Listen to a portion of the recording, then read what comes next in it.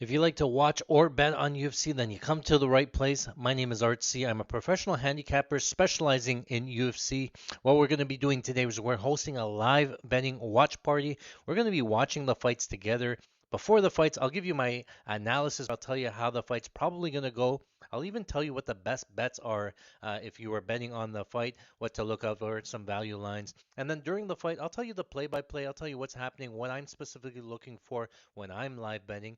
I will tell you who I'm looking to bet on and when specifically I'm betting so that I'm sharing all of my secrets so we can make money together. Remember, this is not financial advice. I just like to share my secrets and show you how I've been a successful better live betting on UFC together. So sit back, relax, and enjoy the show. Welcome to Fighting Stats.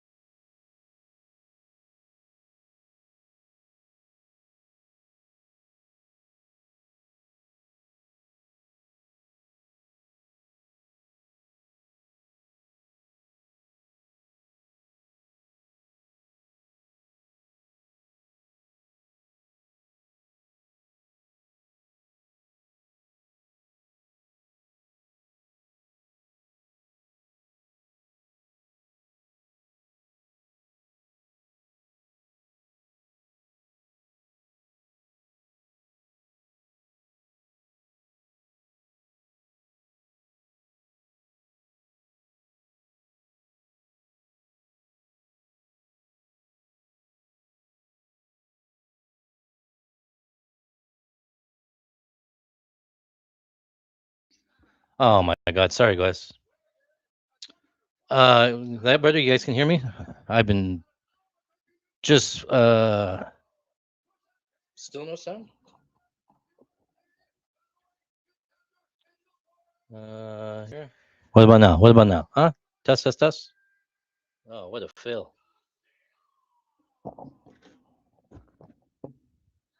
All right, sorry about that, boys. These guys threw me off so much. I was saying it's supposed to start at 8. Then they said they pushed it back at 9. So I was like jumping around. And then all of a sudden we see Steve Garcia walking out. I'm like, oh shit, I got to start the stream. I got to fix the phone and all this stuff. So I've been apologies for the delay. I had the mic on mute. What a bad start. But we are here. We're ready. Thanks for joining and hanging out with me on this epic UFC card. Right now, Bruce Buffer's in the octagon. He's doing the announcement, so this fight's going to start very shortly. What I was saying is that we are on Diego Lopez money line for the first fight. I think that he wins. I think just because there's the magnitude of the card, I think they come out and bang right away here. So expect a quick finish here. I don't really know if Steve Garcia's cardio into the later rounds just because he goes super fast, super hard. So I'm more likely to live bet Diego Lopez here. Um, so I'm gonna load up a Diego Lopez bet. Same sort of thing where I'm putting $1,000 for this card. Our unit size for this week was 550, but we're live here. So round one, they're off. The timer's gone. All right, Steve Garcia opens up Southpaw. Diego Lopez starting up Orthodox. Again, we have Diego Lopez loaded up in the bet slip for $1,000. We're keeping an eye on low kicks. We're keeping an eye on aggression. We're keeping an eye on cardio. Diego Lopez with a high kick off the guard. Oh, both guys swinging in the pocket. Garcia just missed on an uppercut. There must be so much nerves. 1-1-2 for Garcia lands. Kick to the body, Garcia. Oh, Lopez landed right hand that kind of stunned Garcia. Outside low kick. Diego Lopez feints a takedown.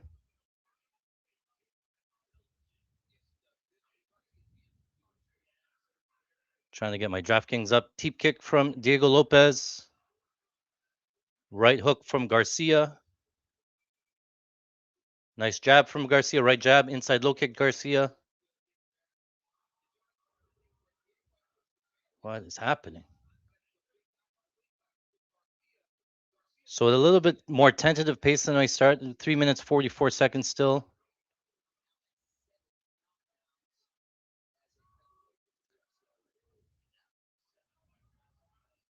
So we're loading up. Still trying to get a bet into the bet slip. All right. So now we're ready with Diego Lopez. Timeout. All right, time in. High kick from Diego off the guard. Minus 154 on DraftKings money line. Looks like Garcia landed a left hand.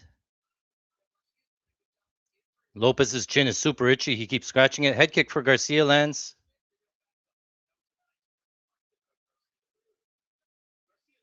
High kick from Diego Lopez off the guard again, partially landed.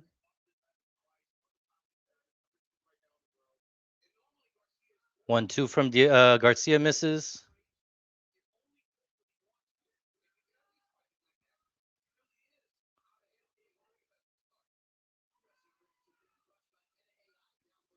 Another head kick for Diego Lopez. It's open stance. It's orthodox versus southpaw, so both guys throwing head kicks. A 3-2 combo for Diego Lopez misses. They're trying to work out the nerves, I bet. First fight of the card, they can't be, super calm. Nerves of steel, I guess. Left hook. Oh, Diego Lopez landed a right elbow. 2.5 left, so halfway through the round.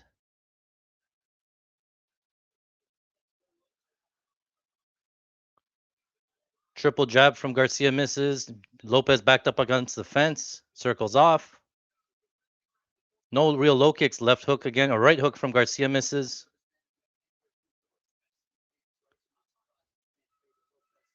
Another kick from Lopez misses.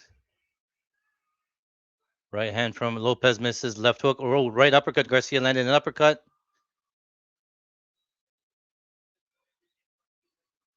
Both guys landed. Inside low kick for Diego.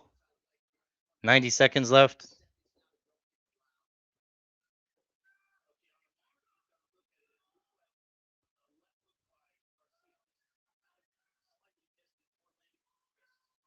Oh, nice right hand from Lopez landed. Counter, right? Right jab from Garcia.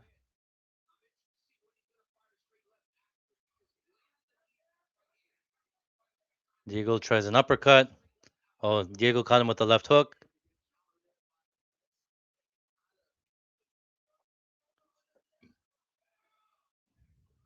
All right, 50 seconds left in the round.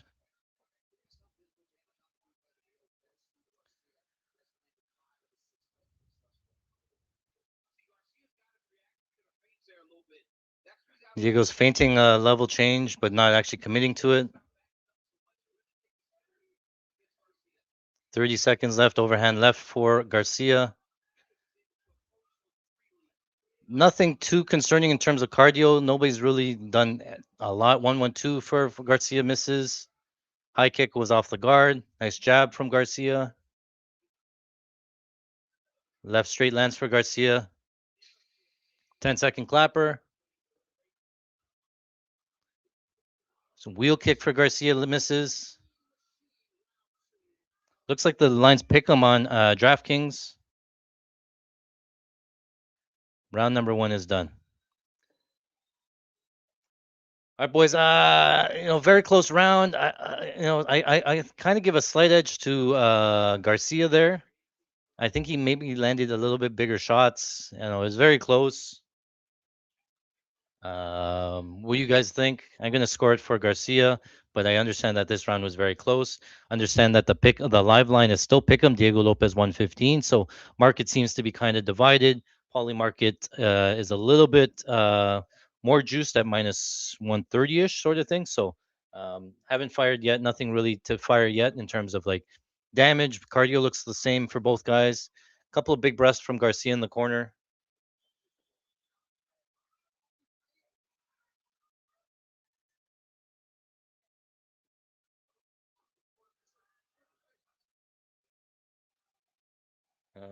No.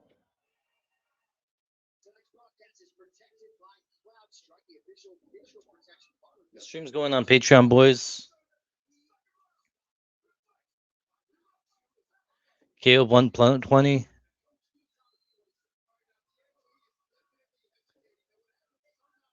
All right, in round 2, they're off. Whoop, I forgot the timer.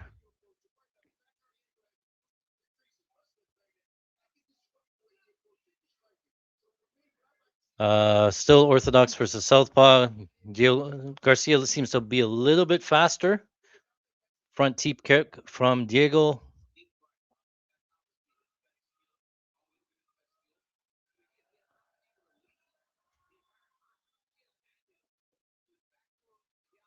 High kick for Diego. I figured I felt like they would be more open to engage here, but Diego Lopez came forward. I think landed an uppercut there.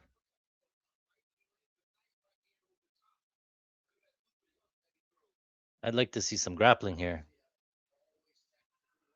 Diego Lopez landed a jab. Right jab for Garcia.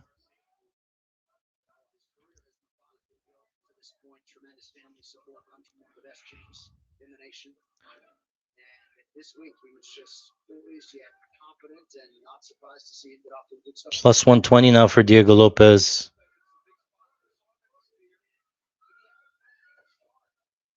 Yeah. Right hook from Garcia. Yeah. Diego Lopez just looks like he hasn't started yet. He's sort of reacting. He's not really biting on a counter yet. Outside low kick Garcia.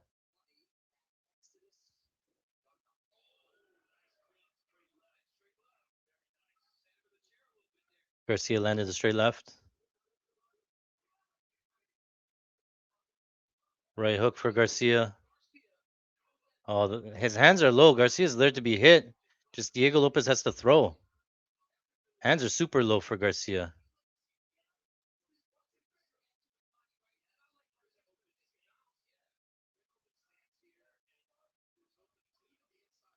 Couple of nice jabs from Garcia. Oh, Diego Lopez commits on the right hand, lands. Oh, there's a left hook from Lopez. 1-2 lands for Garcia. Diego Lopez just eats it. Now Diego Lopez is throwing. Oh, I got him! Left hook for Diego Lopez. Drop Garcia. Garcia's rocked. Oh, he's got rocked again. Diego Lopez on top, ground pound. Finish him. He's out. He's out. He's out.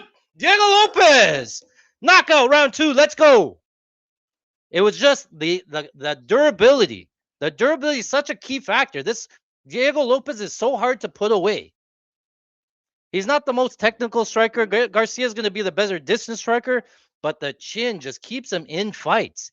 He just continues to come forward. He just eats the shots, and then as soon as he let go, I said, the hands are low. He just has to he has to throw. He has to throw. He started getting hit, and then he just wanted to fire back. As soon as he started to fire back, he got the knockout in round 2. So let's go. Nice start. It wasn't looking good there. I was, contemplating a live bet on Garcia, but he finally let his hands go, and Diego Lopez comes through as the big favorite there. So not a big favorite, but yeah. Just checking on my guys' Patreon. You guys are there. All right.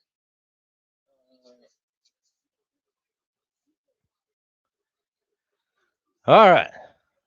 So nice little start there. This one's going.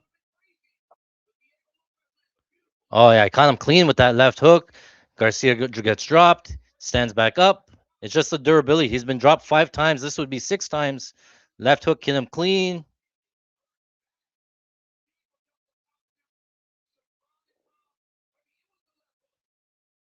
Nice right. Oh, the right hook hit him. Oh, the slow mo on the right hook.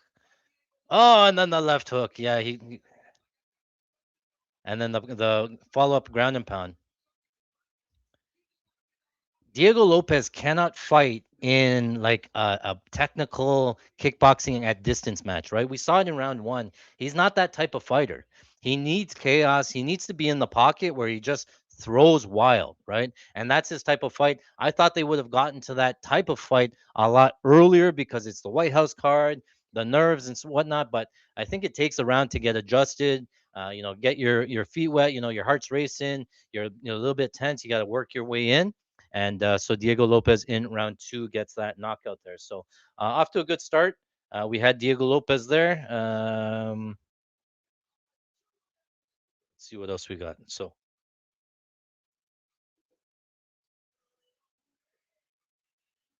oh, I'll text. Yeah. All right.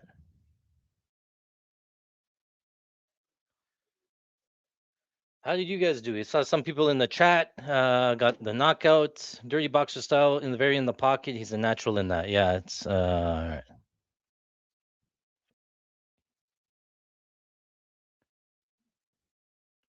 Trying to remember my thing.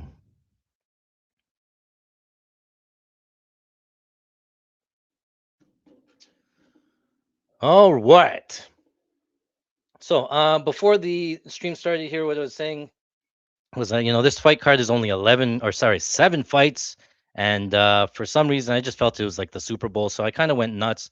We have over $25,000 on the line for 7 fights, so an average about 3K each, 4K each, sort of thing. A lot of volume. I think we have like 90 different bets here. That's my type of style. I just look for a positive EV type of bets, but we have 95,000 overall. You can see our record. We track everything here at Patreon. Overall record pre-fights has been pretty good so far this year. 395 wins, 440 losses. Total profit about $25,000, up about 83 units for the year, 9.6% ROI. And again, everything that we post is posted over to patreon.com/fightingstats. And we track everything from every type of bet to the book that they're in, to the card, the odds that we got, the implied probability, the unit size, all that stuff, and the win loss. So everything is very transparent. As soon as I post it, it gets updated into the tracker, and the tracker gets posted multiple times a week. So I cannot come back and update it, things like that. We're very transparent and open. This year, we started with a $20,000 bankroll. We were trying to keep a 1% unit size throughout the year. So, as our bankroll grows and we continue to win, our unit size will continue to grow through the year. So, you can see here, started at $200 units. We started to win. It went up to 215, started to win, went to 250. Went to 300 to 350 to 450, went up to 500. So we continue to grow week after week as we continue to win. We got up to 600, but then we took a couple of losses. When we lose, we come back down. We came back down to 575. Last week, we were up at 600. We did have a losing week last week, open and transparent. So this week, our unit size is 550. Unfortunately, again, not unfortunately, but for the live betting card, because there's only 7 fights, I'm going to be using $1,000 unit size, or maybe 2 units per fight, just because we're trying to get excited really into it here. So that's what we have here. You can see the overall profit chart for 2026. Started out strong, and then a little bit of a dip, but we always tend to get that back. We continue to roll.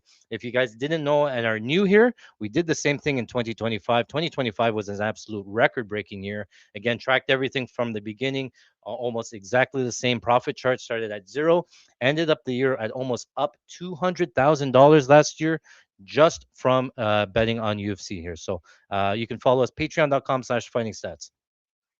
Let's get into it. We'll keep on going. Danny in the chat says, Art is the real deal. Thank you, my guy. I've been doing this for a while, been watching the sport for a while. This is my Super Bowl. A lot of World Cup going on, NBA finals, NHL finals. I spent all week watching tape. This is what I look for. We find that we try to corner the market and we try to exploit what we're good at. I don't try to force the plays that we don't know. So we're only playing UFC and maybe some other MMA stuff. Brian says, did the 1.5 rounds over hit? It was close. I don't know what the final the tally was. It was around that thing there. And then Jonathan says, what's everybody thinking this next fight? Okay, so I'll give you guys a breakdown as we go. If you have any questions, feel free to leave it in the chat. I will answer your questions as we go. My Patreon guys are there. What is the next fight? Bo Nickel, Kyle Dawkins, right? All right, so let me pull this up and I'll give you a quick breakdown. I'll give you some best bets, something you can tail and get into here. These are, oh, it went under by 1 point. Yeah, the under 1.5 went under by 8 seconds. Oh, that's dirty. I don't think we had the 1.5, but yeah, we'll check. Bo Nickel here in the screen. He's going to be your typical American wrestler, wrestled for Penn State. I think he was like all American, really high level credentialed collegiate wrestler, right? And he's transitioned over to MMA. He's more experienced now in MMA. When he came in, he was pretty raw. His striking was pretty raw. But throughout the fights, his striking has gotten a little bit better. He's putting more combos together. He fights from southpaw. He tended to only throw the overhand left and spam the overhand left. But in that last fight against Rodolfo Vieira, he started putting it together, more combos, more kicks. He ended up finishing Rodolfo Vieira in round 3 because of a head kick. So now, he's starting to put it together. He obviously had the wrestling background to begin with, and now he's mixing in the striking here. Now, Kyle Dawkins is interesting, right? Because most people here, the casual fans, will not know the name Kyle Dawkins. Kyle Dawkins used to fight in the UFC and then was cut. He went like 2-3 or something like that, where he got knocked out by Roman Dolidze by ground and pound. He got knocked out by Eric Anders, and Eric Anders doesn't knock out anybody. He got knocked out by Eric Anders and then cut. He went into the regionals. Chris Dawkins went to the regionals. He was a minus 1,200 favorite, a minus 800 favorite. He lost. Well, he fought Eric Anders in Fury Pro and lost to Eric Anders again in just grappling. He was a minus 700 favorite. So his 3 wins in the regionals, actually 4 wins in the regionals, minus 800, minus 400, minus 700, and minus 355. He was an ex-UFC veteran coming into these like regional CFFSC promotion, and then he finally got the call back. Since coming back, he knocks out Michel Pereira in 43 seconds. Michel Pereira circling to the left. He catches him with the right hand coming across and knocks him out. I just think Michel Pereira didn't see him. He got caught. Next fight, he fights Gerald Meerschaert. Gerald Meerschaert's like 50 years old, super, unathletic, loses all the time. And that fight only lasted 50 seconds. So he's on a back-to-back win streak, KO1 win streak here. For some reason, They determined that Kyle Dawkins now is in the rankings or high enough now that they can give him to Bo Nickel. Think of the magnitude of this type of card. This is the UFC Whitehouse card, right? They're trying to put the best guys on the card. They're trying to get the best viewership on the card. They're trying to put together exciting fights. So, one thing they want to know is they're really trying to promote Bo Nickel as that All American type wrestler. They don't want Bo Nickel to lose. So, what are they going to do? Are they going to give him a dangerous striker, somebody with great takedown defense, or somebody with better wrestling? No, they're going to give him Kyle Dawkins. They're going to say Kyle Dawkins is on a 2-fight win streak, knockouts in both rounds. Now we can feed him Kyle Dawkins because Kyle Dawkins has zero takedown defense. His striking's not even that great. As BJJ, most of his wins comes from front choke, Darce choke. They call him the Darce Knight. And that's about it. He doesn't do anything super amazing.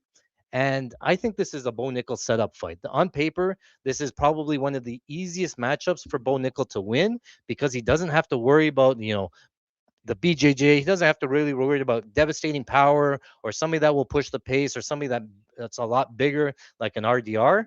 On paper, this is a Bo Nickel fight all day. So the problem is that I don't know if Bo Nickel here is going to win by knockout. He can win by submission or he can win by decision. So that part is hard for me to decide what he's going to actually win by, right?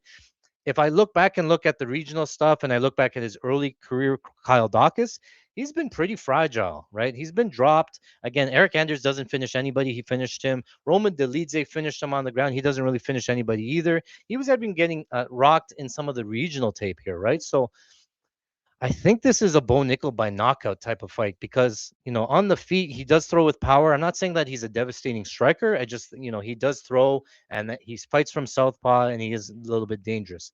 If he doesn't win the knockout, or maybe the striking isn't going his way and maybe Kyle Dawkins is landing, Bo Nickel always has the option to level change, get this fight down to the ground. Collegiate wrestler, he gets to determine when the fight goes down to the ground or not. Kyle Dawkins will not be able to shoot a takedown. One, I don't know if he will or want to. Two, I highly doubt that he's going to get Bo Nickel down. Three, even if he does, I think Bo Nickel pops back up because, again, just that wrestling background there, right? So Bo Nickel has all of the grappling upside. Potentially the striking is on par, maybe slight edge by Bo Nickel. Not saying he's super amazing, but just the ability to dictate where the fight goes and the type of matchup and the fragileness that I've seen for Kyle Dawkins, I got to go with Bo Nickel here. Again, unfortunately, it's hard for me to predict. Is it KO? Is it submission? Is it decision? Because everything's possible here. If he gets the takedowns, I think he dominates. He just has to avoid sticking his head into a Darce choke. If he can defend the Darce choke, then he's going to get on top. I don't think Kyle Dawkins has much BJJ off of his back. And then Bo Nickel's going to win all the minutes. If he can get to a dominant position to mount, maybe he can find a submission, arm triangle, rear naked choke, things like that. Or if Kyle Dawkins just plays it safe and plays BJJ off his back, then Bo Nickel could win a decision. If it stays on the feet, Bo Nickel can knock him out or win by ground and pound. So I know that doesn't help, but I'm trying to say that there's a lot of different ways that this fight can go. I felt safer just playing Bo Nickel money line because then I don't have to pick the way that he goes, and I think that he can just win it either way.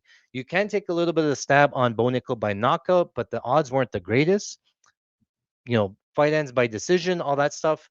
Um, for me, Kyle Dawkins, if he wins, it's one of two ways. One, it's front choke by Darce choke that he seems to get everybody in, or if Bo Nickel chooses not to grapple, respect Kyle Dawkins' BJJ and tries his striking out, Kyle Dawkins could win a decision, like a very close split decision side of thing, if he continues to fight here. But I think this is Bo Nickel all day here. So give me Bo Nickel. We have Bo Nickel. What else do we have here? Let me just see what else we have because we have a bunch of bets. Oh, we have some Kyle Dawkins under takedowns. We have quite a bit on under takedowns. So I don't think that Kyle Dawkins is going to get many takedowns. Offensively, look, he's attempted in his UFC career. Kyle Dawkins here, 38 takedowns, allowed 9 of them. Bo Nickel, he's only seen 3 takedown attempts, has not allowed a single takedown. He's just that type of wrestler here, right? So these are our fighting stats exclusive dashboards that we have. We have our offensive striking metrics. You can see Bo Nickel, most of his strikes, he starts a little bit slow at 10 strikes, up significant strikes in round 1, goes up to round 2, 17, and round 3 is 14 there, right? Defensively, Bonico doesn't really get hit because he is working in his wrestling or grappling. Only really absorbs 5 significant strikes in round number one, 14 in round number two, and 8 in round number three. So, um, yeah, on the Kyle Dawkins side, these stats are going to be a little bit skewed because there are a lot of earlier fights. He hasn't been in the UFC for a while. Maybe he's a little bit changed here, but you can see here, Michel Pereira, he lands 5 significant strikes. One of them was a knockdown. Against Gerald Mearshot, he landed 8 significant strikes. One of them is a knockdown. Maybe he's just completely revamped his style and he's a completely different fighter, and maybe he's an absolute killer. I, uh, I don't think so. I think we're getting a little bit of recency bias baked into this line. I think people see the Bo Nickel fight with RDR and think that there's a path here. They see Kyle Dawkins' size and think Dawkins can replicate that type of game plan with Bo Nickel. I don't see it. He's not that type of fighter. He's not a clinch guy. He's more of a jack of all trades sort of thing. Um, I could see maybe Bo Nickel having trouble getting inside with the striking, and then he'll just resort to the grappling here. So Kyle Dawkins has walked into the cage. I think Bo Nickel is walking out now. So we're about maybe like 5 minutes away from actual fight time. Let's pull up the tracker here. Let's get the Bo Nickel lines up.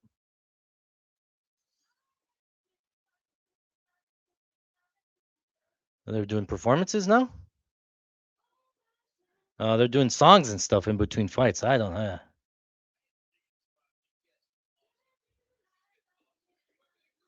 All right. So live betting angle here. I think I'm gonna have to go with Kyle. Sorry, Bo Nickel. He doesn't really like. Yeah, he slowed down a little bit in the RDR fight. I get it, but historically, I don't really think he has bad cardio.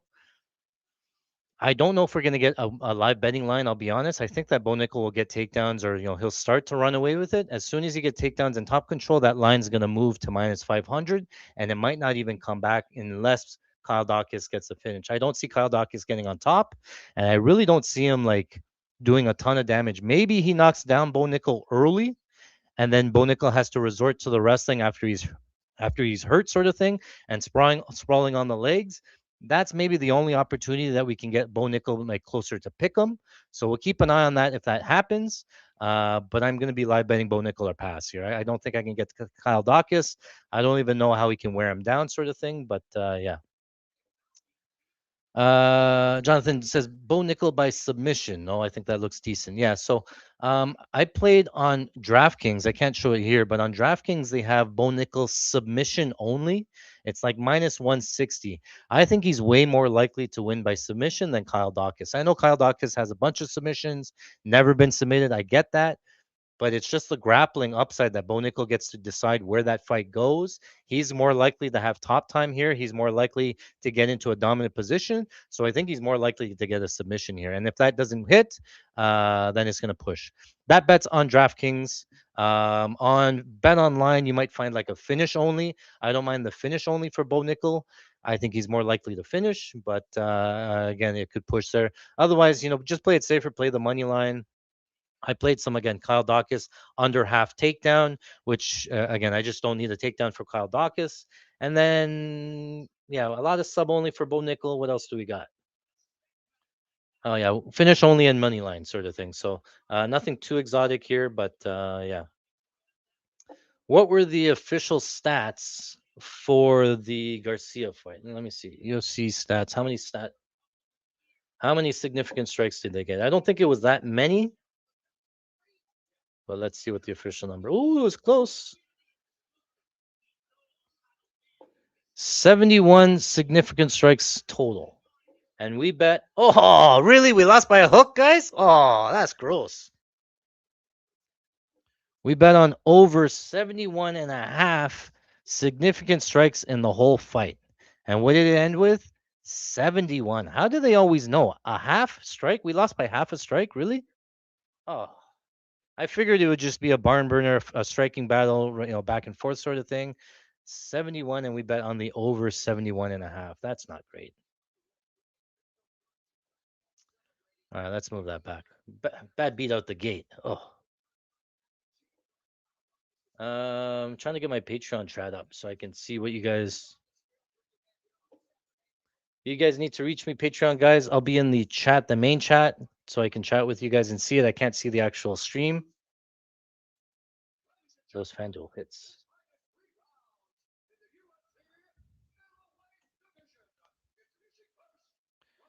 All right, Bruce Buffer's in the octagon here. We will put Nickel here on the red side, just because he's on that side there. And we'll put Dawkins here.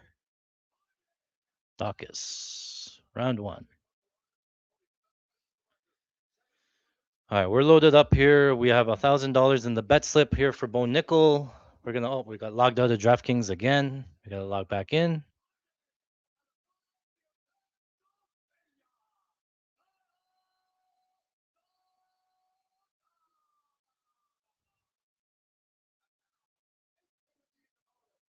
Yeah, boys. I'm on YouTube Live. I'm on Instagram Live. I'm live on X as well. So just trying to get more attention, more marketing sort of thing. Normally we do these streams behind Patreon. We live stream. We hang out. We are a whole crew of us. We watch and bet on them. But for these major cards, I'm trying to get more exposure, get to YouTube sort of thing. But regular cards, come join us at patreon.com/fightingstats. We do this every single week where we watch the tape. We watch the bets, all that stuff. So, all right. Herzog's in the cage. Fight's about to start. Let's get this one going here. All right.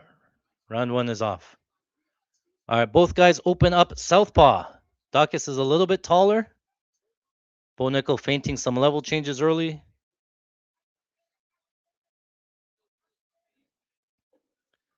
Step in jab there for Bo Nickel off the guard. Dawkins is aware of the takedown, I guess. He can't be too aggressive. Oh, Bo Nickel looks in for a takedown. Bo Nickel gets a takedown right away.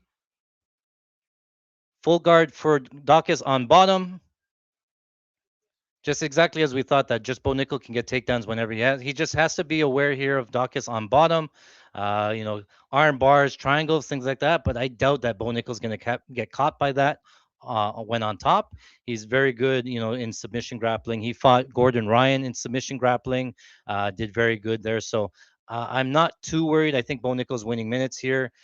4 minutes left on the clock, and it's early Bo Nickel. The live line has already shot to minus 950 for the Bo Nickel. And we got a minus 225. Like I said, I don't know if this live line is going to come back because I think that Bo Nickel's just going to start running away with it. And the commentating team is saying that he's very tricky off of his back, but I don't know. A couple of big elbows there for Bo.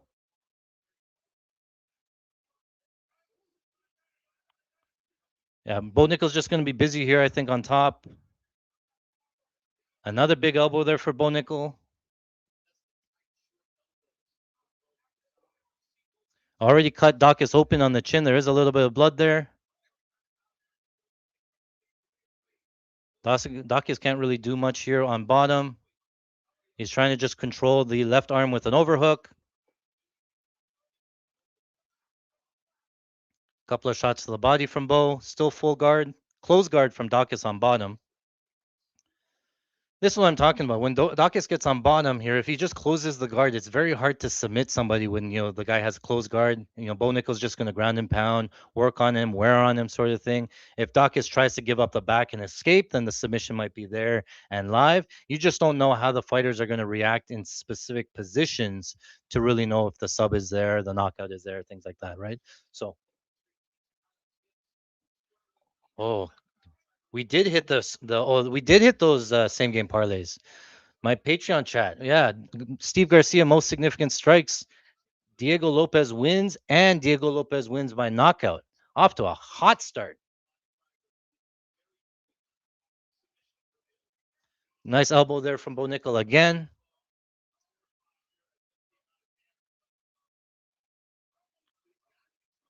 Yeah, Bo Nickel's trying to pass to half, but now Kyle Dawkins goes body triangle from bottom. So that just tells you that he's accepted that position. He's just trying to avoid damage, control posture. Herzog's getting close. What are you doing? Get out of there. Dawkins moving the guard up a little bit, double overhooks. Oh, big elbows from Bo Nickel on top. The cut is getting bigger. There's a cut over the left eye of Kyle Dawkins. Kyle Dawkins has 0 answers here from bottom. There's about 90 seconds left on the clock in round number 1.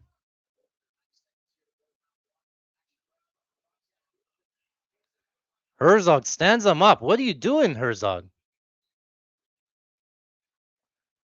Bo Nickel was doing work in the corner, and Herzog just says, nah, stand up. Bo Nickel just going to get that takedown right back. Left hand for Dawkins. Oh, Bo Nickel landed a left hand, just missed on the right hook. Nice jab from Bo. His hand's a little bit low on that exchange. Nice jab from Bo, lands again. They are back standing now. Another jab from Bo. Chris Dawkins starting to throw, though. 45 seconds here. I think that Bo Nickel should just, he's obviously won the round. He can start getting energy back, just not, getting too risky here. Couple of jabs, stick and move a little bit. He doesn't need to force anything because he's already won the round. Nice right hand. Oh, Bo Nickel dropped him. Round 1. He has him hurt. Oh, round 1 knockout. Bo Nickel. Round 1 knockout with like 10 seconds to go in round number 1. We are hot. Bo Nickel knockout. That was an American too. An American to win by knockout. We have over 1.5 Americans. Put us on the board. We just need one more. Bo Nickel inside the distance cashes. Bo Nickel money line. That was our biggest money line play of the night. We had over 4 units on Bo Nickel. That one comes in. We had Bo Nickel goes to decision. No action. The Bo Nickel submission only, obviously push. That's fine. And then when we think we had some Bo Nickel knockouts in, where did it go? Bo Nickel knockout. Oh, we're already 2 for 2 in the shoot for the moon parlay. We're out hot. We already started our shoot from the moon parlay was plus 2132. You can turn $125 into $2,700, and we've already hit 2 for 2 in the first 2 fights. That last fight, we need Cyril Gane to win by decision, and we cashed for over $2,300, $2,700, and we're on the board big time, early and often. Oh, look at these. Let me just show you this tracker here, just so that I can update it here. Here's all the bets that we played here early. And Dawkins didn't get a takedown either. That was huge. So we had Diego Lopez money line and Steve Garcia most significant strikes plus 564. We had $100 on that. That one wins, so up 564 there. We had Diego Lopez wins by knockout. Steve Garcia most significant strikes plus 1327. We cashed that one right off the bat. We had Diego Lopez round 2 and round 3 scorecard winner. He lost round 1 probably, but he wins in round 2. So this wins. Round 3 wasn't there, so that one pushes. Diego Lopez fight ends by submission. We had $150 on that. We lose that. Diego Lopez, Steve Garcia goes to decision. No, minus 225. We win that. Diego Lopez on the money line, minus 141. We win that. We pressed it yesterday, so we hit this money line as well. And we lose this Diego Lopez, Steve Garcia over 71.5 significant strikes. We lose it by half a strike. We would have won that, but now it turns into a loss. But again, hot start. Overall for the Lopez fight, we're up almost $3,000 from the first fight of the night. The second fight of the night, we went to Chris Dawkins here. We won another $1,000 on Chris, $1,100 for Chris Dawkins. So right out of the night, we are up almost $4,000. $4,000 with one fight, like 2 fights in. Shoot for the Moon is still live. I got to change this to pending. And that's how we go, boys. So, okay, so this is what I like to do so I know what we have live. We're going to change these to green. So now we just need Cyril Gane left. Our bankroll builder, we have Josh Hokett to win by knockout. We have Sean O'Malley, Ayman Zahabi fight goes to decision. And we have Ilya Topuria to win by knockout. That was a plus 348 parlay. Look at all of these ones. We had Kyle Dawkins under half takedown. I was there. I put it into everything. So I'm just gonna highlight some of these so I know what we have. We have one leg left, and then again, I post these on Sundays after the event. What else do we have? Anything else? Sean O'Malley, Bo Nickel, most takedowns. That one cashes. Kyle Dawkins under half takedown. We had him in everything. Joe Rogan in the octagon doing the. We lose this one. Diego Lopez did not get a takedown. We played a parlay. Diego Lopez, Cyril Gain, most significant strikes, and Sean O'Malley, most significant. Man, it would have been nice to hit that one too. All of these sub-only bets pushed there. So off to a hot start. We're going to keep this one going. Again, we do this at patreon.com/fighting stats. You can join for free today, boys, but why wouldn't you? It just pays for itself there, boys. So for my elbow says, let's effing go. Yeah, that's right. I know a lot of people watching these cards as a casual bettors. I'm really just trying to help you guys out, give you guys some breakdowns, give you guys some bets. I know when I'm watching something that I don't really know, I want to get some action down. I want to play something, just for fun most of the times. So I got a lot of volume. I got every kind of bet sort of thing. And then I'll find some action bets. I'll find some ones that we want parlay. We have everything from takedowns to parlays to significant strikes, big ones there. But yeah, Kyle Dawkins shows his durability or he got head kicked, I guess. Head kick to the temple. I think he got it. Yeah, and that overhand left I talked about. Roscoe, my boy, says, no, let's keep it up. Yeah. One of the best breakdowns you're going to find on the internet. You just have to help me spread the word. That's all I ask for you to do. That's the only reason I do these is for you guys to help me out here. So, significant strike, Bo Nickel there. So, yeah, we're moving on. Unfortunately, I know this is a live betting stream and we haven't gotten a live bet in yet. But what are you gonna do when the fight ends by KO super early? Um, also remember, I posted it on X. Let me just see if I can find it. This was a good bet, I thought. Where did it go? If you have any questions, let me. Oh, it's over here somewhere. No. So far, the weather's holding up, so that's okay. Oh yeah, here it is.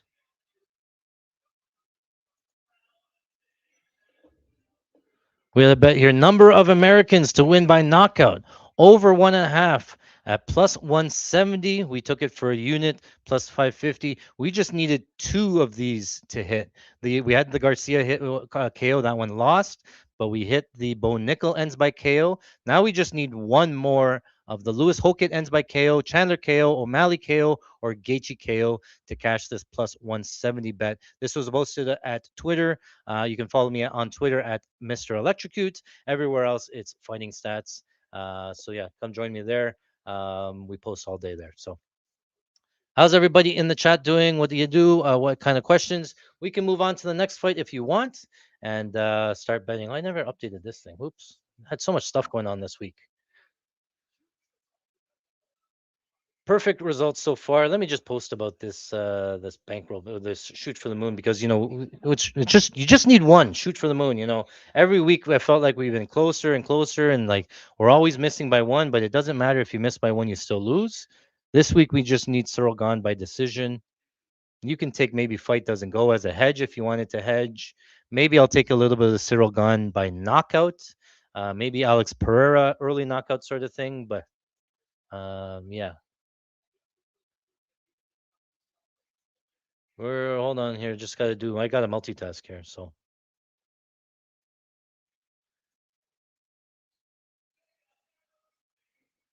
YMCA is going on at the White House.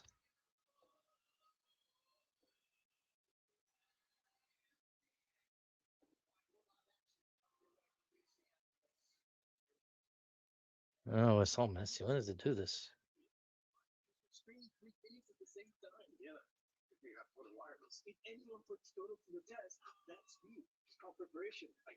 And then we need Cyril Gane.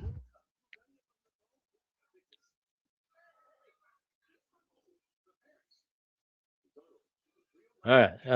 Yeah, just posting that our bankroll builder is, or our shoot for the moon is there.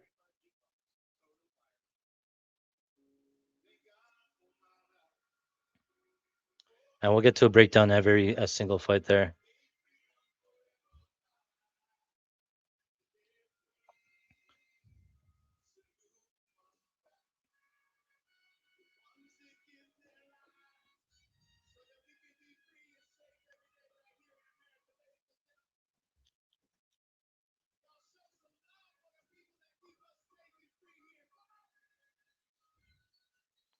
Uh,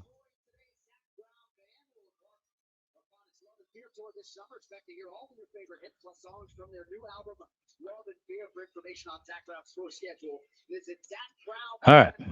Let's next fight here. Let's start the breakdown. We'll answer any questions, and then we'll go from there. Here, just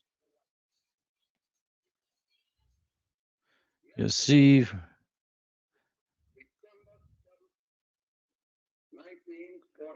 All right, next fight of the night. What do we got? It's the Mauricio Hoofy, Michael Chandler. I'll give you guys a breakdown here. Again, when I was breaking these fights down, again, you got to really think about why are they putting these type of guys on the fight card, right?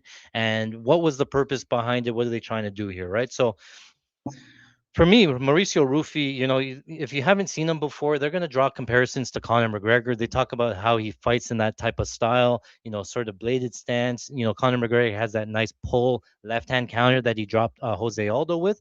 Mauricio Rufy has the same sort of fighting style. Very nice counters, very fast, very long, and very straight in his shots here, right? And very good striker. He has shown a weakness against grapplers. He did get taken down and finished by Benoit Saint Denis, but Benoit Saint Denis is a high level wrestler here. Michael Chandler, why is he on the fight card, right? They talked about, remember they were trying to get Conor McGregor to fight Michael Chandler. So this is sort of the next best thing. You're getting Brazilian Conor versus Michael Chandler. The difference is, and the reason why Conor really wanted to fight Michael Chandler is Michael Chandler isn't really good, and well, he has the tools. The only problem is that Michael Chandler loves action. He loves the excitement. He's never in a boring fight. That's why he's on this card is that he never brings you a boring fight. He's always trying to take your head off. He's always throwing with bad intentions. He's jacked to the gills. He has good wrestling, but he just wants to fight, right? And it's the perfect matchup here for Mauricio Rufy because Mauricio Rufy is the better striker. He's longer. He's probably a little bit faster. He's straighter.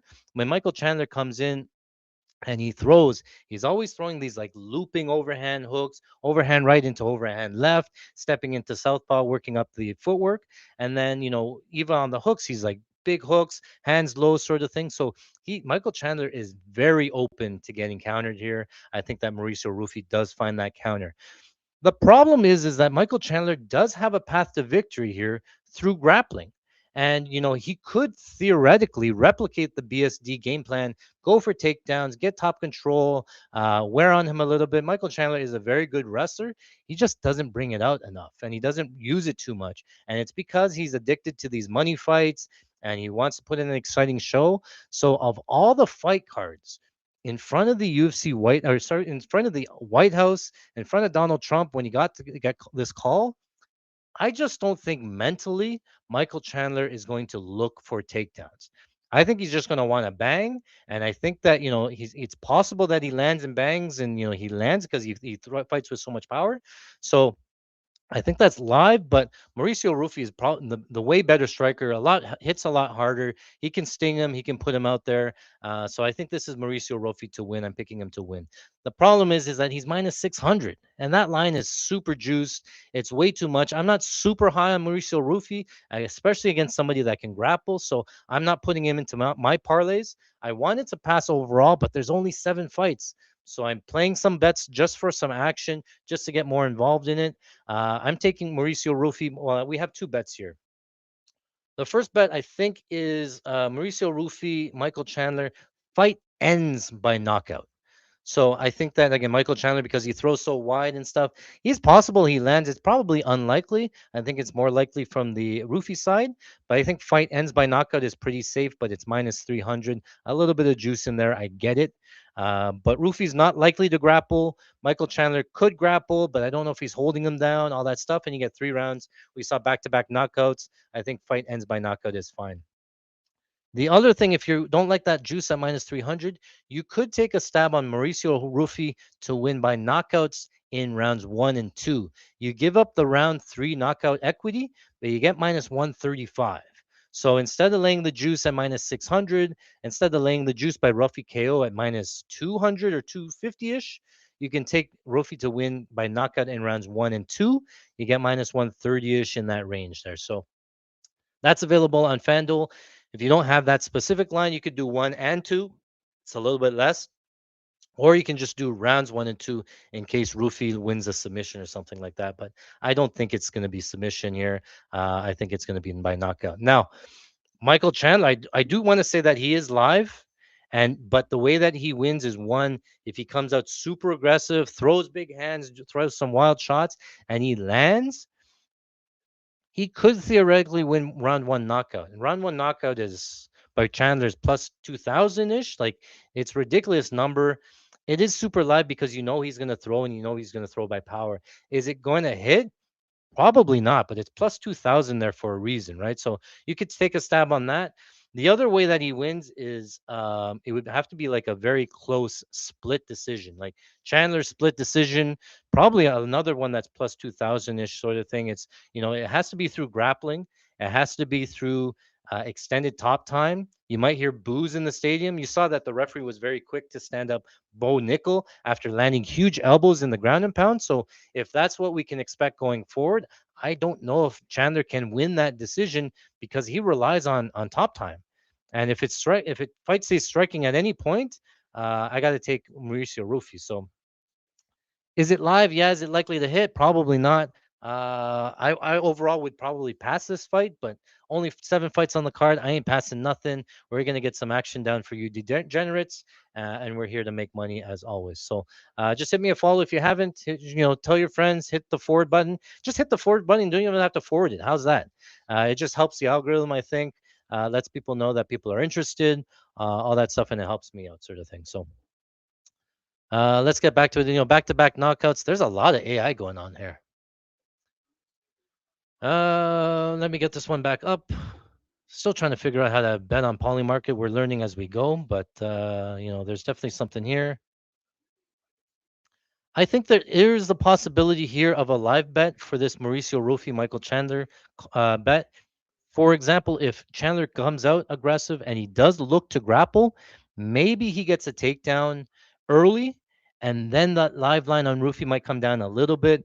The longer that Chandler stays on top, it probably comes down. And then that's the time to really hit the roofie line. If you can get them at like minus 300, minus 200, I'll probably pull the trigger. I might even do this on Polymarket here and set a limit bet. How's that? Let's try something out here. We'll do Mauricio Rufy. We'll do limit price. What? Yeah, 60%. It's never gonna fill. Maybe it fills. But yeah, maybe I'll get some guys that play market. I don't really know what I'm doing on Poly yet. We'll see how many shares. I want to win what, $500, 300. Let's do 300 just because I'm testing stuff out with Poly in terms of this is a limit price. I'll tell you if it fills. I don't even know when it fills. They should have open orders here so I can cancel it. I can set the time limit. Expires. 1 hour is too long. 5 minutes too short. That's your options. 5 minutes and 1 hour. Oh, custom. I can do custom. Here. Fuck. Oh, here. Let's do like 30 minutes. 30 minutes. Relative time. 30 minutes. Can I do that? Oh, okay. There we go. All right. I'll buy Roofie at 60 cents. So that's like minus 150 ish.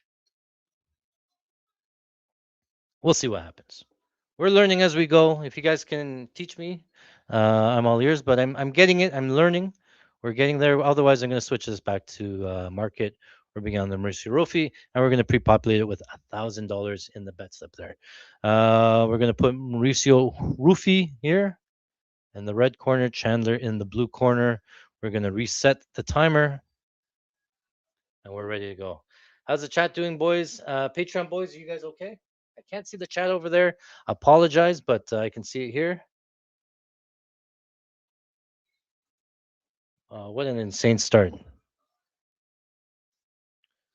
I like these high profile ones because I spend a little bit more time. I like cards. Honestly, this card with 7 fights, it's perfect because I can focus more on the matchups. I can devote more time to each one.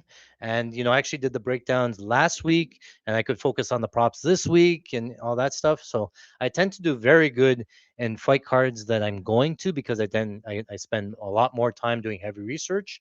And that's why my record in terms of going to fights is insane as well.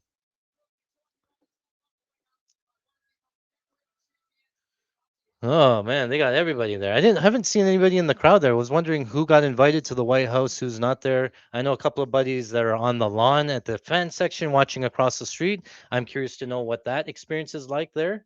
They're just watching on the screens and stuff, but I'm wondering if it's in real time or not, all that stuff. So,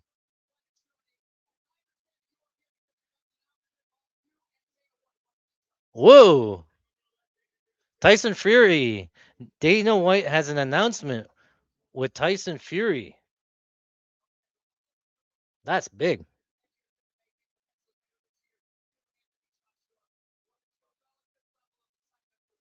Oh man, why does this not go over?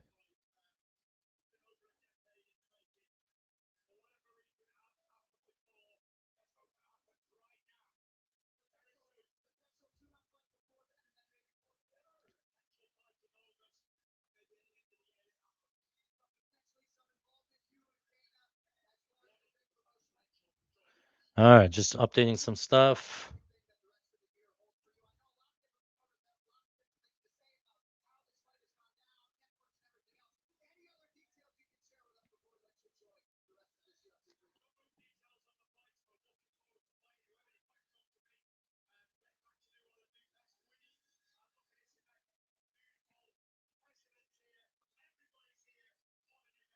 What an event. Tyson Fury. Uh Packy says, who is gonna win? Chancellor or Ruffy? Yeah, I guess he just came in. I spent the last like almost 10 minutes betting on it or breaking it down. I think it's Mauricio Ruffy's gonna win. 30 seconds later, he says answer. I guess there's no rush. There's a lot of veterans here at this event. First responders.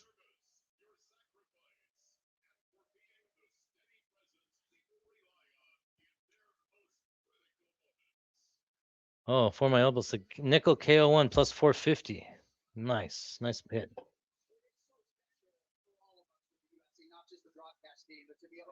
Okay, might as well update some other stuff here. What's going on Patreon?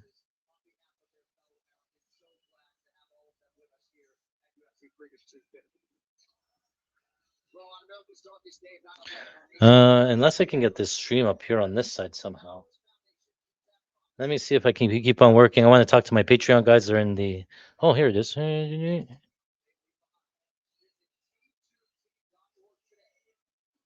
not be found. What?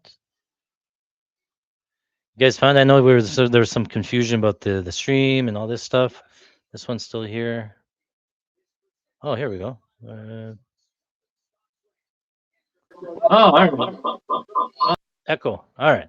Now I can see my Patreon boys. Sorry about that in the chat. You guys can talk to you, answer any questions there. I can answer your questions on YouTube, but I can also see Patreon now. So let's go going on. Everybody's in the chat.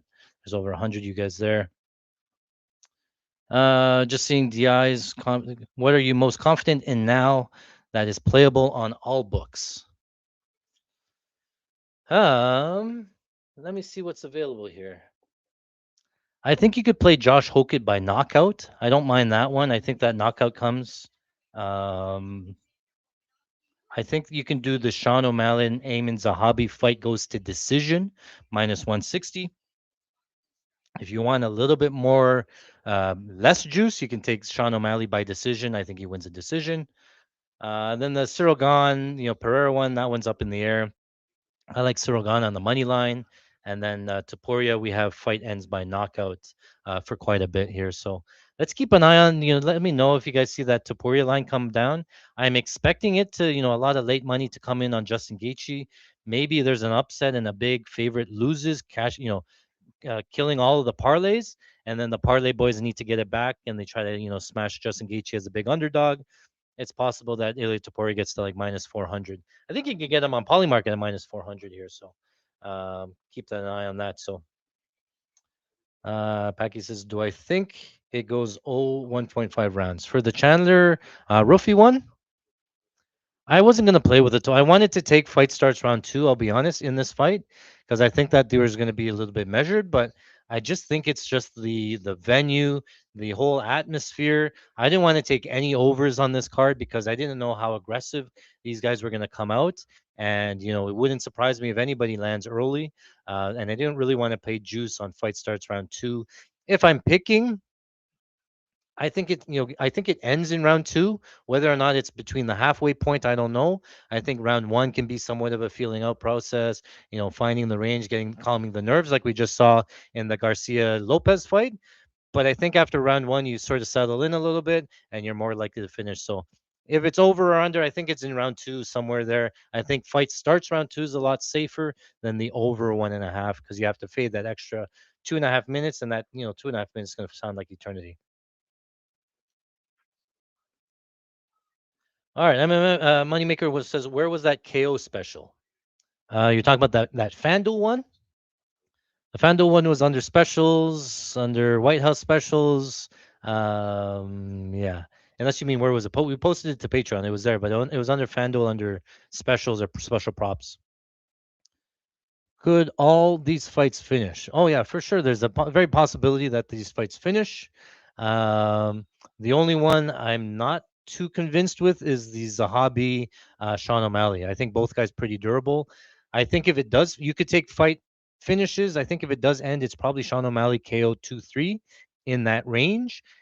I think that Sean O'Malley runs away with it and puts on a beating. It's just can Ayman Zahabi take 3 rounds of damage, or does he get finished later, sort of thing. It's You're timing the finish, right? You're timing how much damage he can take. So that's the problem. There is, I'm okay with the Sean O'Malley money line. Really hope Ruffy doesn't do any spinning kicks. Yeah, I guess that's a worry to give up your back and stuff, right? So he doesn't need to. Against Bobby Green, he flatlined him. That Bobby Green knockout, you're gonna see it on the replay.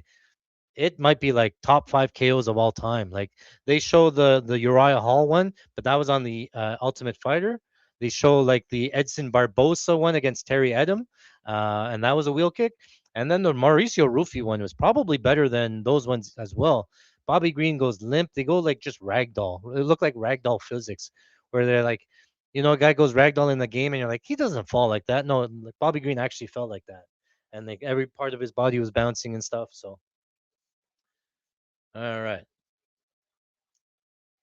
All right. So yeah, now I can see our chat. I can talk to my boys. I can see everybody there. I even have Instagram going. If I can see some stuff on Instagram, if you have some chats there, we can do that. Also, keep in mind, boys, if you are watching on YouTube or like Instagram or something like that, there is a built-in delay between what the words that come out of my mouth go into the camera, go through the networks, to go down the street to your house, to your speakers, to your ears. It's a little bit delayed, right? There's a lot of processing time, things like that. Our Patreon stream, there's a lot less delay because it's more of a meeting, so you can join us there again. We do these type of breakdowns. We chat, we chit chat, we throw, we watch the fights together, and we live bet every single week that I'm watching it. So you're just getting endless value there. On Monday nights, we do a live betting tape study or I tape study. We'll watch the fights. We'll do like 3-4 hours together, watching film, watching tendencies, breaking down fights. And then that's also free on our website, patreon.com/fighting. So even if you're a free member there, you can join our tape study sessions there, get immense value. So check that out. And then, yeah, we post these trackers, the parlays, all that stuff there. So really hope does. Yeah. Okay. Sorry, boys, again for the delay and fixing the things and stuff. Oh, yeah, we needed some takedowns. Yeah.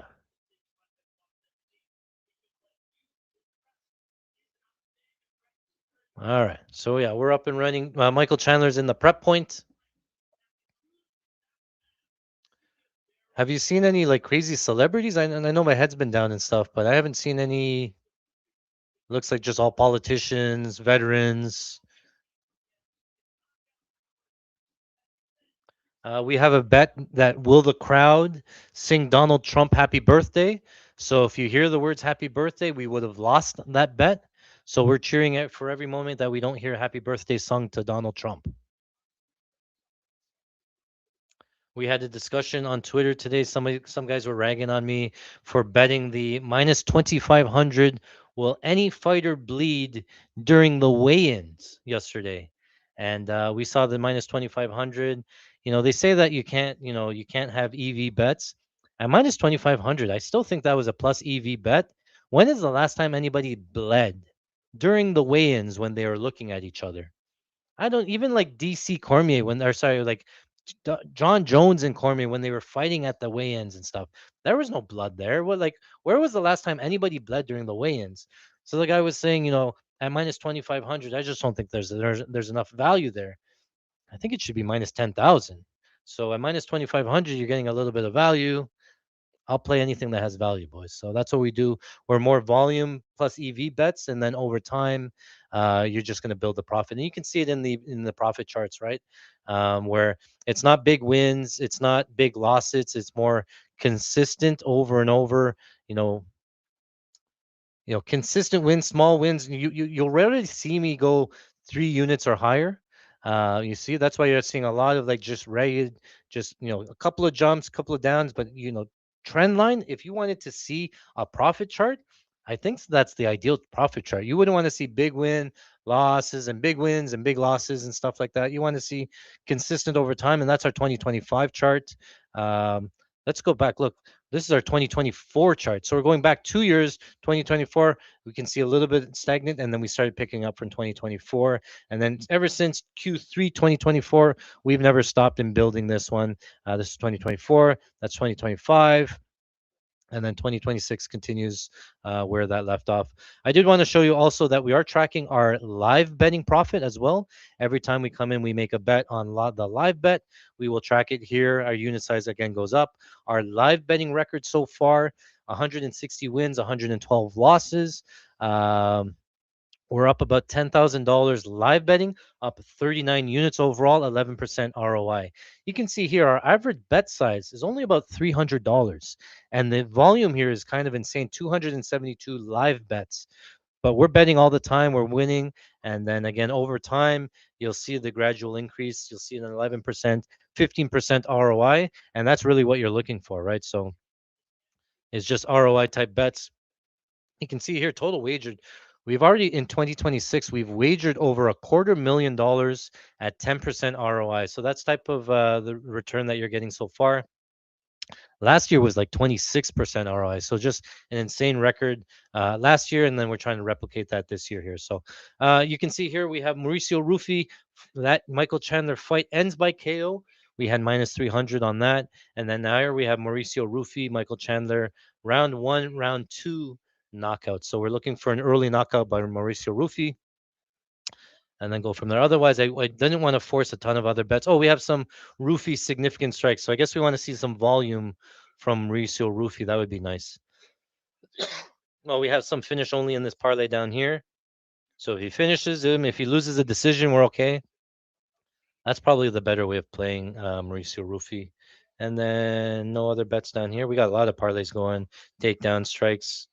Um, nickel sub only. So yeah, I'll have to go back and grab. Oh, Ren's round one. That one loses. All right, yeah. Okay, move this one over.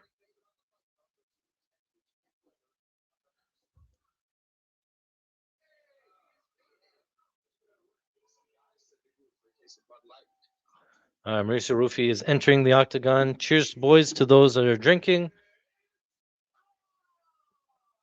Hope you had a good night hanging out with me on this Sunday night. I don't remember the last time we had a UFC on a Sunday night. All things unprecedented before, so getting used to it. You gotta get ready the next day for work. You'll be all groggy the next day, sitting at your chair, just thinking about how exciting those fights were. So, um, Roscoe says, I want to hammer every heavy favorite because they're clearly the better fighter, but I know Vegas isn't in the business of making things that easy. That's a really good thought there. I did see that Dave Mason from Bet Online posted something that they have 5 times the amount of money on moneyline parlays than they do have on moneyline bets. So that tells me everybody's on the same favorite parlays. They've parlayed all the minus 500s together. I get it. I think that they are the better fighter. I just don't know if that's practical, right? Set card says roughly significant strikes ends by KO. That's a pretty good bet. I do like that line. Um, that's probably what plus 130, plus 120 in that range. Probably pretty good. I don't mind that. Jay says I'm gonna be groggy. Yeah, but what are you gonna do? Go to sleep now? No way. You're up for the long haul here. We're watching it. If they have a 5-hour thunderstorm that postpones it, we'll be waiting the 5 hours. So I got logged out of DraftKings again. You guys got to remind me every time I put down the phone, I get logged out. They didn't even get Caesars up and running yet. All right, so same sort of thing. I've put $1,000, 2 units into the Mauricio Ruffi bet slip here. I don't know if we're gonna get a live betting line, but we'll keep an eye on it.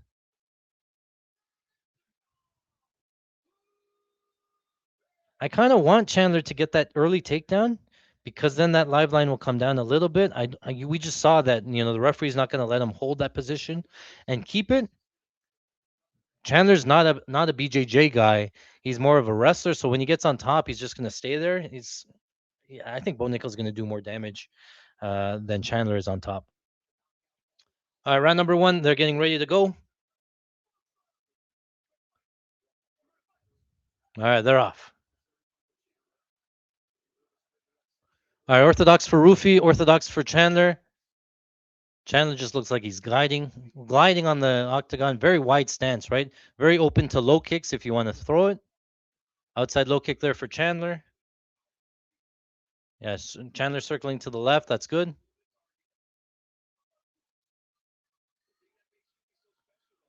Chandler tries to grab a leg.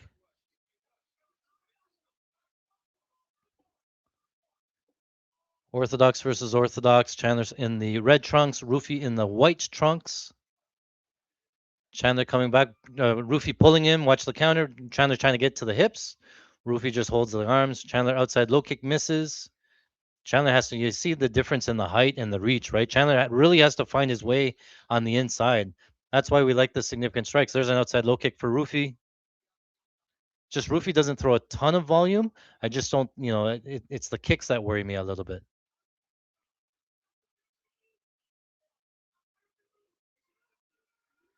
Nice jab there from Rufy. Backs Chandler up. Chandler has to like level change into an overhand. I think that's live. Right hands from Rufy off the guard. Chandler circles off. ESPN has it 1-1. I don't think so. At least two. Oh, right hand just misses for Rufy. A lot of feints here from Chandler early. Now Chandler on the front foot. Left hand lands for Rufy. Right hand landed for Rufy. Outside low kick for Rufy. Chandler throws a right hand to the body and misses. Way short. Right hand for Rufy. Yeah, it's Chandler's gonna really struggle to close this distance and punch up because he's at a height disadvantage here. So he has to get on the inside and punch up. So he's losing some distance there. And Rufy moves back as Chandler comes forward. So yeah, Chandler sort of has to catch him coming in maybe with a counter or put like multiple strike comp, get really reckless, but that's when he's gonna get countered. Spin kick there from Rufy off the guard. Rufy looking to spin too. Chandler's turning into the spin. Oh, Superman punch for Chandler off the fence.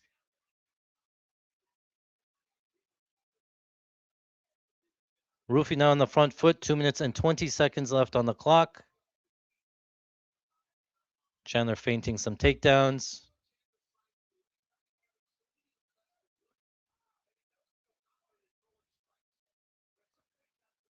Yeah, nice jab there from Rufy. Again, stumbles Chandler back.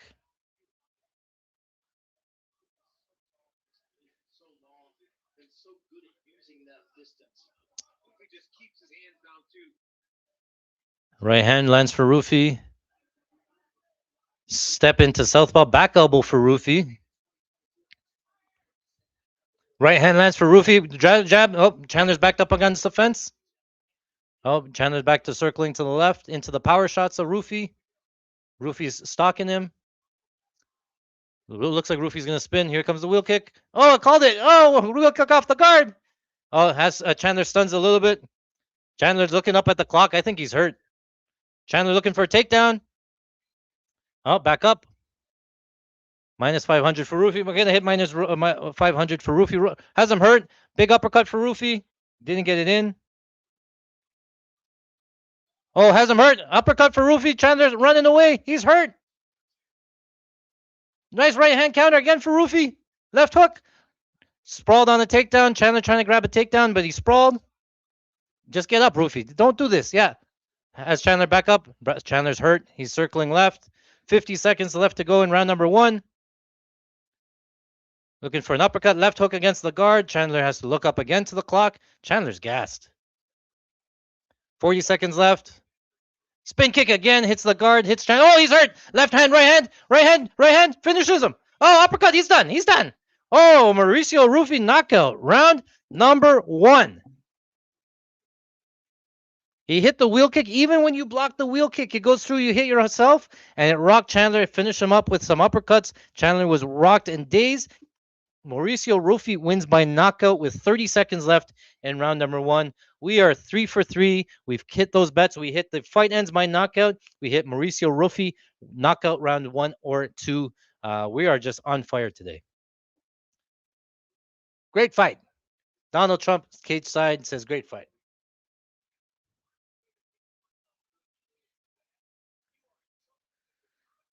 Man, I don't know. Like Chandler looks good sometimes when he moves and stuff. This was just a really bad matchup for Chandler, man. Like if he couldn't get the wrestling going and in on the takedowns, you know, it was a very tough matchup for him. Yeah, the wheel kick, even there, Chandler covers up both guards and he still got rocked. Yeah, he got rocked even at both high guard.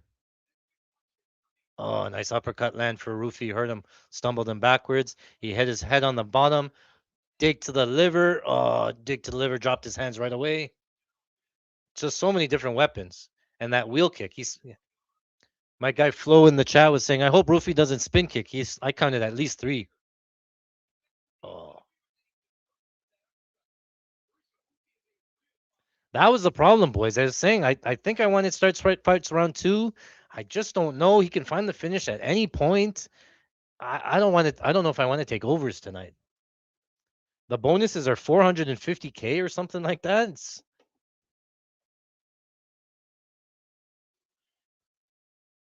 How's my Patreon doing? No takedowns recorded unofficially, which is big. Yeah, because bro be working out for nothing. Chandler's so butt doesn't make. Yeah. Oh, so buff. Yeah. Peak commentary. I hope you guys are enjoying it, boys. Tied takedowns. Oh, you got tied takedowns. Oh man, I forgot to check those. We have so many plays that I just kind of lose track of what we have so far. But let's do some grading here. Mauricio Rufy fight ends by knockout minus 300. We played it for $400. We win that. It's okay to lay juice, boys. Mauricio Rufy, Michael Chandler, round 1, round 2 knockout minus 135. We win that too. So again, small win. I didn't want to get super invested. I didn't want to lay minus 600 on the live line. It is what it is. We would have won, but we hit some here. I would have to assume that Rufy won most significant strikes. I only think Chandler landed a couple of leg kicks, 2 or 3 leg kicks. I think that was all Rufy, obviously. Rufy most significant strikes. Look at all these turn green. It's like just watching Christmas lights turn green and knowing that you have all these parlays down to their last leg already. Rufy finish only. This one cashes. Hokit, Dockett, yeah, here. O'Malley, Hokit, Rufy, most significant strikes. This one wins here. What's considered a good night? What do you guys consider like as a winning night? If you're up 2 units, 3 units, that's a good night. When is Michael Chandler retiring here? No, he still has his gloves on and everything. I thought he might retire here, but as long as they keep paying him, he'll continue to show up here. Zahavi, Diego Lopez. Oh, he didn't win this. I lose this one. This one loses. Yeah, never. He just gets paid too much. He just, I'll come by. Like, I feel like I'm Chandler. You pay me half a million, couple million to come and get knocked out. I'll get knocked out every weekend. If that's all I have to do, throw a couple of leg kicks, eat a couple of wheel kicks, and then go down, I could do that.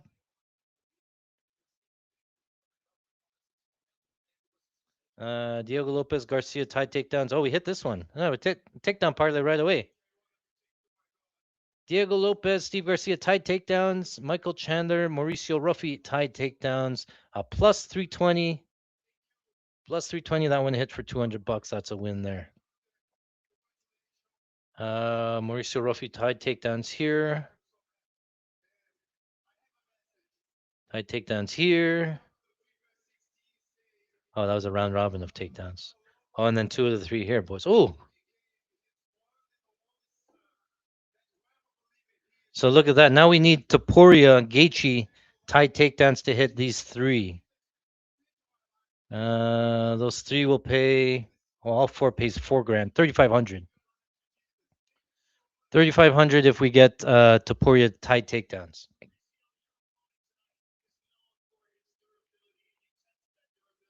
Ends in round 1. Those ones lose. Yeah. Oh, look at this one. We're 3 for 3 on our money line lay.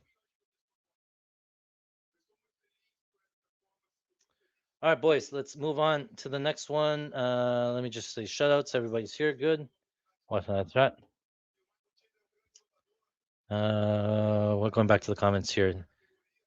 Yeah, needed fight starts round 2. Sorry, buddy. That was very close. Too soon. Don't bet these guys. Come on. Fight ends 5th minute of round 1 plus 700. I mean, you're picking the minute now. Like, how do you know this? Yeah, the odds are going to be super juicy. You're never going to get the right price. The only time I will say that I've played this type of prop is when the BMF belt is on the line and I can bet the fight ends the last minute of round number 5. That's at 50 to 1, 60 to 1 because you know they're going to throw down. But 5th minute of the first round, I don't know how you could do that here. Tardy Tart says, "Does Derek Lewis stand a chance?" I mean, it kind of depends, but that's really what he has is just a puncher's chance. He throws with big power. He throws with big overhands. That power can knock out anybody. Whether or not he lands it is a different story. So it's whether where you rate power, puncher's chance. Is it 5% chance, 10%? Is it a really big puncher and it's 50%? But that's what Derek Lewis has is a puncher's chance in this fight. If he lands it, great. But if he doesn't, he loses. Is the fight done? Yeah, the Roofy fight is done. Chandler's not retired until he's getting that Connor fight. Man, I don't even know if I want to see that. Like it's I think Connor loses to maybe like the top 20 in the division now. The sport keeps on going and Chandler or Connor's just plateauing, right? He's not getting any better. He's not really training, right? So the longer and longer he waits, the harder it is for him to get back. Michael Chandler is probably the easiest fight that he could ask for that sort of makes sense. Now everybody in the top 15 will just destroy Connor. What was round 1 TKO by Rofi? I think it was like pick 'em. Honestly, it was like plus 110 in that type of range. It wasn't great. It wasn't crazy because his KO overall was minus 200, 250. But yeah, it's just trying to pick on it. 2.5, yeah, plus 150 ish, somewhere around there. All right, caught up on the things there. Chat there. Oh, the national anthem. I forgot we bet on the national anthem. Does anybody know? You'd have to wait till the grading, I guess. I don't even know who Zach Brown is. I bet on the over.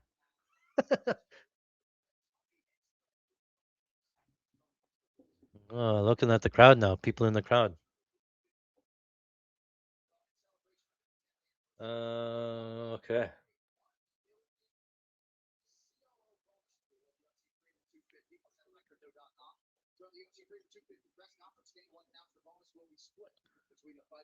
Okay.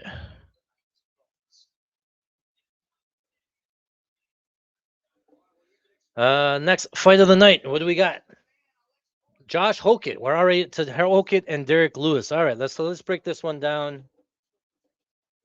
Where do we go here? Let's show.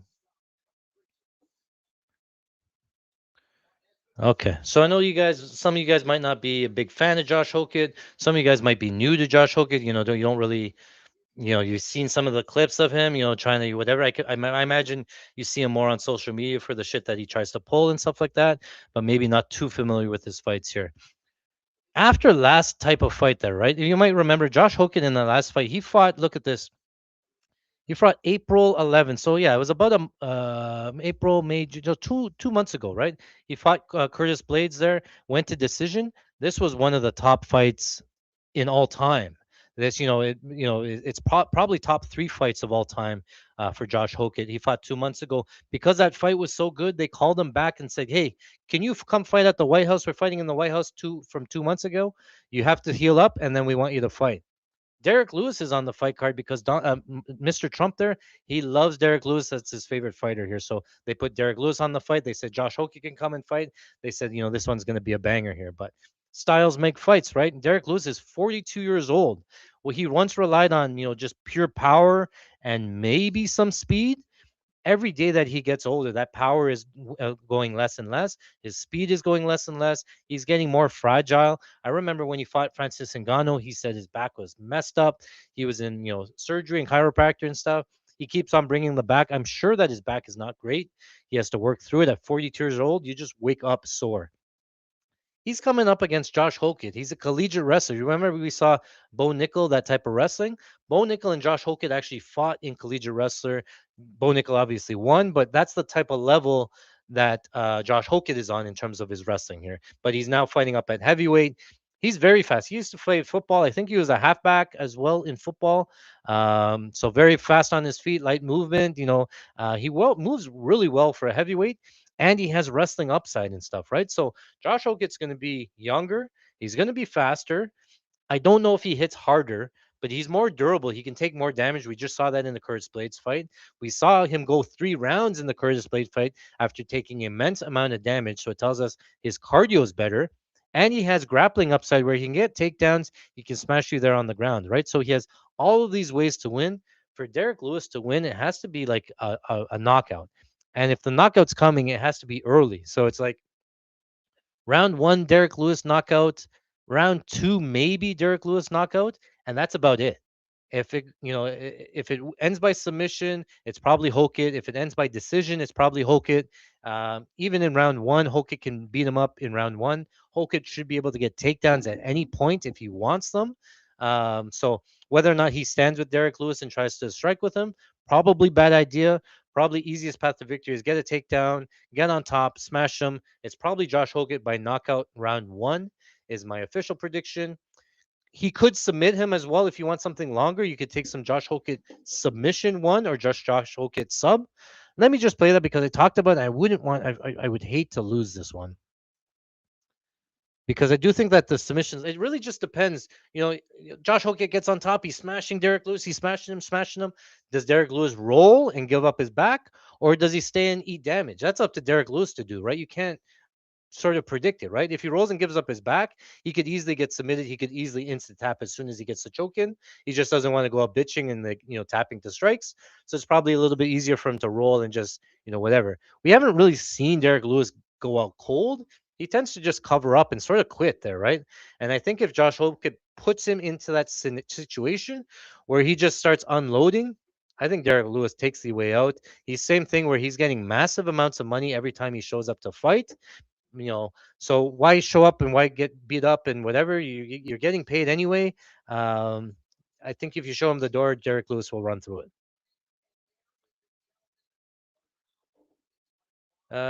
Jake and Patreon says you like Hogan round one finish plus 125.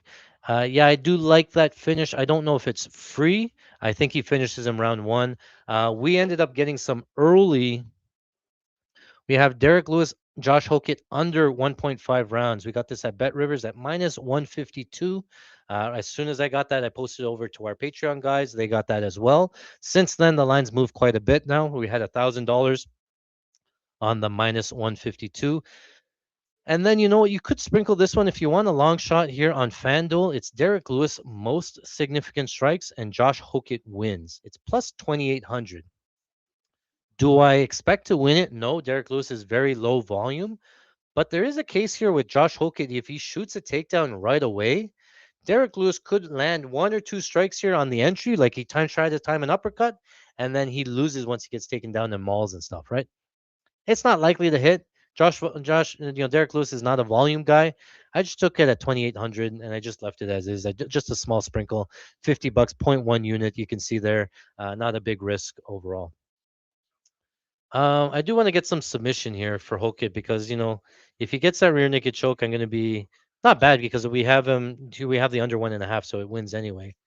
But I'm just going to sprinkle it unofficially, just here because I didn't get to put it in. I forgot to put it in. We're gonna do a little bit of what's submission plus 330. It's not even the best odds. And then what's sub one? Josh Hook at sub one plus 440. Oh, that's horrible. Sorry, plus 450 for sub one, but sub itself was 350. Ah, man.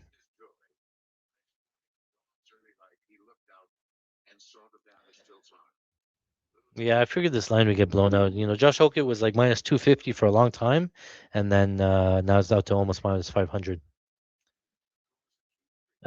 They should have added more fights if they knew they were handing out huge bonuses. Everyone's just going to be hunting for knockouts.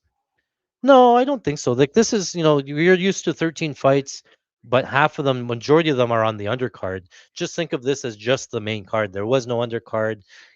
Donald Trump is what, 90 years old. You don't want to keep him past his bedtime with like 18 fights and forcing him to like watch them sort of thing, right? I think 6 was good, 7 was good, probably in that range, and then you get a more compact show. Obviously, there's like time for like in between stuff, especially when there's a lot of early fights that end by knockout, but I think that's 3 fights, 3 finishes, 3 under 1.5s as well. So, they have a lot of filler to go on. Is there a bet Lewis's shorts end up on the White House lawn? No, but I didn't take it. There was a bet on what color will Lewis's underwear be. What color will Derek Lewis's underwear be? Black was the favorite at plus 100. I was going to take red at plus 300, but I passed. I didn't take it. I was like, you never know, sort of thing. But I was going to take red at plus 300. Just keep that in mind when you guys see it. But then I was like, this guy's getting knocked out in a round. Why is he going to take off his pants after getting knocked out? I'm not even going to play it. Why even bother, sort of thing. But I was betting red at plus 300 over black. What's going on here? Just checking all of the.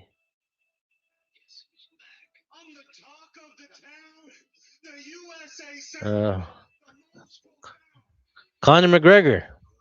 I am trying to see if I can get out to International Fight Week in July to Vegas, watch some Conor McGregor and Max Holloway. We were there for UFC 300, Max Holloway and Justin Gaethje. I would love to be there. I do like Max Holloway quite a bit. Obviously, the return of Conor McGregor is one of those things where, he's so popular, you just want to be there for the atmosphere. But no matter who he fights, I'm betting against Chandler. So it might be loud in there when McGregor comes out.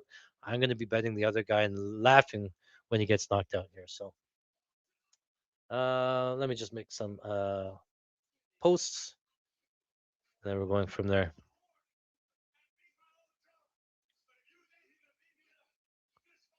You know what's super impressive? I was telling Narco earlier today, right? You watch that Josh Hokett, Derek Lewis fight, or sorry, Ngannou fight. Look at this fight. They went back and forth. Yeah, they got dropped. They went up. They got dropped. Derek Lewis was rocked. Or sorry, Curtis Blades was rocked. Derek Lewis is not surviving any of these flurries. Any of these flurries, Derek Lewis is already out tapping on the ground, right? So um, he took 50 minutes of damage here, Josh Hokett. I think he threw. Oh, there you go. After that fight that was so epic there, Dana White saying he got a call from Donald Trump and saying, "Why isn't Derek Lewis on the fight card?" Like everybody knew Derek Lewis was Donald Trump's favorite fighter. Why would you not put him on the card? And then after the Hokett fight, they said, "Okay, Derek Lewis, you're going to fight Josh Hokett. Come back and come fight." So that's why they made the fight. Should be pretty entertaining, but from a betting standpoint, it's probably pretty one-sided. All right, let's do some marketing here. If you guys want, feel free to like, subscribe, all that sort of stuff. Um, really helps me out. Here, hold on.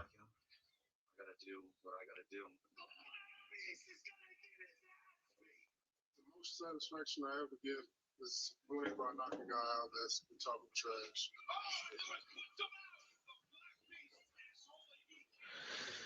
I'm gonna be ready to order at the White House. He's a gatekeeper. I'm actually hungry. I'm gonna show the world that I need to be taken seriously. I'm planning on coming in swinging Vegas. First and second round. All right, Diego Lopez wins. Just gonna do it. Yeah. Everyone will see I'm for real.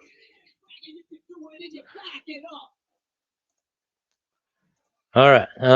What else? Any other comments we have? You cash plus 360, two knockdowns on Chandler versus Ruffy. I guess that's not a bad bet. Plus 360.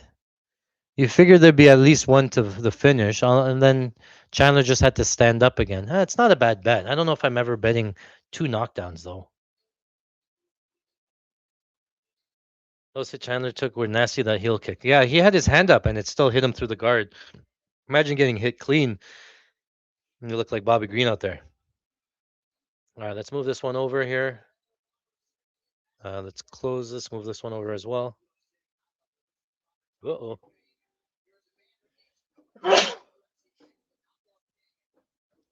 Live betting Josh Holkett. Man, can we go the whole night without making a live bet? It's possible. This is if you like Josh Holkett, take him now because this fight will end probably pretty soon. Um, I have to favor. Maybe it's possible. Maybe the best live betting strategy here is if Derek Lewis maybe hurts Hokit a little bit. Say for example, he rocks him a little bit. Hokit does his like Tweety Bird dance sort of thing, and then he grabs a takedown and gets on top sort of thing. That line might move a little bit on the Josh Hokit side, and then we'll be willing to take it and stuff. So, I'm oh that limit bet. I forgot we put in that limit bet. So that limit order will. Oh yeah, I can leave it. I can leave. I don't need to cancel it because if it fills, it fills. But remember, we put in a 40 cents or 60 cents limit bet on Mauricio Rufy. We'll see. I think that you can do the same thing here with Josh Hoken. Let's do that. Let's try it again. Let me just check to see if it's open. Open. No open orders. Oh, okay. All right. I don't know. We're gonna put in a limit price of what? Josh Hoken. We want him at like same thing, 60%, 60 cents. How much am I betting here? $180. All right, I'll bet $180, and I'm basically saying I want to buy Josh Hokit at 60 cents. I know he's 80 cents right now, but give me 60 cents and I'll take it. And if it doesn't get it to me, I'm okay. I got to do custom every time.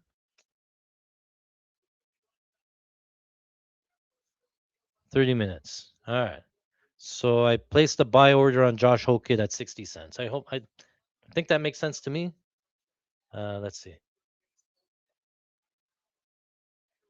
These walkouts are once in a lifetime. Yeah, you gotta walk slow. You gotta take it all in, man. If you're walking through the Oval Office, all that stuff. But yeah.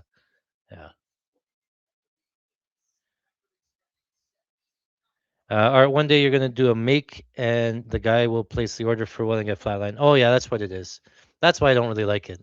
Because then you leave yourself open. If he's already on the canvas, you lose it.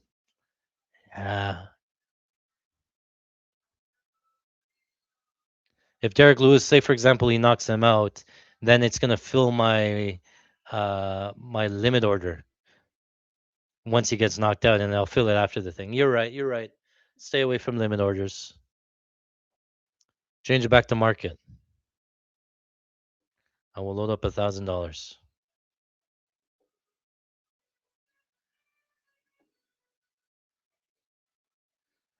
Oh, so yeah, what I was saying was that Josh Hogan in that last fight, he fights Curtis Blades. He takes 15 minutes of damage through 200 significant strikes. After the fight ends, after 15 minutes, he fully recites his speech. He made, you could tell he prepared a speech the night before. Everything rhymed, everything was good. He prepared a long ass speech and he blurted it all out. He remembered every word. He remembered how it went. That was the most impressive thing for me, man, because I can't even remember a phone number or a security code, and this guy is remembering full speeches after getting like really beat up during that whole time. So he's dedicated to his craft. You got to give him that. Is he the most likable and stuff? I just understand that he's trying to work and he's trying to hustle, and you have to respect the hustle. Do I like the characters? No, I'm not. I'm not a fan of it. But you guys know him because he's on social media. He's getting more out there. He's doing what works, right? And people don't really like that, I guess, about him. But he's getting views, and that's what that's what this business is. Is that can you get views? Can you get bum in seats? You know how much his popularity is going to grow all week. He should be doing his little stick here, right? Every time he's in the camera, he should be doing it. He saw Alex Pereira in the hallway and he started to talk shit. Every time he interacts with somebody, he's getting more and more coverage and stuff, right? And the more views you get, the more money you make. So from a marketing standpoint, you got to respect it. Just know that he's hustling, and that's really all that. I had the same thought about his wrestling there. Oh yeah, and just on YouTube there. All right. Jonathan says you do football, only MMA. So what I will say this, if you follow somebody that does every single sport, I think it's a bad thing. You want to be a specialist in that one area. Do you want to be, good at soccer and hockey and this stuff? Those are too mainstream. It's hard to beat the market. It takes a lot. I watch a lot of tape study, a lot to watch a lot of film. I go deep into the stats. That takes me all week. I prepare for the Sunday or the Saturday when it fights. And even one week is often not enough here. So to get soccer on there, watching, tape on, national teams and stuff, I just don't have the time to devote to multiple sports. And if I don't really like something, I don't dedicate the time to it, I'm not betting my money. I'm not betting to lose. I don't. It's not betting's not fun. I see it as a way of making money. I see it as being an edge. The more informed you are, the more information that you are, it makes the betting a lot easier, and you can make this a long-term, profitable way of living because you're making money when the markets are soft. UFC's only been around for 20 something years. When I go into DraftKings or something like that or FanDuel, I got to go over the top. It goes football, basketball, whatever. And then UFC is like the third page. Oh, there's UFC, MMA, and stuff. The markets are so small. You have to get props and stuff for everything. So the lines are very beatable. And as that market grows and grows, it's only going to get sharper and stuff. So now's the time to get in. But yeah, only do MMA just because I like to focus more on MMA than spread the time around and stuff. Like if I did soccer or tried to do it, could I do good at it? Maybe, but I would go all in. It's like watching tape, it's watching injuries, it's watching film. Like it's all or nothing for me, and I'd rather not do and divide the time with another sport there.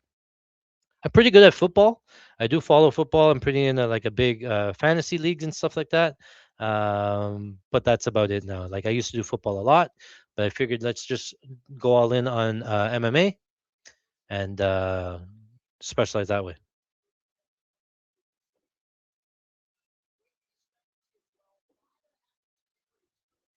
Oh, Carl says, yeah, sorry, Carl. Yeah, I'm on YouTube. I'm letting you guys have the Patreon stream. Yeah. See, you guys are looking out for me. Don't leave that limit order up because if Hokit gets knocked out during the fight, the bots will fill it before you can cancel. Yeah, that's yeah. Realize that after, and like, yeah, good call. So we have to leave it on market. That's the only thing, right? And then you're just buying it at whatever price you're gonna get. So yeah, you can't leave any limit orders in. And those limit orders fill. Let me see. So for example, if during the week you want to hook it at minus 300, you put in limit order with no expiry date, and then the fight goes on, there's not a different market for the live bet. That live bet or that limit order on hook it will still be valid at minus 300 until it settles well after the fight, right? So leaving any limit orders in long term is not good past the fight time. So you have to either come in or cancel it or set the timer. That's yeah. then that's where you go into custom and say ended Saturday night at this price. Okay, you could do that. All right, Josh Hokett, Derek Lewis.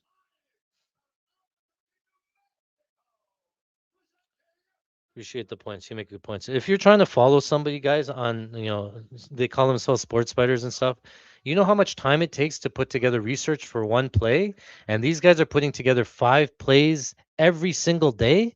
You think that they're doing any research, or they're just looking at ESPN or Fight Types or Tapology and just saying, "I like this guy. He's 14-1. The other guy's only 7-6 or something like that." Like the quality of the bets that you're getting aren't there, and that's why people go busto. All right. I didn't fill in this thing, but we're gonna reset this. We'll figure it out after. All right. Fight card outs. They're gone. All right. Josh Hokett, Orthodox in the white trunks. Derek Lewis in the red trunks in Orthodox as well. Hands low for Josh Hokett. Derek Lewis looks a lot bigger. Teep kick there for Josh Hokett. Josh Hokett looks a lot faster though. Holy fuck. Front kick for Hokett.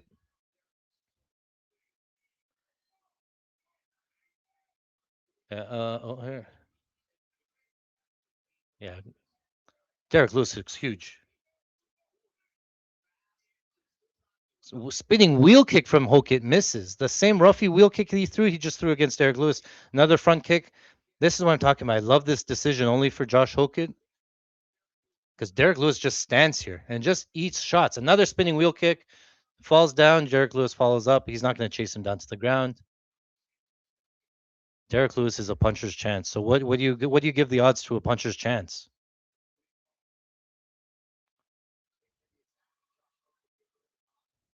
Minus 345 on Josh Hokett. Front kick for Josh. Kick to the body for Josh Hokett.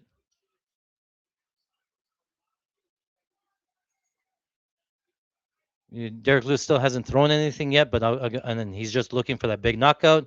Steps into orthodox. Josh Hokett runs away. So that's good news. Is that he's not going to stand there and let Derek Lewis throw. As Derek Lewis comes forward, Josh Hokett gets outside of the striking range. I like that. Oh, I'm taking Josh Hokett minus 270 at DraftKings. I should have taken it here. Whoops. Oops, I did both. All right. Well, now we got a lot on Josh Hokett. Whoops. I played it at I played it at DraftKings for $1,000, 270. So I got 2 units in. A Josh Hokett 270 came down, and I said, "Oh, Polymarket has a better line," and then I hit Polymarket too. So now we're like 4 units deep on Josh Hokett. Takedown for Josh Hokett, easy, gets on top. Big ground and pound. Derek Lewis already getting say, "No, get off of me! No more, no more! I give up." Josh Hokett on top, big ground and pound here from the top. Left hand lands. What does Derek Lewis have this answer? He's going to have spent 4 minutes on the ground here. Derek Lewis literally has his hands extended, just trying to block the shots coming in. Hokett lands a big right hand again. Yeah, Hokett's just standing above him, and Derek Lewis not getting up. You know that whole get up from Derek Lewis, just get up? He's not doing that, and Hokett's not even on him. Hokett teeing off a couple of left hands there for Hokett. Another left hand gets through. Big ground and pound here. Another right hand for Hokett. Just missing on that one. Now the left hand for Hokett. Big elbow for Hokett. Another elbow for Hokett. Oh, big right hand for Hokett. Big ground and pound. Derek Lewis just trying to sit up. Hokett puts him back down. Oh, big elbow. Another one for Hokett. Derek posturing up. He's sitting up against the fence, back against there, but it's going to be hard to get the hips under. Oh, he presses up. Derek Lewis looks like he's going to get up. Hokett picks the legs back some right back down again. I don't even think that was a get up. Big left hand for Hokett again. Minus 270 was a gift, boys, on that live line. Josh Hokett on the back. Derek Lewis has rolled and given up. I think he would quit here if he puts him. Derek Lewis flattens him out. Josh Hokett into mount. Derek Lewis flat on his back. Derek Lewis, Hokett just standing up. Knee on belly, knees the belly. Left hand lands. Here comes. Oh, right hand for Hokett. This is what I'm talking about. Is he going to go for ground and pound? I don't even know if he could get the hooks in. I was like, could you get the rear naked choke? Back down. Come on, ref. My guys know this. In mount, Josh Hokett, big elbow again. Oh, big right hand, big left hand, big right hand. Ref, what more do you need? Big uppercuts for Josh Hokett. Derek Lewis is going to be exhausted after this round. He's taking a huge beating. Back down flat. Oh, this looks bad. It's such a bad look. Josh Hoke is just destroying him here on the ground. Left hand. Absolute mauling. Armbar. Josh Hoke, armbar. What did I say? The submission's live. Oh, no. He's probably going to get this, too. He's just going to, yeah, if he doesn't, he's going to break his arm. Fucking can't believe this KO. He has to move it underneath the armpit. Right now, Josh Hoken has the arm across his body. He has it in deep. If he puts it under his arm, he's going to tap. He has to put it under the armpit. 10 seconds. Adjust it, Josh. Yeah, he doesn't know how to finish this. You're not pulling there. You have to press it down. Wow. Derek Lewis survives the armbar attack. Derek Lewis struggling to get back to his corner. That might be a 10-7 round. No? So at this point now, I've seen this time and time again with Derek Lewis. I know exactly what's going to happen here. Derek Lewis now is going to literally just stand there, and he's saving his energy for two big punches. He will look for this overhand right, and that's all he's going to do. He's not going to chase you down. He's not going to look for takedowns. Derek Lewis is completely gassed and completely hurt at this point. If you could live bet the time of the finish, let's do the second minute. Plus 550 on DraftKings. We'll do $25. Second minute, between 1 minute and 1:59 of the second round, the fight is going to end. Plus 550. Let's take that third minute, between 2 minutes and 3 minutes. I'm going to take that one as well, $25. These are not official. These are just stabs. You can make them official if you want. I don't care. For $25, but we're taking the second minute of round 2 and the third minute of round 2 plus 550 each. All right, back out to the start. Looks like round 1, Orthodox versus Orthodox. Jab misses for Derek Lewis. Another jab for Hokit.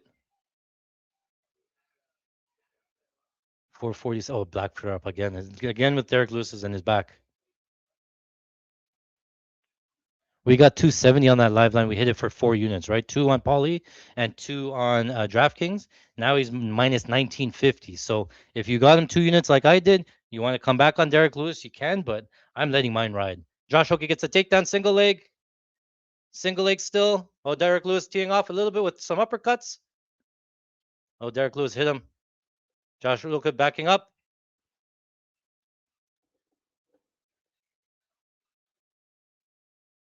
Let's see here. See if this momentum shifts. I'm loading up a Derek Lewis.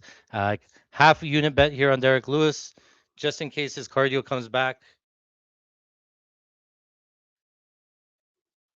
Josh Hoke does have his mouth open. We're watching the cardio here.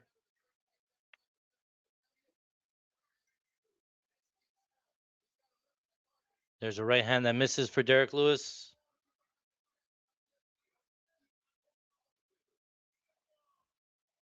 Josh Hoke pushes Derek Lewis up against the fence. Derek Lewis just stronger, walks his way back out. Derek Lewis tries a trip. Hoke just throws him off. But Derek Lewis is always dangerous on the feet. You can't just march him down. You have to respect the power. 3 minutes 15. Oh, jab from Hoke lands. Derek Lewis is rocked. Hoke landed a nice 1-2. Rocked Derek Lewis on the feet. Another 1-2 lands. Backing up Derek Lewis against the fence. Another 1-2.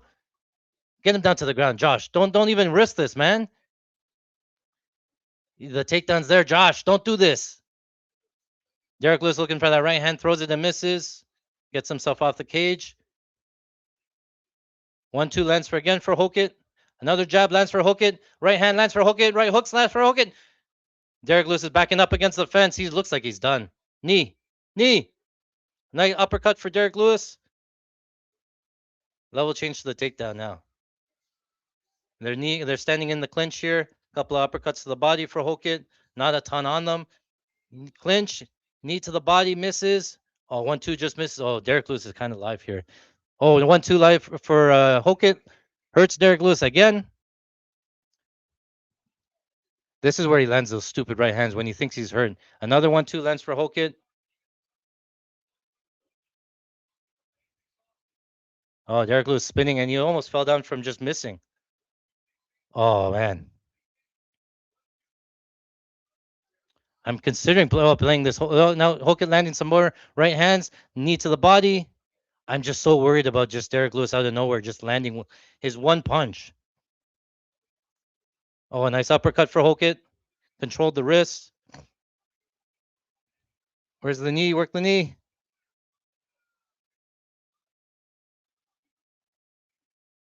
Elbow from Hoket over the top. Just take him down. It's so much easier when he's flat. Another uppercut for Hoket. Another uppercut for Hoket. Derek Lewis just might fall down from exhaustion here. It feels like you just get on him. He's just leaning on. Oh, nice knee to the body from Hoket. The knees to the body will work. Go to the body. Oh, Lewis is gassed. Completely gassed. Right hand for Hoket lands again. Oh, right hand for Hoket again. Derek Lewis is hurt. Derek Lewis is hurt. Derek Lewis is hurt. Herb, dude, Herb. Herb, Derek Lewis. Don't fall down. Herb. What do we need? Ref. Oh, Josh Hoket knockout round 2. Oh, my goodness. One-sided beating. Josh Hoket looked like he's minus 2,000 out there. Oy. Is Derek Lewis retiring now? I have a little board here, the do not bet board. I just have to populate it. I'm going to keep track of the guys that I cannot bet on going forward ever again. Josh Hoket, according to ESPN, lands 85 significant strikes. Derek Lewis landed 8. So we lose that 1,2,500 same game parlay, but we smash that Josh Hoket most significant strikes bet.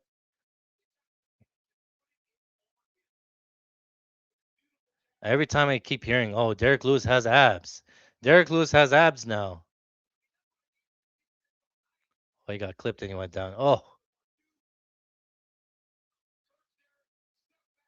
Yeah, I didn't think that Lewis could go. Oh, wait. We had the under 1.5 and that lost, right? Oh. I just realized that.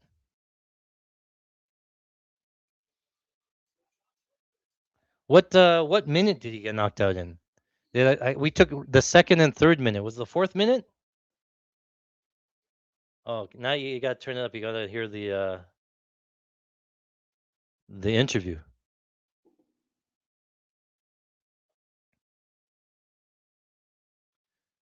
We need Gone KO 345 for a plus $25,000 bet. What? Is that what? How much did I play? Lewis 345. I played $100. Did I put it in here? Or one of those unofficial ones that we played, the long shots.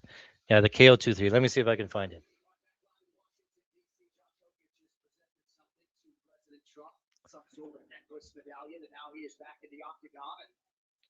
Josh Hoket wins some fans. And after getting past Curtis Blades in a potential fight of the year, he is able to finish there. Okay, unofficial long shots. Now to make this one official, Lopez KO 1. Oh, no. Okay, let me see here. No. Hoket KO, Ruffy KO, Cyril Game KO. That one's still live. Oh, you're right. Here we go. It was a bonus bet. Look at this one. Diego Lopez knockout rounds 2 and 3 plus 650. Josh Hoket KO rounds 2, 3 plus 390. And Cyril Gone to win by knockout in rounds 3, 4, 5. $100 wins 33,000. Oh, I want to hear this speech. Sorry. Oh, he had a speech. And if I'm going to say anything, there's only one person more incredible than the Incredible Hulk, and that's my Lord and Savior, Jesus Christ. Now listen, Alex Pereira, I want to shama on your mama. Josh Hoket goes, I want to shama on your mama.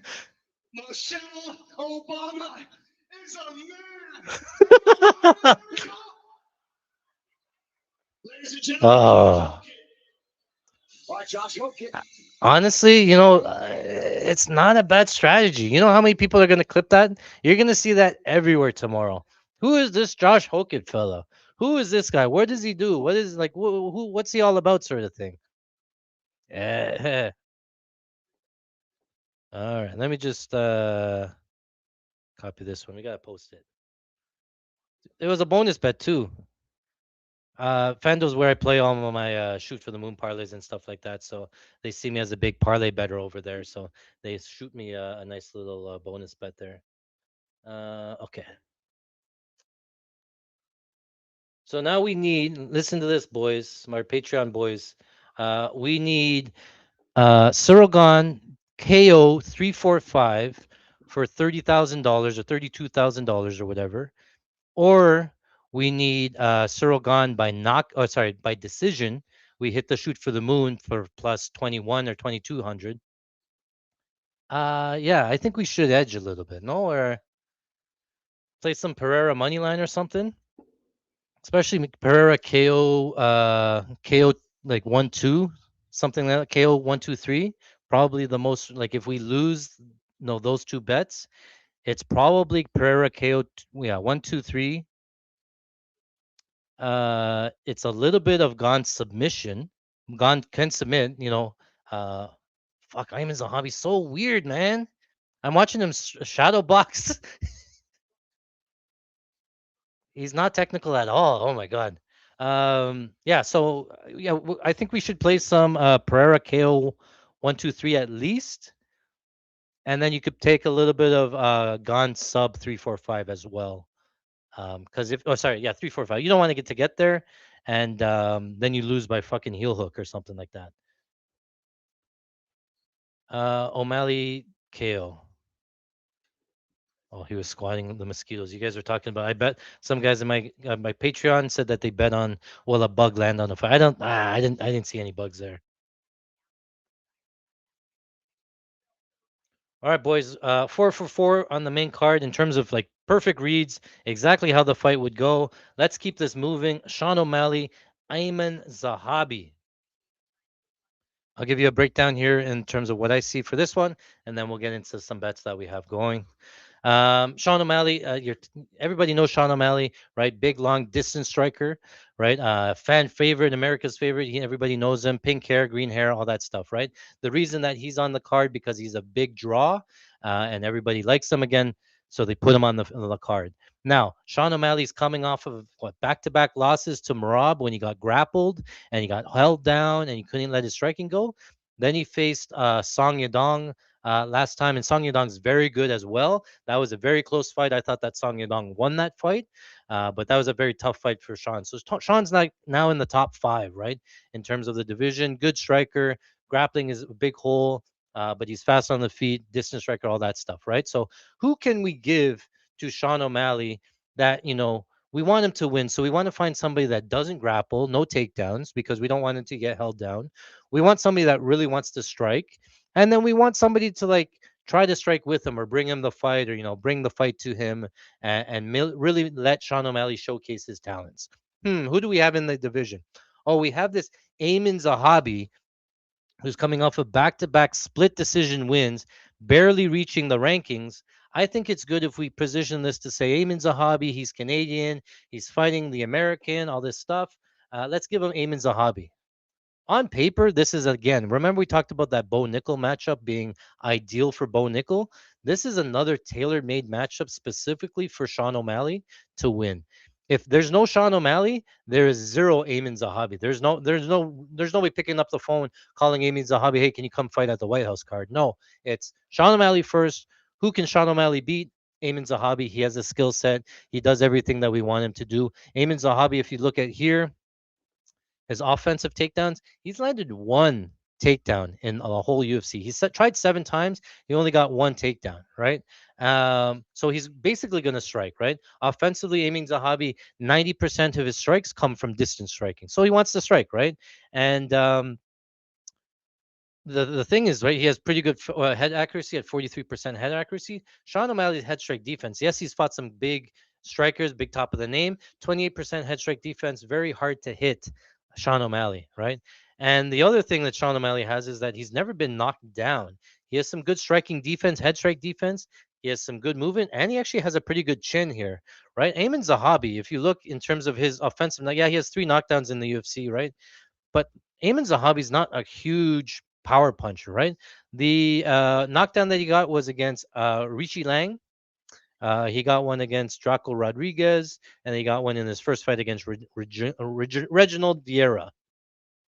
Anybody decent, Marlon Vera, Jose Aldo, Pedro Munoz, Bashrat, no takedowns. You can see here, look, he's even losing the significant strike battle against these guys.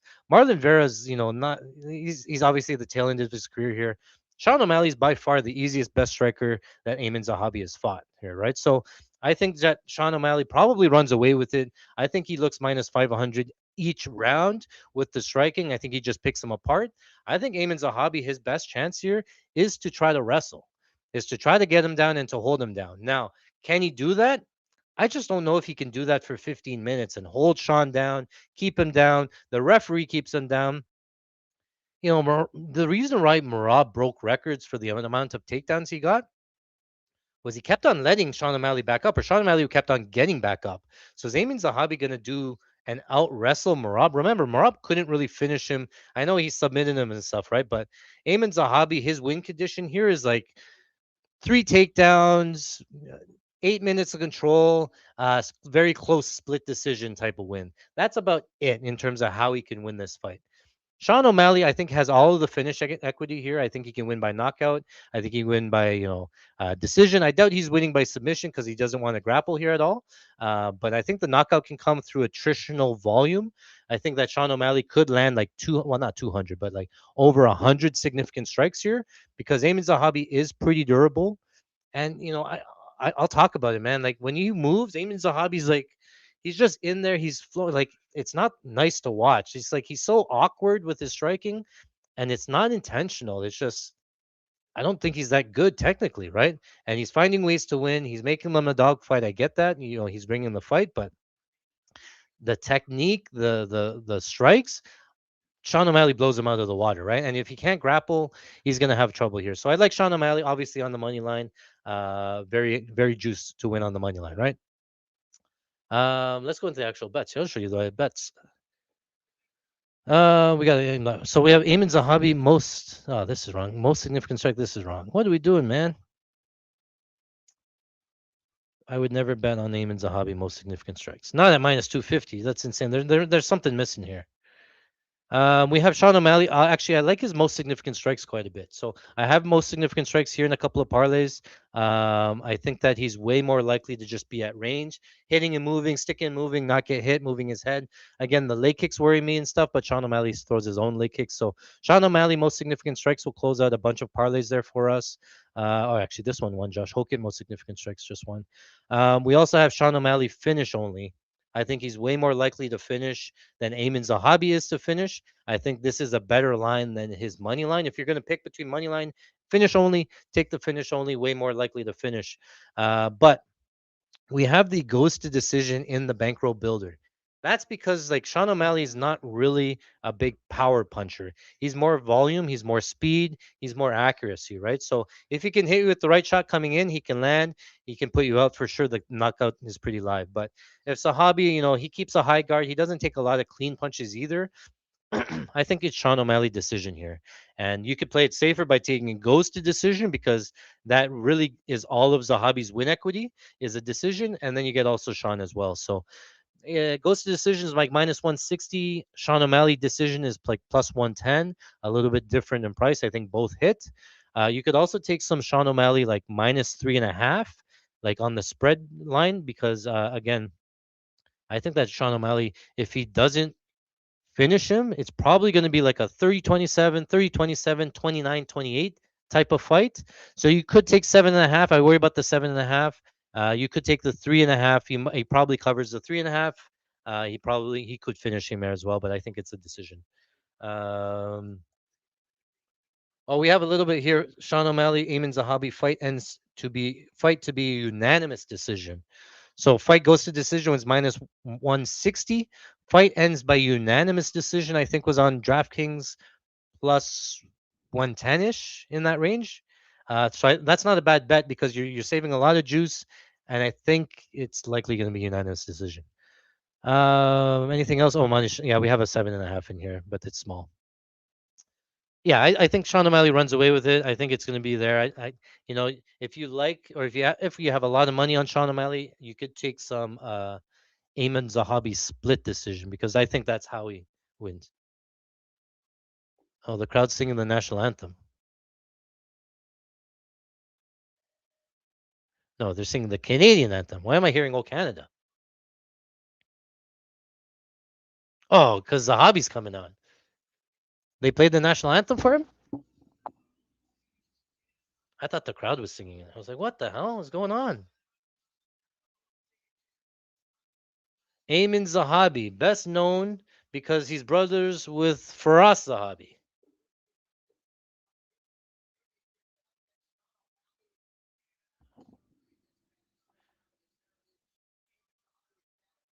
Should have taken it. All right, boys. All right, let's go back here.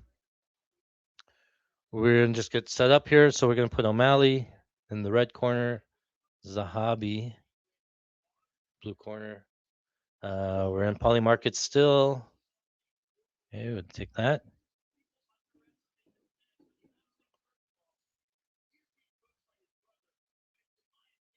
For us, oh, Zahabi here.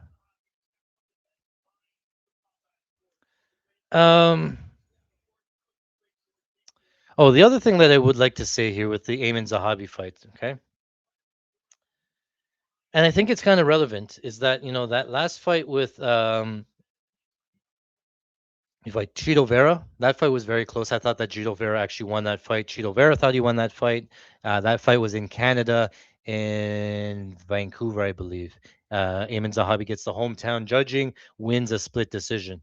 Before that, he fought Jose Aldo in Montreal, his home city, beat Jose Aldo. And I think, again, I thought that Jose Aldo won that fight. That fight was in Montreal. He gets the hometown judging involved. Oh, actually, that one was unanimous. That one was even worse. And so he's coming off back-to-back fights where I thought he actually lost against older guys, where he got the hometown favorite judging and stuff. You go to the judges here in the White House in front of this crowd with the last name Zahabi, you're not getting as many favors here on the scorecards that you might get at home. So if it's a close, I think it's likely to lean Sean now. But yeah. Okay, we're logged in. Did they grade my settled bet or live settled? Ah, see, I played the second. Josh Hokett to win in the second and third minute, second minute of round two, and the third minute of round two, and he won in the fourth minute of round two. We just missed by 1 minute there, plus 550, both lost there. Oh yeah, we got Josh Hokett 270 for 2 units, so I'll have to grade that one there. All right, we're up. We're up. Round one, loaded up. Oh, Sean O'Malley still has to walk out, so we got some time. Listen to the crowd.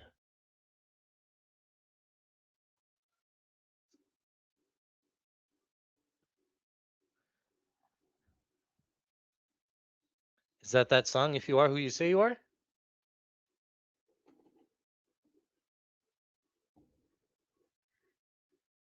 The lights go pink and everything too. Look at that. Oh, who's singing? That's Bieber? No. that's not Justin Bieber.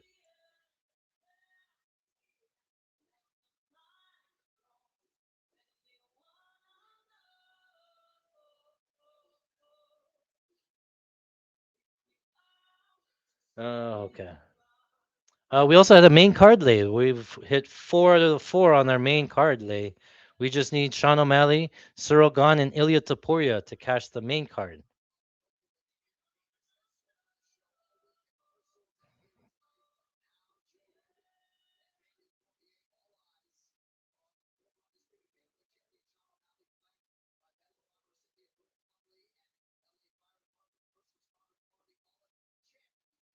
One nickel, Diego Lopez.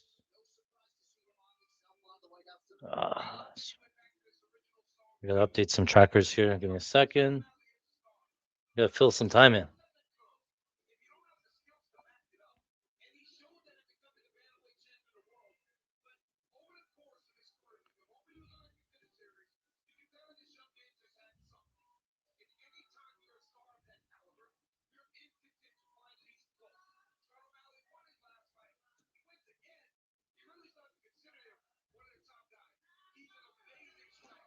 All right, hold on. What else going on?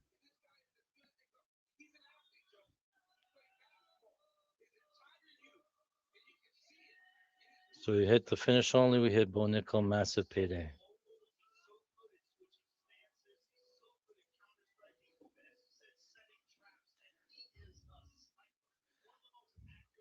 He is a sniper.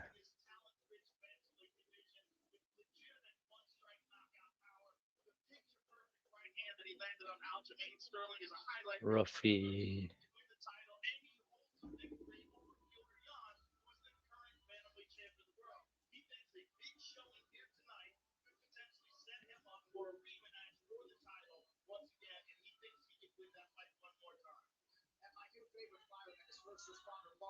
Getting all sorts of fired up on the walk now with Sean O'Malley. Sorry, Steve Bay. We got company. All right, Joe Rogan, you're east of entry for the Sugar Show tonight. Control the distance. He is the taller fighter, and he is fantastic at distance. Just updating some stuff again as we wait for the thing. Sean O'Malley entering the octagon. So we're about 2 minutes out from a fight time. Why you gotta keep doing that? If it goes keep on going back. What the hell? It's weird.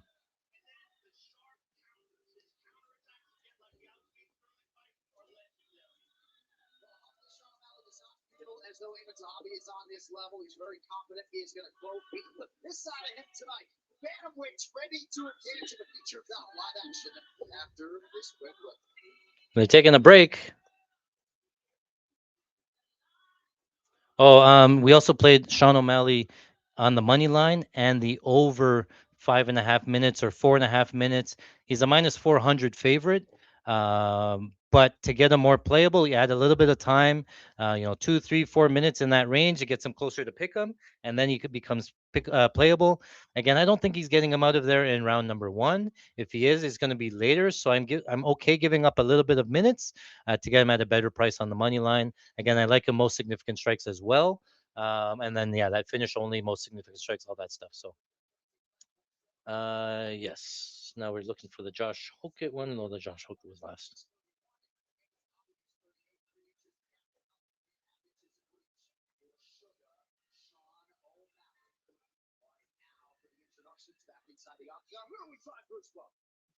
Ladies and gentlemen, this fight is 3 rounds in the UFC. Okay, we're still logged in, and Bruce Buffer's out announcing.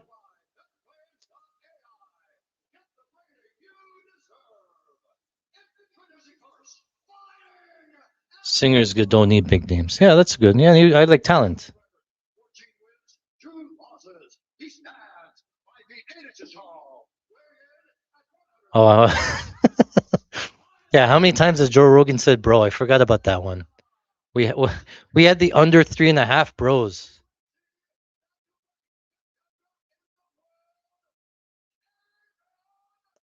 I don't know if I haven't been listening for it, but now I'll try to listen for it. Lol Cakes took O'Malley. O'Malley knockout is not bad.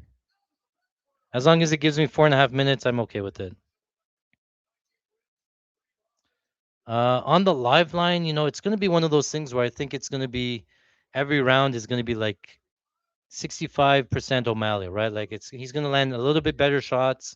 A lot of it's going to get blocked, and we're going to think that O'Malley's up, and then the live line's going to go all weird.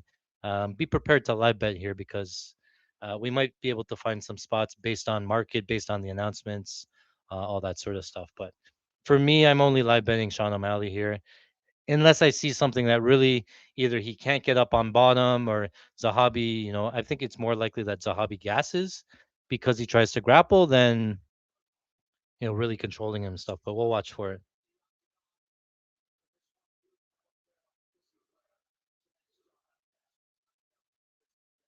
All right, round number 1. It keeps moving back. Round number 1. All right, they're off. Sean O'Malley in Southpaw. Eamon Zahabi in Orthodox. Eamon Zahabi already on his bicycle, taking the outside of the cage, circling around like we said he would. Sean O'Malley's just going to destroy him here at this range. Already Zahabi's running a marathon on the back foot. So let's keep an eye on the cardio here. It's not easy to run backwards here like Zahabi's doing for 15 minutes. And especially if Sean O'Malley can get to the body, work some like body shots and stuff. We got to watch teep kicks, body shots, leg kicks. This is why you take fight goes to decision. Look at the Zahabi fights. This is him. He circles, circles, circles, high guard circles. Like it's hard to hit clean on him. And he doesn't engage. He's out and he's literally running away. He's like pulling from the outside. O'Malley hits the guard 1-2. Just this, the visuals alone of just walking him forward have to favor O'Malley, especially in that type of fight here. Front teep kick there for O'Malley. It's back to orthodox versus orthodox. Yeah, I was gonna take over under 2 crossovers for Sean O'Malley, but that would have to count after the fight too.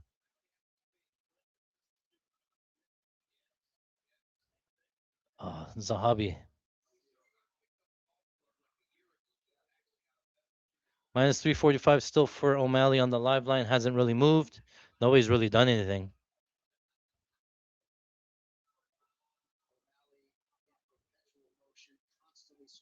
O'Malley in constant motion. What about Zahabi running away? Oh, right hand lands for O'Malley. Zahabi tried to actually throw, and then O'Malley hit him with that pull right hand counter. Shots to the body already. That's good.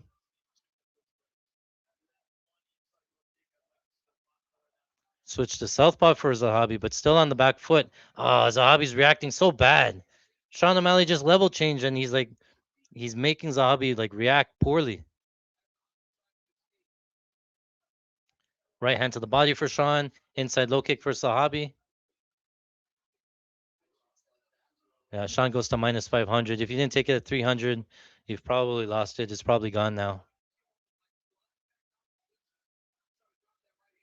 Maybe we should fire earlier, but Sean O'Malley looks we're already good with our time bets, right? And so yeah, he's like literally running. Nice jab there for Sean O'Malley. 3 minutes have gone by. We need like another minute or so. Right hand. Who cares about these early minutes? They mean nothing to us. We can give them away and make Sean O'Malley minus 150.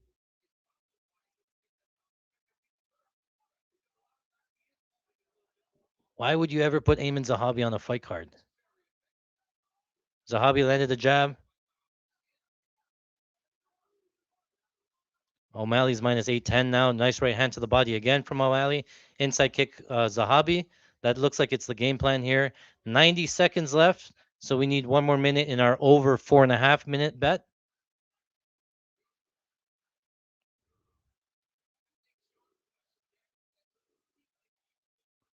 Yeah, you need the teep kicks. Front teeps here at this range. He's going left to the body. He's working the body because Ayman Zahabi keeps that high guard up. He just circles and keeps high guard and moves, but it leaves the body open. So O'Malley just keeps going right hand to the body, kicks to the body, hooks to the body.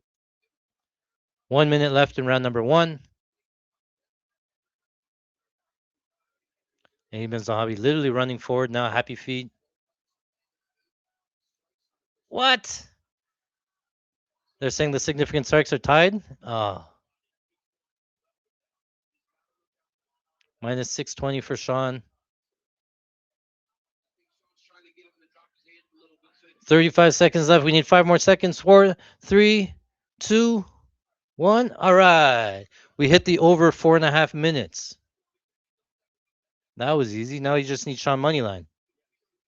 Right hand counter for Sean lands. Right hand counter. Oh, left hand lands for Sean.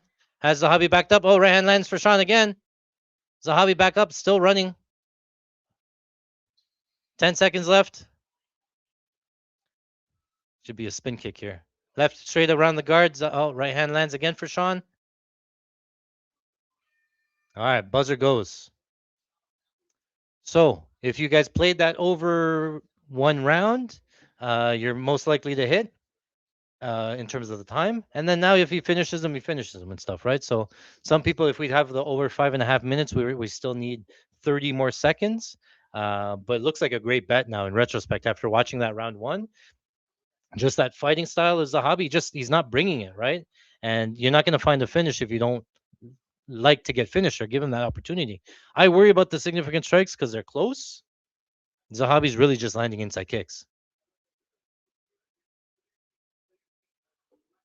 Zahabi goes, Joe Rogan goes, well, Zahabi in his corner, he has Faraz Zahabi's one of the best coaches and stuff. Telling me Faraz Zahabi, the game plan was to just go left. Go left and protect yourself.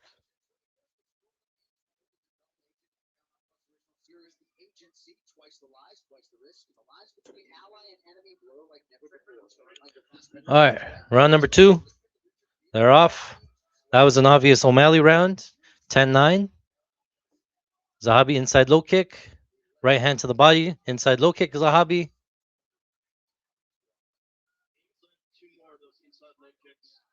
Jab from O'Malley.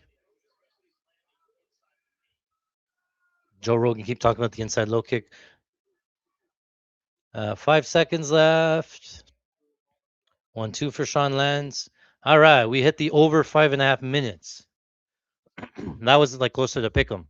Now we just need Sean money line. 1-1-2 for Sean lands. Zahabi backing up.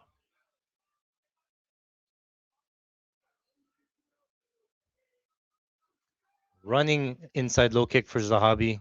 Another inside low kick for Zahabi. The thing is, I think that Sean can switch to orthodox. Another one. Joe Rogan's going to go nuts on inside low kicks. Maybe there's drop this line here.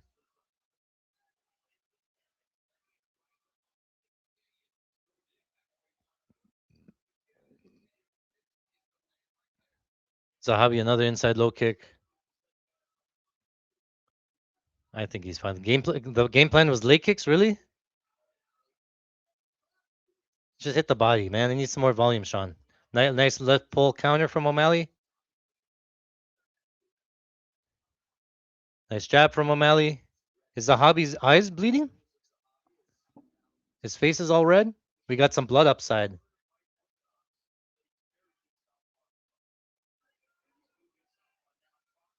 Oh, left hand lands for both.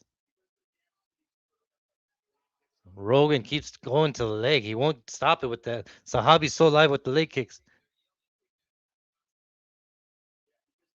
The O'Malley line coming down a little bit, minus 420. I think the Joe Rogan's working. I told Joe, hey, can you? We'll get down to minus 500.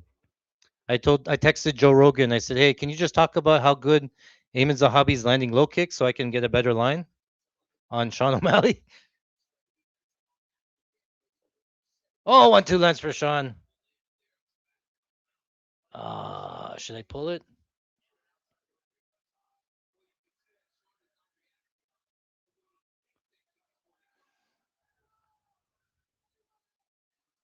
Sean's fighting from southpaw now. Zahabi's going outside kick. Minus 600 for Sean.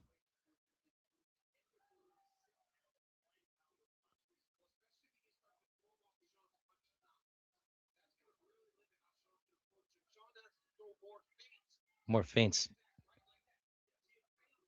2 minutes left in round number 2. 1-1-2 lands for Sean. I don't think you can win a round from leg kicks, guys. And no matter how many leg kicks you land, you can't win a round from leg kicks. Minus 660. I was gonna play Sean at minus 400. I was thinking, should I play it? Should I play it? He's up around. I should have played at minus 400. Minus 660. I'm not in love with it, but he's up one round and he's cruising this round. And Zahabi's not gonna finish him round 3. So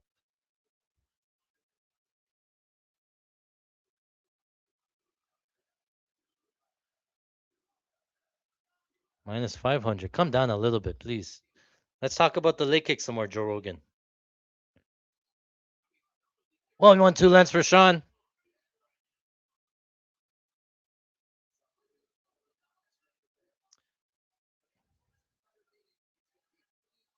Oh, I got to take some Sean. Minus 500. He rocked. Oh, he finished him. He walked off, and the referee finished him. Sean landed the right hand. He finished him by knockout. He landed the sniper, and he finished him. Damn. Fight doesn't go to decision, but Sean knocks him out. Rounds 2 at the end of round 2, just at the end there. There's another American that wins by knockout. Cash the Americans, boys. Oh, I forgot Josh Hogan and stuff. We hit that a long time ago. The three Americans was plus 700.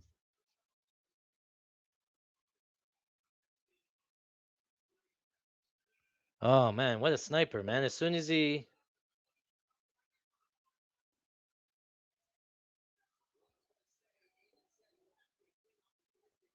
I was trying to get the minus 500 in.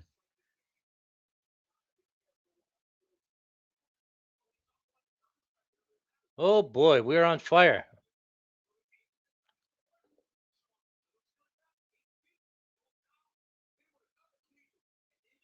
Because I didn't want to just take decision. Yeah, we lose the goes to decision. Oh, guys, I apologize for that, but yeah, yeah, yeah.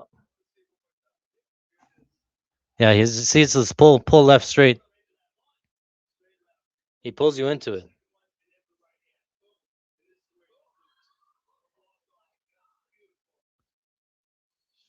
Yeah, it's yeah, timing and speed is where he gets his power from.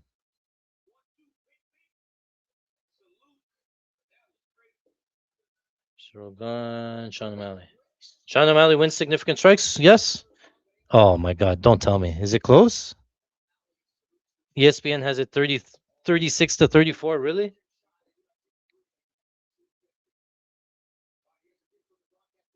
Boys, what do we think? We need that significant strikes to come in. How did he land 36 leg kicks? What are you guys talking about? Where did Ayman Zahabi land 36 significant strikes? He never threw a punch.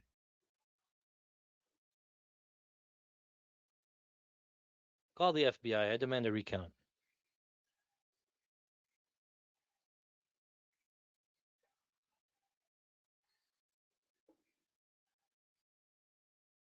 Here, we gotta put a reaction here.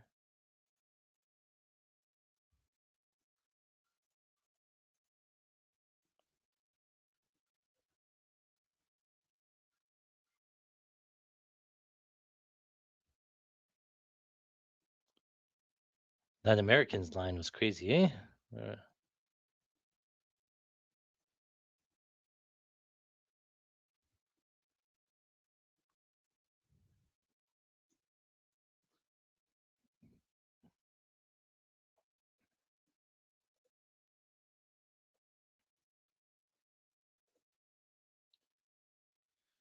All right.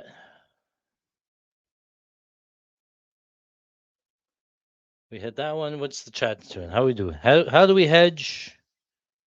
Gone 3, 4, 5. Oh, it's fight time. Yeah. Okay. Let's start arbing here. Okay. The question is, how do we hedge? Because we still have this. We have this major parlay here going, right? So we have 3, 4, 5. We're gonna win 33,000 if Cyril Gahn comes in with KO 3, 4, 5. So right away, what I do is I bet some Alex Pereira rounds 1, 2, 3 KO. Well, it could be KO, just Alex Pereira. You could take a money line. Obviously, it's safer. I just don't think he's winning a decision. But if he wins a decision, you lose. You could just take money line. Alex Pereira money line. If you want hedges, all hedges, like I would take the more likely ones. But you got to take Cyril Gahn by submission. You got to take Cyril Gahn by decision. You got to take Alex Pereira on the money line. You got to take all of those ones there. But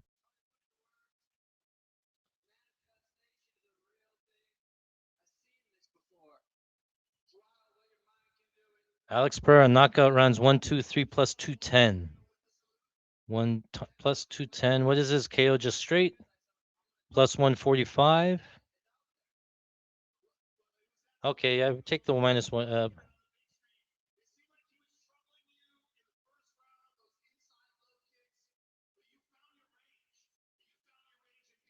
Yeah, let's just take Alex Pereira on the money line, minus 112. That's a decent because you don't want to like the KO is not big enough at 210. I don't think. Pereira. Oh yeah, Pereira KO is plus 145. You don't want to bet it as a hedge. take Alex Pereira KO and somehow he wins a decision and then you lose everything, right? So the money line is probably safer. You still get, if Alex Pereira wins a decision, we would lose the 3-4-5 KO. We would lose the Gone decision. So you get swept that way. So just take him on the money line there. I don't know. Let me do like, I really don't argue that much and that often. I just want to get the money back. So I'm gonna put $500 on Pereira money line, minus 112 as a hedge. I'll type it in the chat too, so you guys see it. So O'Malley won significant strikes. Really, really, really. Oh, let's go. That was huge. That's a big swing. If he did, 41-32. Let's go. Official 41-32. Sean O'Malley with the second round. Look at this, all KOs. Sorry, I joined late. Why are you going? Okay, so Zach is asking why are we going, Alex? It's because you can't see my screen here. We had unofficial parlay that we put in, $100 bonus bet. Diego Lopez knockout rounds 2-3, Josh Hokett knockouts rounds 2-3, and Cyril Gahn knockout rounds 3-4-5. It's $100 to win $33,000. So somebody's asking, how do I hedge it? So right away, I have to go to the Alex side because we also have our Shoot for the Moon parlay that's also live. That's $2,800 there. So I'm not too concerned if Cyril Gahn wins a decision, right? So right away, I want to take Alex Pereira. I think he wins by KO. If he wins, it's probably early, rounds 1, 2, 3 KO. But I don't want to lose if Alex Pereira wins a decision. So I'm saying let's just take Alex Pereira on the money line. If he wins, it's a semi-arb or semi-hedge there. So I paid minus 112. Now I think you need a little bit of Cyril Gahn by submission. It's plus 1100. Doesn't cost you a lot to arb off of it, but take a little bit of submission because if he wins by sub, you lose everything as well, right? You get scooped losing the Pereira money line. You lose this Gone 3-4-5 KO, and you lose the Shoot for the Moon if he wins by submission there, right? So I'm gonna put $100 on Cyril Gahn by submission. Okay, so there are still like what do they call them, Buckeyes? If Cyril Gahn wins by knockout in rounds 1 and 2, we lose all of the long shots, and that's it, I guess. Everything else we hit. So we're vulnerable to Cyril Gahn KO 1-2. Everything else, I think you make some money. So give me a second here. I gotta post this one here. Actually, I'll log into the DraftKings so we can take a picture.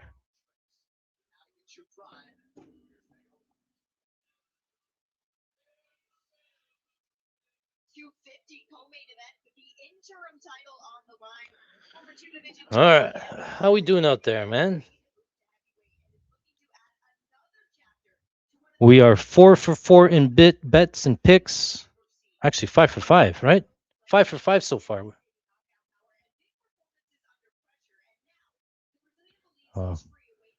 We just need Cyril Gahn here. Cyril Gahn KO 3-4-5 would be epic.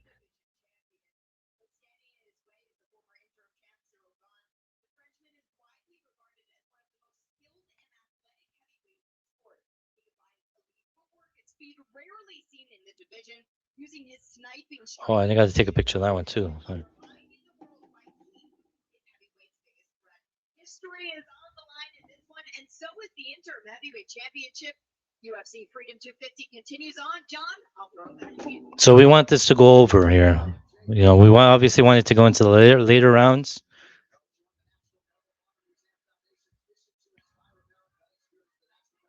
It's going to be a butt clencher, boys.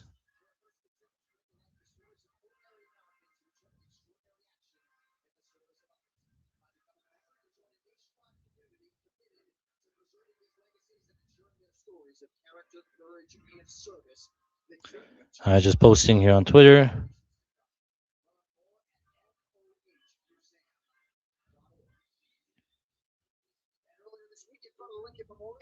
President CEO Dana White posed for pictures with some of our Medal of Honor recipients, including 101. Rounds 3, 4, 5.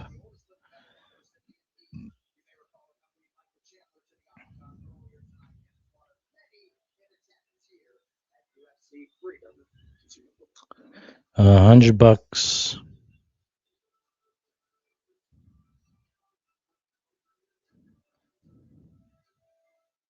$33,000.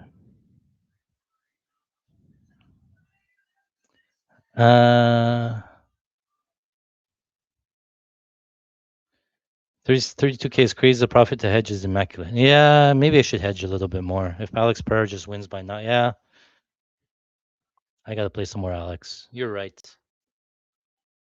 Let's go. Oh, let me just finish posting this. Hold on.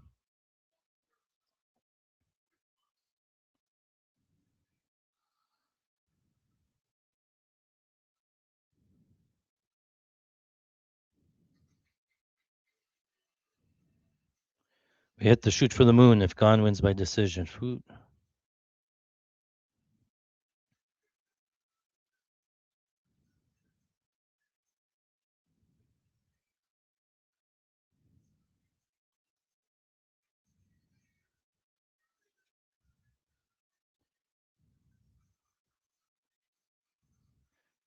Taking a small Arbon Alex moneyline and Gon sub.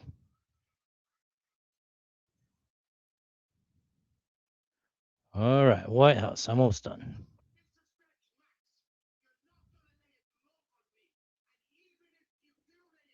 Conor McGregor. Yeah, I know. KO12 would kill us.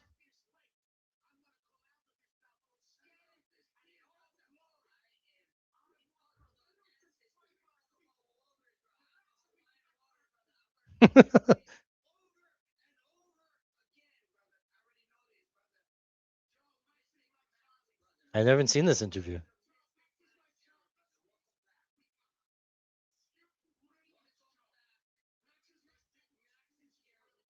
Mystic Max and Mystic Mac.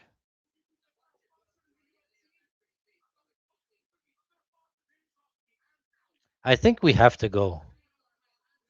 FanDuel has a special knockdowns for Ilya versus Justin. All right, we'll go over there. I finished posting that one there. Yes.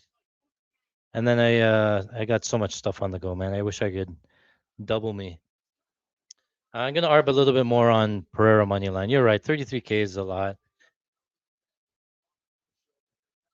It would help.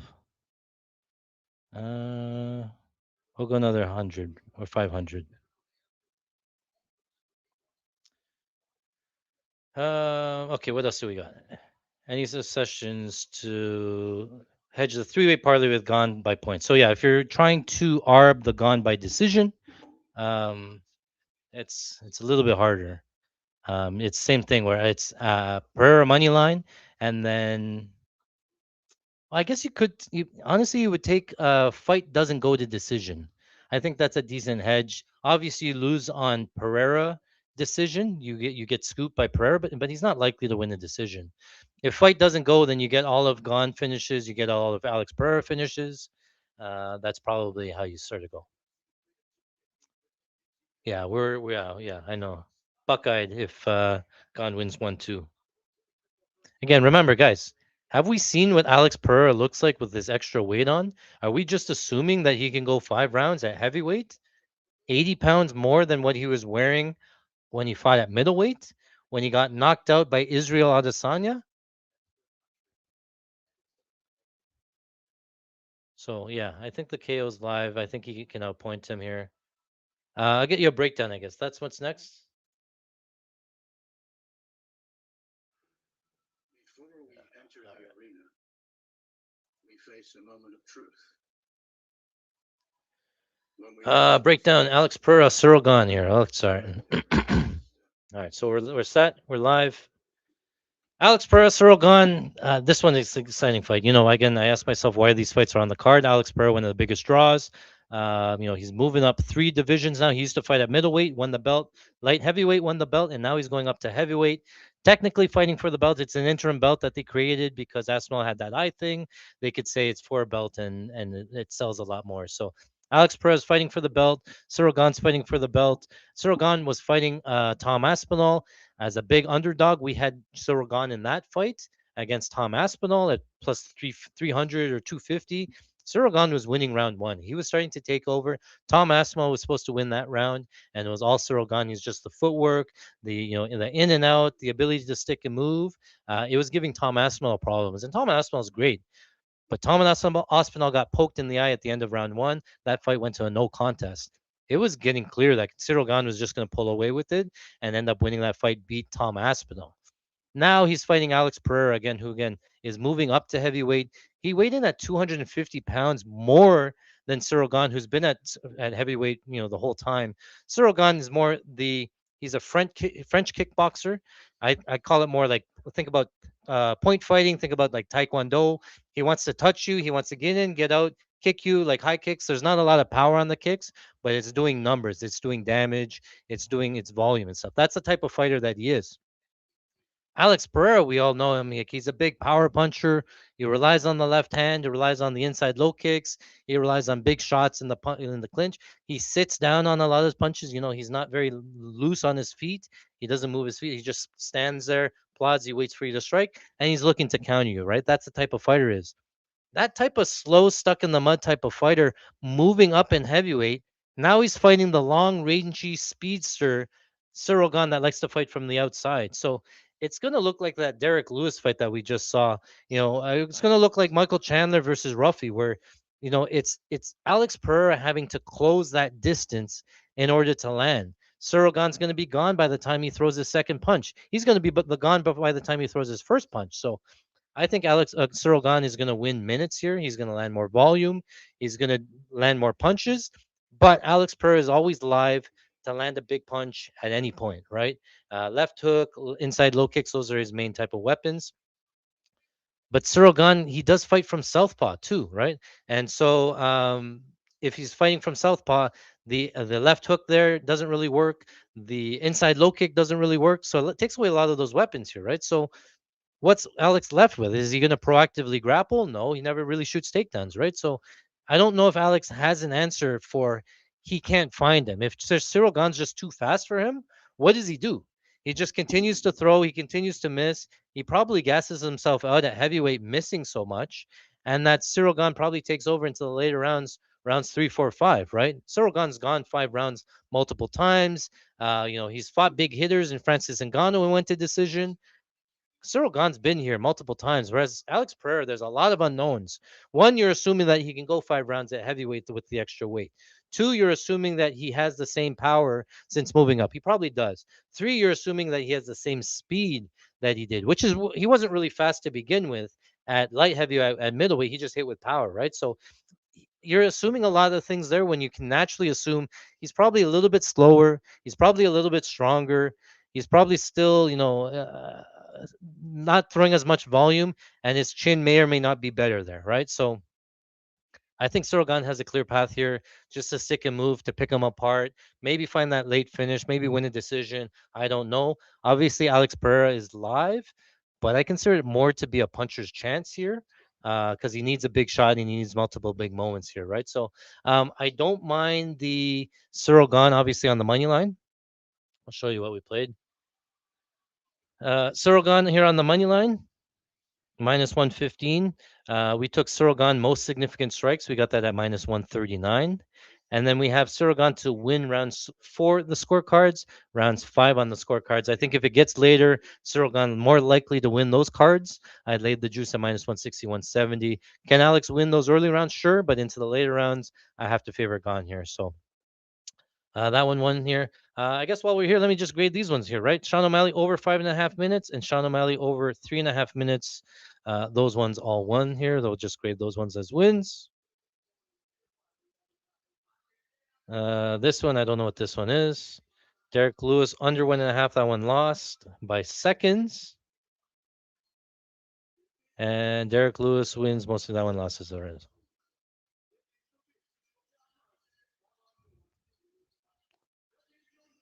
Bon Gammon.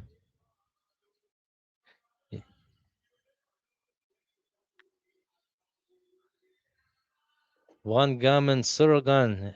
Cyril Gaines.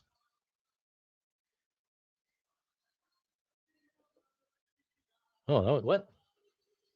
We had $1,000.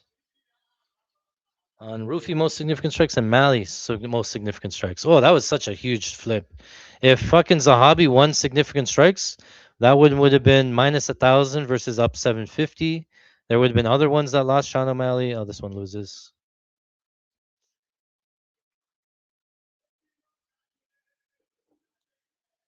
What's the chat's going on?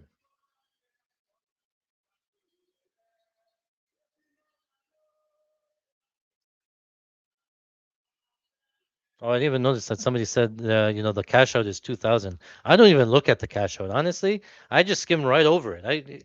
I really should be paying attention to it. I didn't even notice there was a cash out option. Somebody put into the comments. Cashed out my 33,000 bet for $2,000. Nope, letting that ride.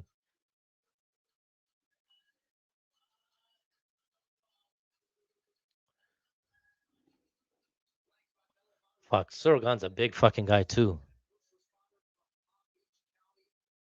John Kazanjian here is the former UFC interim heavyweight champion Cyril Gane and Joe Rogan on any given Saturday night. Hold on.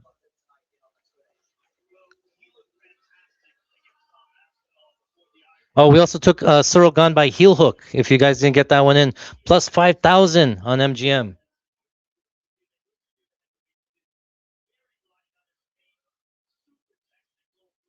Cyril Gane by heel hook. If I could bet Cyril Gane by round 5 heel hook, I would put big money on it just to win like 10 million bucks or something. Like it should have been like 1,000 to 1 or something, but Cyril Gane submission round 5. Go put that in for just a sprinkle if you want. He's dropped for heel hooks, man, in the last couple of minutes of the fight. If he thinks he's up and he thinks he's okay, he will drop back for that heel hook and look for it. So look for Cyril Gane submission round 5.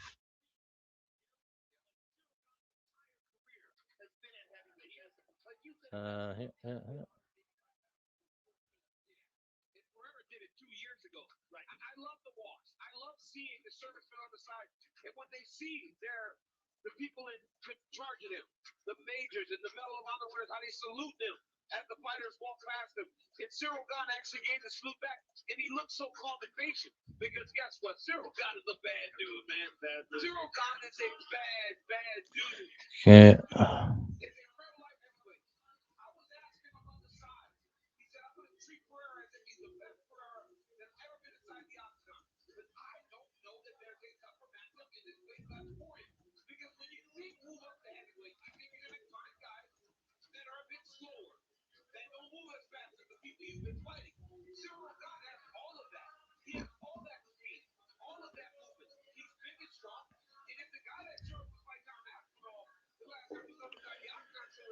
Okay, looking at the chat here. This won't go to decision. Too much power art. How many units did I put on Alex? I ended up putting 2 units on Alex.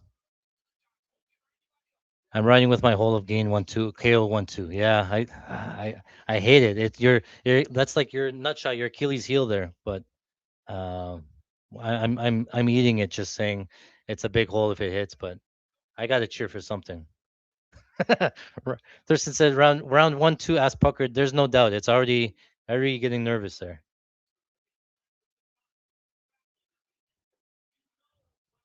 Yeah. Oh, you can. Yeah. Flo's asking. Fight doesn't go to decision. If you wanted to hedge the shoot for the moon, gone decision. You take fight doesn't go as a hedge.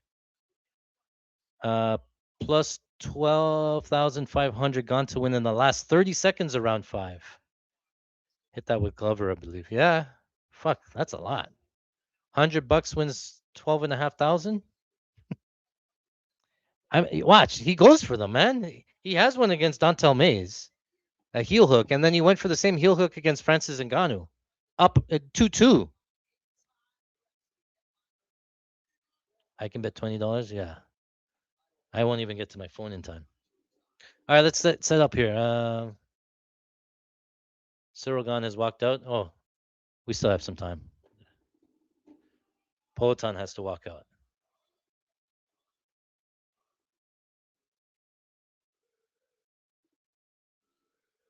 Okay, here.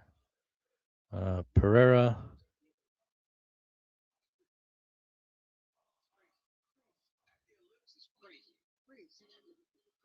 The energy out there must be amazing. And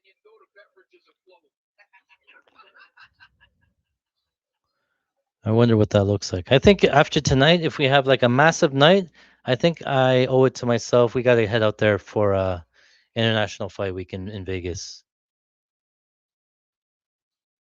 They're gonna play this over and over. Remember that time the fucking UFC guy was in the White House and he walked out from there?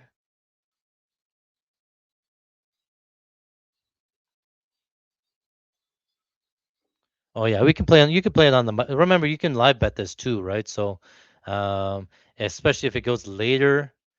Say for example, best case for us, best case I think for us is if Cyril Gahn comes out and outpoints Alex Pereira rounds 1-2, right? And he wins round one clearly by point fighting, wins round two by point fighting, and then gets to round three, and now we're super live. And then Alex Pereira gets out to like plus 400 ish or on the live line or something like plus 500. Then you could load up on Alex Pereira then because Gon only needs one more round. If he finishes him, he finishes like Alex has to win out in order to lose all the other big bets.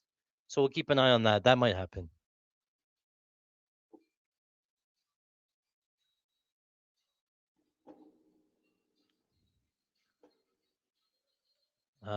I'm gonna make myself another. I'll get a drink. Give me a second. I gotta get a drink.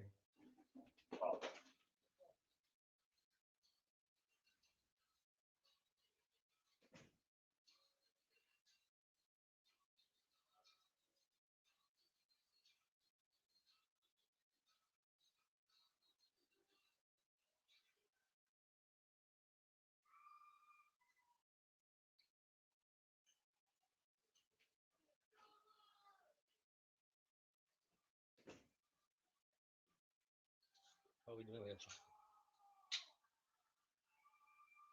Drama. All right, we're back. Cheers, boys. I got one of these whiskey cola, Crown Royal and Coke in a can. Joe Daniel and I remember acutely when we were all there in November 2021. Okay, where do we at? We did the breakdown. We got the bets in. We're ready. I gotta log into my. I've been. Where's my phone going?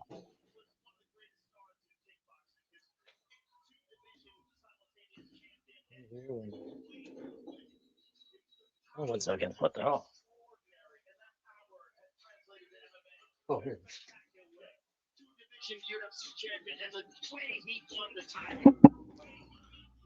All right. Let's log back into DraftKings.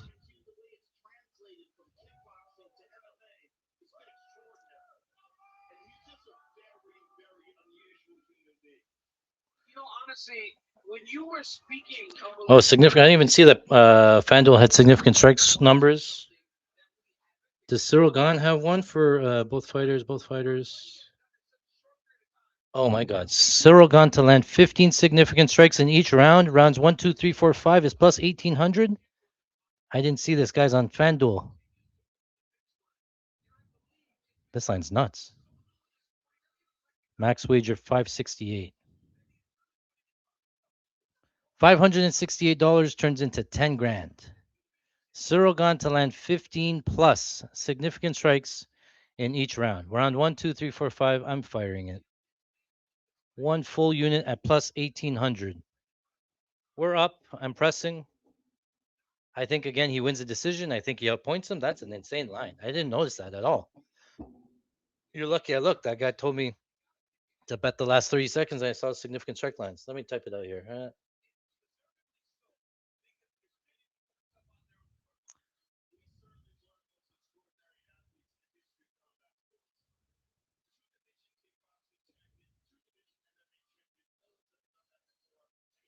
Really? I locked?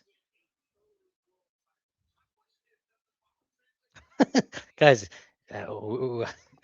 insta lock. As soon as I hit it, it locked.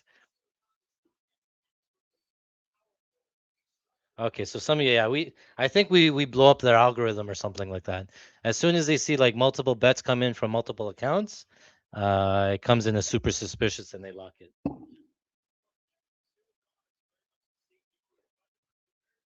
Like, oh, that's fucking hard again. Arts guys are on it. Looks like the bigger fight. Right. Looks like the bigger guy. 9 title fights since November of 2022 for All right, how are those nerves, boys? Must be a blessing that has to reach. Yeah, but you already have gone decision, right? Gone decision is plus 200, 250. And if Gone wins a decision, it's through striking plus 1600. Yeah, it's go hit it again. That's literally how he wins a decision. You're getting his decision equity by his most likely path of significant strikes. Like if you said Gone had to win a decision with 3 knockdowns or something, yeah, that's not how he wins.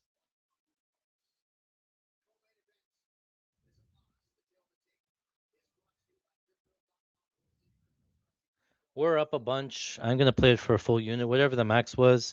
I can win 10 Gs on top of the other parlay, right? 30. Now, yeah. Now my decision is even more, right?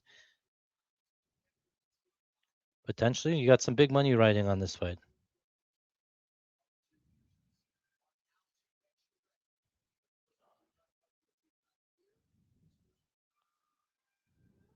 We got to watch leg kicks here. Leg kicks from both guys. Every time a leg kick lands, we have to watch the lead leg. I don't know if Alex Pereira can fight from southpaw if he needs to. So we're keeping an eye on Pereira's cardio. We're keeping an eye on the low kicks. We're keeping an eye on the game plan. Can Alex Pereira take this damage, sort of thing? Can Alex Pereira close that distance, or if Gon's just super fast? So let's see here. Again, I think that Gon takes over late, so I'm going to load up 2 units on Cyril Gon here on the money line.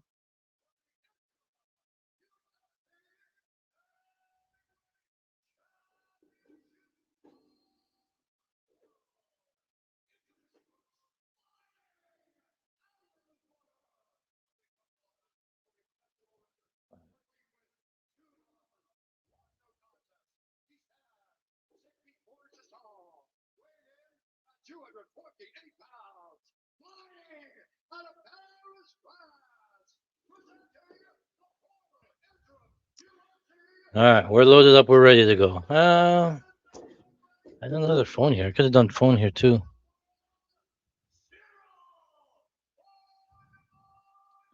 Gonna load up my Caesars account. You guys keep dropping. You guys are that same parlay that we hit is plus 1100 now.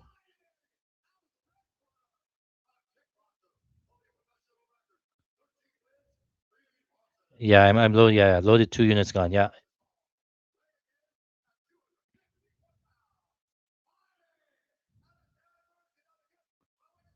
Just because I haven't had good live betting opportunities. I think we hit 1 live bet all fight or all night, and it was super juiced minus 270. So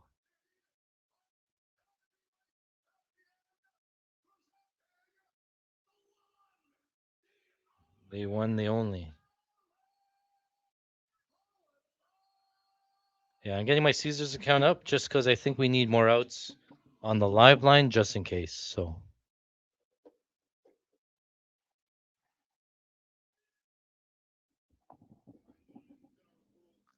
yeah, like sir, the fight's about to start, huh? He's like, Derek Lewis lost. I'm fucking going to bed.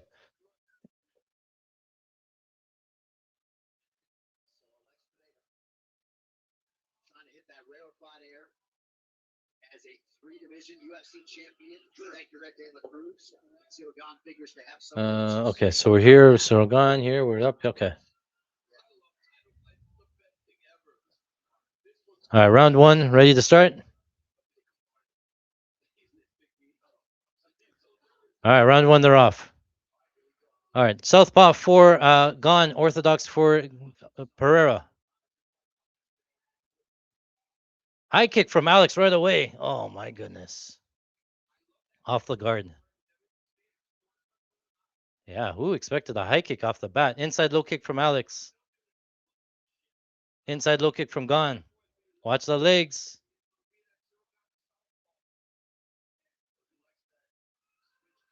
Jab to the body, Alex. Watch the lead foot position. Normally they step on each other's foot sometimes to like land the hit. Oh, another head kick there from Alex off the guard. Inside kick from Gon.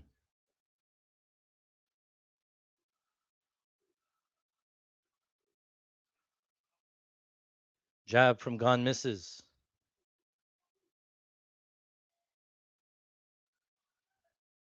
All right, outside low kick misses from Alex. All right, 1 minute gone by, boys. Only 9 more. Left straight there from Gone misses.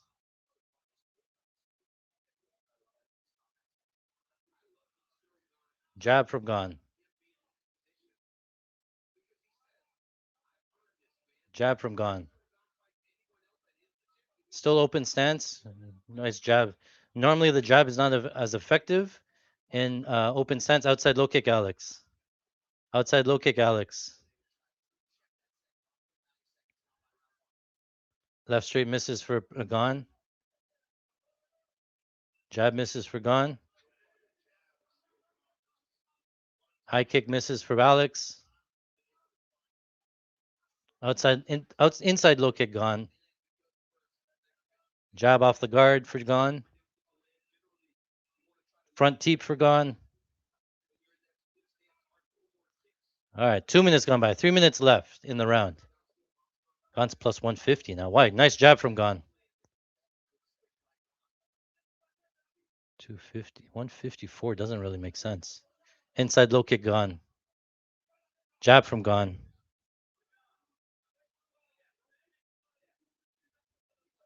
I want to fire this 154. My location's not on. What the hell? Oh, Gone looking for a takedown? Nope.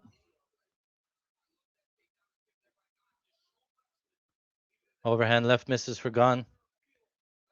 2.5 left to go in the round.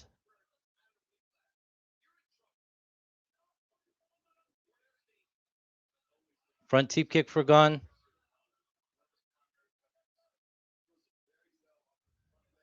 Plus 120, that Gone's line coming down.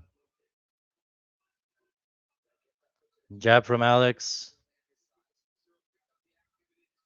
Outside low kick for Gone. Right hand lands for Gone. I'm going to play it Gone. I played it on Poly. Let's checking my location on DraftKings. I'm playing Gone at 2 units at like plus 110-ish, plus 120-ish. Nice jab from Gone. I think he's winning this round. Alex is starting to come now on the front foot. Inside low kick Gone. Alex, Gone's getting his game off right now. 90 seconds left to go in round number 1.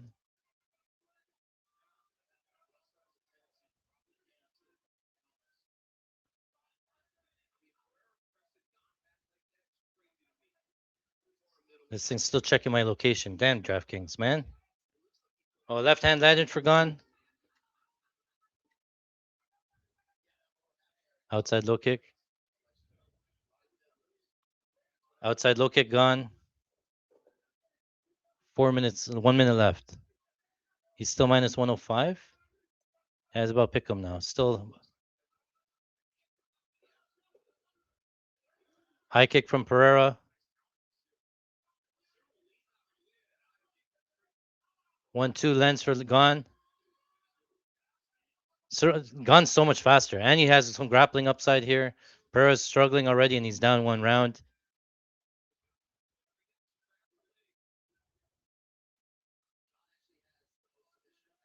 Head kick Pereira off the guard. Inside low kick, high kick from Gone off the guard. I'm trying not to press another Gone, but I think the live line's gonna run away from us. If you don't get Gone now, he's gonna get to minus 300 very soon. 10-second clapper.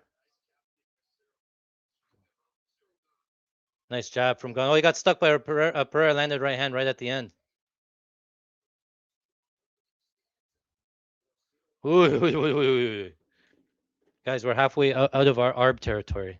There was the butt clenching. My DraftKings keeps spinning for some reason. What do we think in 15 significant strikes? You think Gone got there?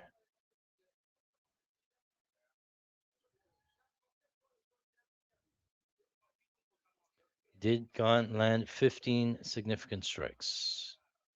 Let me know in the chat. Oh, fuck you guys. I missed these comments here. Sorry, it's gone. I locked it. Yeah, we moved markets over here. $75 at 1600. 1600. What? Oh, you missed it. All right, so I thought that was a gone round. No, I'm going to score that round for gone. Round 2. 24-11 significant strikes. 24 significant strikes according to ESPN. I still have a Cyril gun loaded up for 2 units in the bet slip again, just in case I see something else. Oh, round number 2. Oh, no, I pressed the wrong button. I meant to hit the start button. Oh, and I bought more Cyril gun. There's no such thing as mistake, just happy accidents. High kick, Pereira just off the guard. Oh, that right hand landed for Gon. Gon with the takedown attempt, clinching. Defended from Pereira. Oh, he got dropped him! Oh no! Oh no! Pick him up! He's finishing! Gon's gonna knock him out! Gon's gonna knock him out! In round 2, he dropped him. Elbows from Gon on top. Pereira's looking for a takedown. No, don't do it! Stop him! Gon's getting back up. Oh, Pereira's back up. Pereira's back up. Oh, Gon right hand. No, we need to survive 4 more minutes of this. Oh, God, no, get less aggressive, man. Back up. Oh, no, Gon's looking for a finish. Oh, big elbow over the top for Gon. No, don't do it. Don't do it. Oh, right hand, left hand, uppercut. Oh, clinch him, please. Takedown, please. Herb. Stop the fight. Lightning. Ah.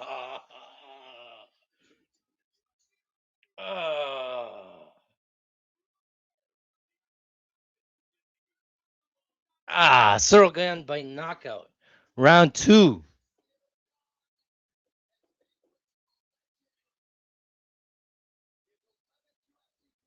Oh, imagine how being that fucking live.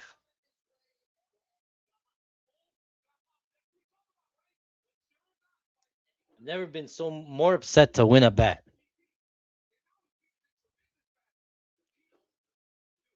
Never been more upset to win all of these damn bets. Oh, he fucking looked good, man. Cyril Gane moneyline wins. Yay. Cyril Gane most significant strikes wins. Yay. Round 4 scorecard winner pushes. Round 5 scorecard winner pushes. Gone decision only. Hokit decision only. That one push. Topuria, Hokit most significant strikes. This one wins. The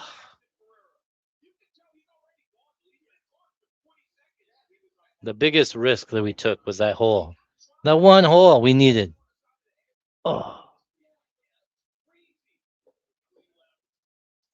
Topuria, most significant strikes. This one hits. Oh, man, yay.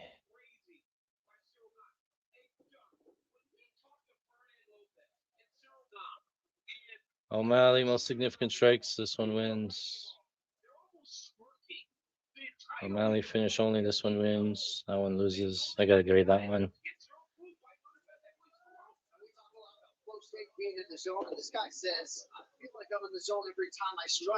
Yeah, he didn't need it. It wasn't about size. Low kick saying, yeah, he shouldn't have bulked up. You don't fight Cyril Gane with size. Unreal. The fucking the amount of times. Hokit most significant strikes wins. O'Malley Gane most significant strike. Oh, we're down to yeah. He will get a 4th crack at the undisputed. Topuria win. What is this mean? Gathje. Oh, plus overall. Okay. These ones all push. Probably this one loses. Gone decision only pushes. Topuria decision only. This one's alive.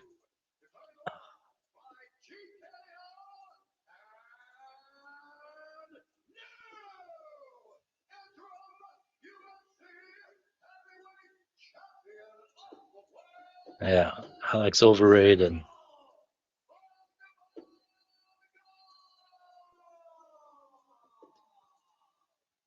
Congratulations, sir. I'm here with the winner, Cyril. This one pushes. This one pushes.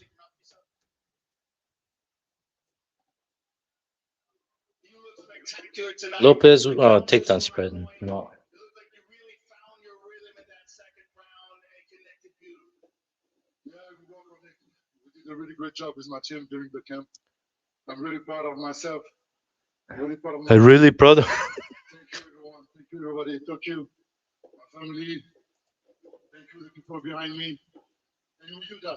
It was possible to do. Oh man, another loser. Because it was a beautiful jab that started the trouble. You connected as he was coming in, just with perfect. We're 6 of 7, boys. And that's what rocked him, and that was the beginning of the end. Yeah, we do. Everybody know I'm a great athlete. I'm not very well. I'm very technical. But the people underestimate me.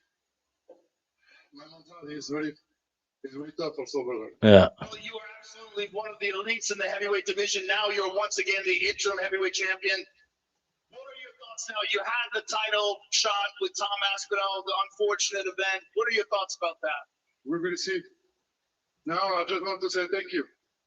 Thank you to Dana. Thank you, UFC. Thank you, Shama and his team. Thank you, guys. And next, everybody already. Let's do that in Paris in September. Well, sir, congratulations. Enjoy this. It was a spectacular performance. All right, boys. It is what it is. No, I did not win. You took a tremendous chance vacating the light heavyweight title to try to win the heavyweight title. Wait, he gave up the light heavyweight belt? Alex, você tomou um risco gigante, vagou o cinturão meio pesado para tentar isso hoje. Como é que você está se sentindo?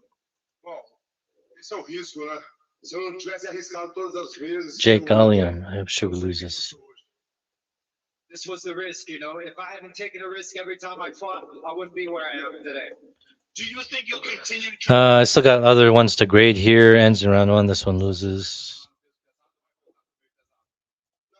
Any other big ones that we have left? That was it.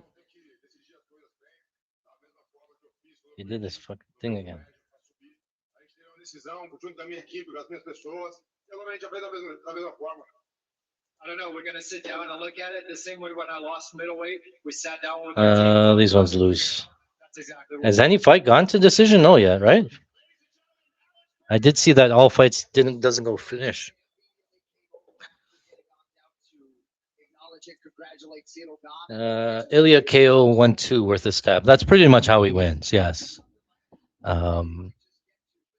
It's most likely 1-2. It could be later, but if he KOs him, it's probably going to be 1-2-3 in that type of range. Just his boxing's too good. Bro says you're doing a hell of a job. Thank you, sir. We've been live. We've been sharing with the people all night, all of the bets. Again, we do this all the time at Patreon. We do these live streams every week as well at Patreon, patreon.com/FightingStats. But you can see what I see. So we watch the fights together.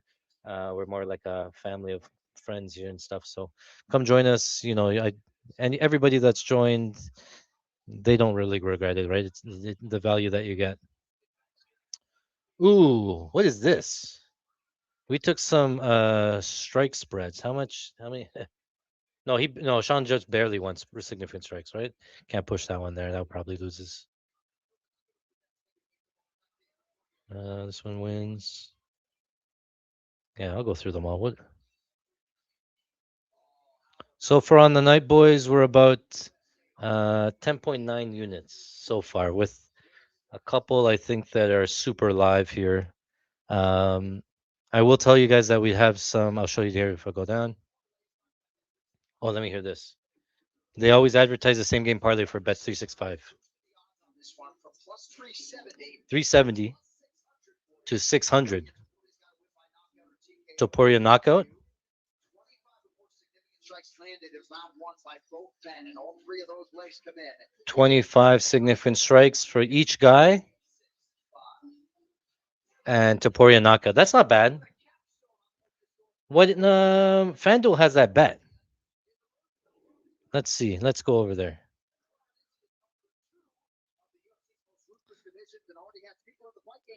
Both fighters to land 25 significant strikes in round one.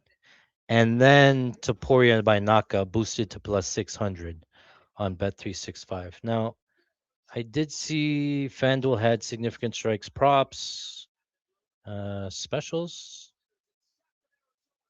Takedown. I didn't even look at these specials either. Both fighters to land 25 significant strikes in round one on FanDuel is plus 130. So you're getting the KO, Ilya KO at plus 600. It's not a bad bet. It's not a bad bet if you want to take it. There is some good value there. Um, Actually, if anybody has bet 365, there was a bet that I wanted. Oh, actually, guys, if anybody can help me out, put me into a bet, please, on bet 365. I forgot to post it. I don't know if I can post it in the chat. It's same game parlay, bet 365. Ilya Topuria, Ilya Topuria, not most strikes, lands 150 strikes, not significant strikes. 150 strikes, and then put wins a decision. So Topuria 150 strikes, and Topuria wins a decision, or fight goes to decision. I think it was plus 11,000, 110 to 1. If you guys can get me money on that, I will pay you back. I will give you a piece of it. I will free roll you for you. Anybody on 365 that wants to play from their friend and stuff.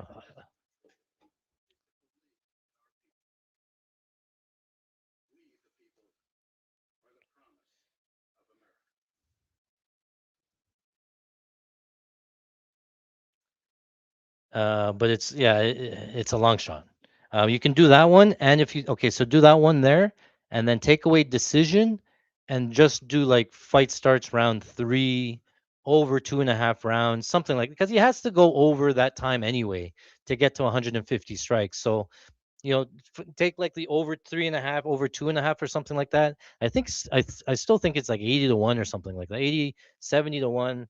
I was trying to get it in, but I don't think I could. So you would do yourself a favor by betting that. I wouldn't bet it because it's not my account, but if you bet it,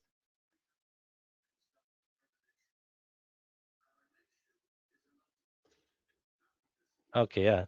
Message me,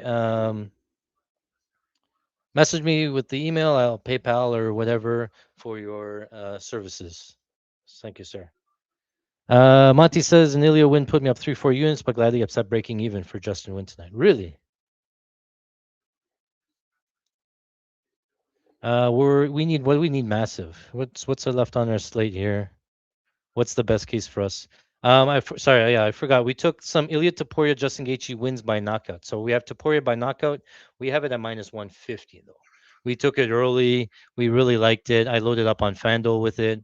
I got 1860, so about 3.4 units on Topuria by knockout. Obviously that line moved, and then I took a little bit of Topuria most takedowns. This is the two-way line. It pushes if he doesn't get a takedown, minus 250 there. Those were the straight up bets. What else do we have in parlays? We need Topuria most significant strikes, both of those ones to win about 1.5 units. Topuria most significant strikes to win another quarter unit. Hoke got takedowns. Dawkins did not get takedowns. So Topuria live. So we need a Topuria takedown. That's good. Because we have KO. We have a lot of money on Topuria KO, but I will say that Topuria by submission is live, very live. Right. So we could lose here if Topuria wins by submission. I hate that idea because I think if it could get there, he could get there. Right. So we need the over half takedowns here for about $900. If he gets a takedown, you might find that submission. And then we have some. Oh, this is not a bad line here. It's Ilya Topuria on the money line, and over 4.5 minutes. It's Ilya Topuria on the money line and over half a round. Over half. Oh, that was with both sub only. I had some both sub only that pushes. But maybe he doesn't get him out there right away. I don't. I think it goes a little bit later. I don't think he starches him right away. I think it's like Topuria KO, 2-3-4 in that range.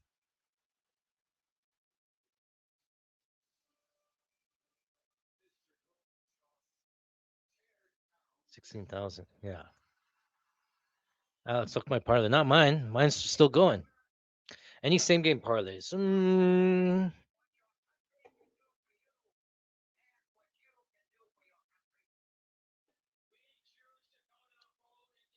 last fight there. Plus 550 Topuria first 2 minutes. I guess that's not a bad. Uh,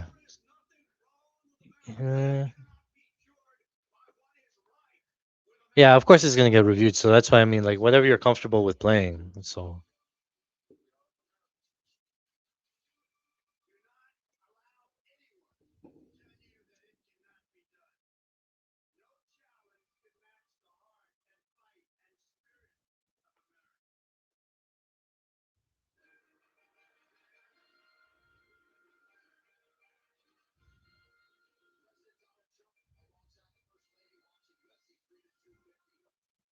I think that 150 strikes is good enough alone. It's plus 1,000 just by itself. So if you played that on 365, it's probably a good look as well. And it strikes, it's not significant strikes if they're if they're on the ground at any point and Topuria is trying to keep position and he's just doing like these little rabbit punches and stuff. Those all count. All of those significant strikes count at any point. If they're on the fence at all and they're clinching and he's like hitting the the side of his ribs and stuff, those all count as strikes, right? And then now you're getting Topuria by decision, which is live, I will admit, right? But you're getting it as a massive price. Yeah, look it up. He just put it in. We just talked about it there.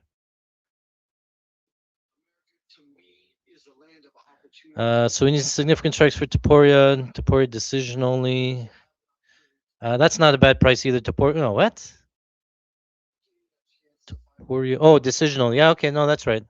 On DraftKings, Ilya Topuria decision only, I think was like minus 160. And, I still think he should be a favorite to win a decision, even if it goes to decision. I know that he has some finishing equity, but the decision only line for Topuria on DraftKings minus 160 is, I think, is a very good line.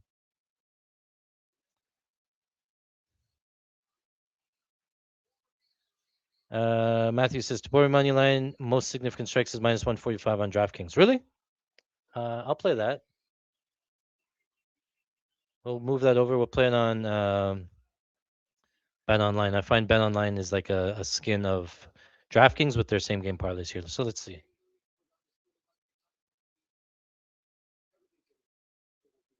Yeah, 100 strikes, 150 strikes. It's a 5 round fight, right? So that's all you said most significant most significant strikes Topuria, add, and Topuria money line. Minus 147. That's a good line, man. That's a good line. You're getting minus 500 at minus 147 to do something that he should be doing anyway. What's my max payout here? I can do 1,000. We're doing really well on the night. We'll go 2 units at 1100. I want more on Topuria and just win by KO. I have a bad feeling that he wins by sub or some shit like that, or something weird happens where the read is there. It's like Topuria dominates him and stuff, but we just miss our bet because he dominated him in a decision and we lost, or it was a submission and we lost, sort of thing. I think the read is there. It's right. It's just I don't want to lose bets because of it. So we'll play it here minus one. Oh, there's the max bet 500. Mother. Okay, hold on. We'll do it for 2 units. On this guy's asking, what do we play on Bet Online or DraftKings? Same game parlay. It's just Topuria most significant strikes and his money line. You get to minus 147, which again is his money line was what, minus 500, and you're getting minus 150 to add significant strikes. He should win significant strikes. That's why he's minus 500. Is that he's the better striker. So just like Sean got most significant strikes because he was a better striker, just like Gon got the most significant strikes because he was the striker. Just like Hoke got the most significant strikes, like he's a striker, Topuria should get most significant strikes.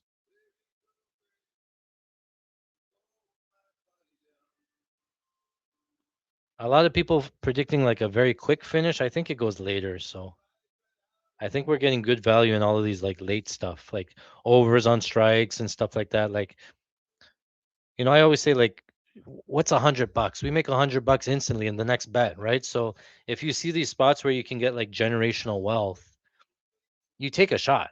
And if you hit it, you don't have to do this ever again. If you don't, you're down what, half a unit that you're gonna get back in the very next fight anyway. Do I think it gets to round 3? I think it could. Justin's pretty durable. I think it gets to round 2, round yeah, like I said, 3, 4, 2, 3, 4 sounds right. But that's why I like this money line play a little bit better. I don't have to worry about the rounds.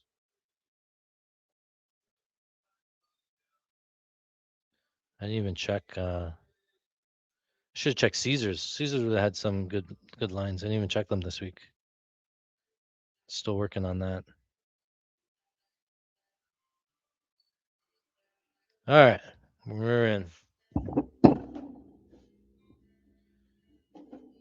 It was the 365 parlay we talked about. The bet 365 parlay. This is the same game parlay.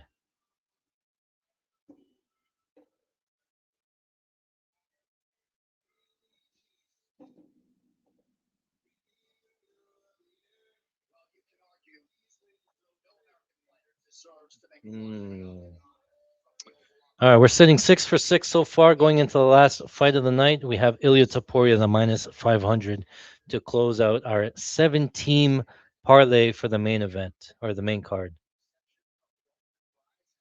I only played it at MGM because I'm trying to look square there. I heard people got a lot better lines elsewhere, but MGM just charges so much juice that.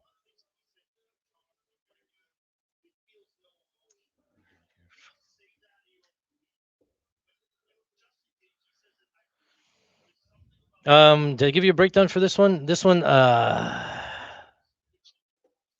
okay. For me, it's obviously the Ilya Tapor is one of the biggest draws. That's why he's here. Justin Gaethje's coming off the interim belt, beating Paddy Pimblett. I think that was just more of a Paddy Pimblett's not the best striker, and Justin Gaethje's decent enough striker, and he looked good in that fight. I get it, but Tapor is just on another level with his boxing and stuff. And I've tried to fade him with Volkanovski. I tried to fade him with Holloway and stuff like that. Not that I'm saying I'm jumping off the train or something, but the way that he put out these guys who are like all pound per pound, like Hall of Famers and stuff like that, like I don't know if he's going to be able to do that, right? So, sorry, one other thing. I was trying to do two things in that.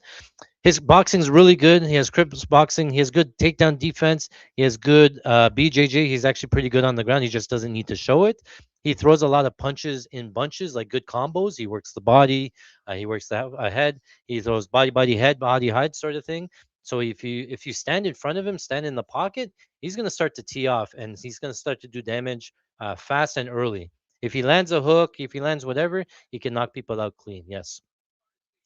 Justin Gaethje, he's like a similar type of fighter where he wants to be in the pocket. He holds your head down and he throws uppercuts. He's in the pocket. He's like dipping and moving. That's his type of style, right? So it's not like, if you were to beat Topuria, you probably have to outpoint him at range, right? You have to work leg kicks. You have to work a jab. You have to stick and move.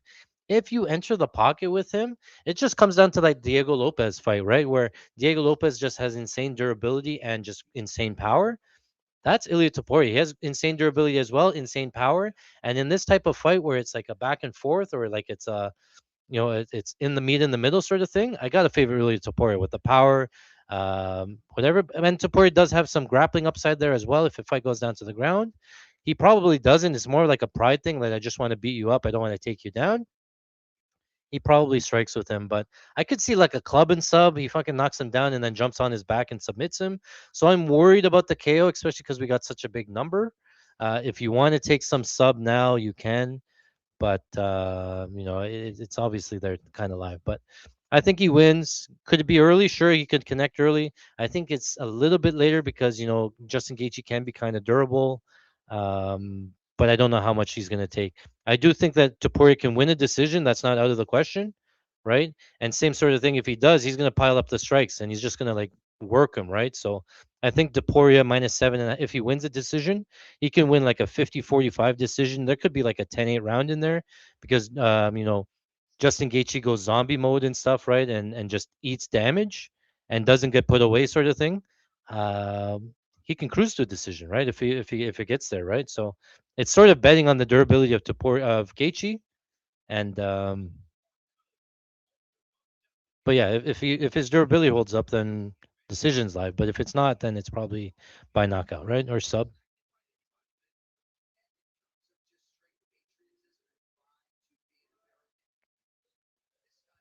6 or 7.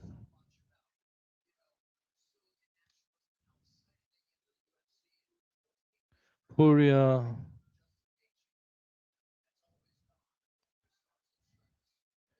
All right, pretty good card so far. What do you guys think in terms of the card? Rating it 1 to 10. Best card ever. Craziest card, most memorable card. Can you imagine winning 35K on the fucking White House card? Oh, now it's just gonna burn that he didn't win it. How many units did I go in the same game parlay on Topuria? It's not 6 strikes, right, Miranda? It's strikes, not 6 strikes. And I went honestly, I'm in the gambling mode. I would have gone like 2 units. I would if I could have a unit at least. I would have gone a full unit at least. So it would have been like $500 to win what? Mathing? 160 to 1? You would have retired. Yeah, it could be the Josh Emmett fight all over again. Yeah. And you could put up 150 significant strikes. The strikes might get up to like 300 at some point, right? So if you can play it straight up, I'll take straight up just 1,000 strikes. If you want to get crazy and play this, I just figure like it has to go over in order to get over 150 anyway. That adding the overs, adding decision, it just adds so much value. DK, it's only plus 1,000. That's what I mean. It's off. It should be around that area. That's why I'm saying like when you get generational wealth spots, you take a shot at generational wealth. They don't come around too often. I lose 200, I lose 300 or 400. I get that the very next fight back. Topuria.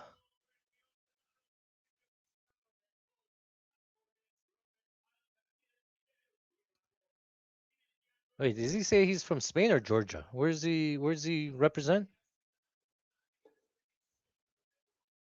Yeah, Georgia.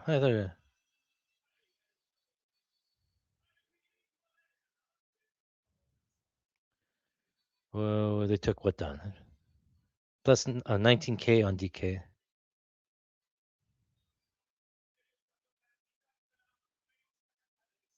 All fights end by KO. Oh man, plus 5,000.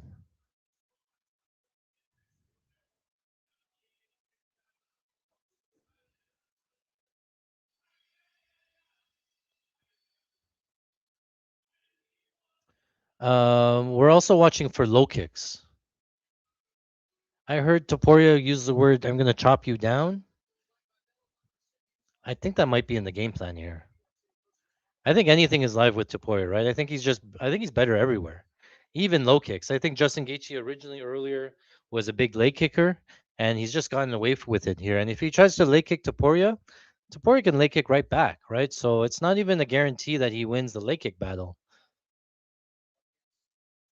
And then I favor Topuria in every other aspect of the fight: punching power, footwork, boxing, BJJ, any kind of grappling.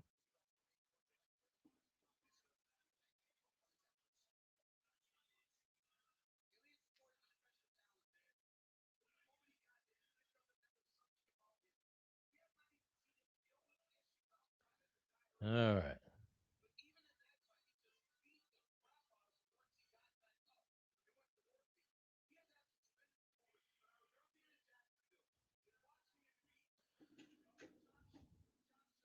Playing potent potables as Celebrity Jeopardy. Playing an art special, Justin have most significant strikes parlayed with Topuria knockout plus 478 Hans. Yeah, it wasn't bad. What was just his money line though? Here we're gonna go Topuria. Gotta set this one up.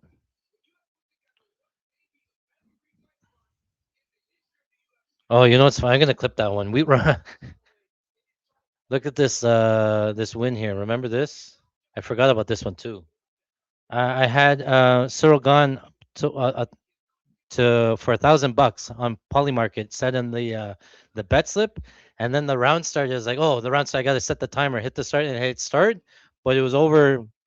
It was over like hit like order. So I ordered an extra $1,000 on Cyril Gahn, but no such thing as accidents, just happy accidents. No such thing as mistakes.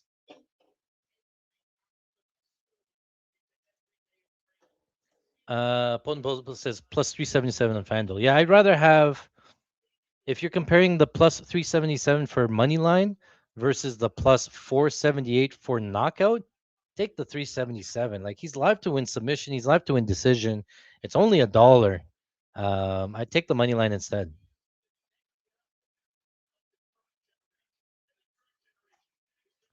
This alone, I don't know if I would play. I get it, but uh, Justin's not a volume guy either, right? He's like he wants to be in the pocket.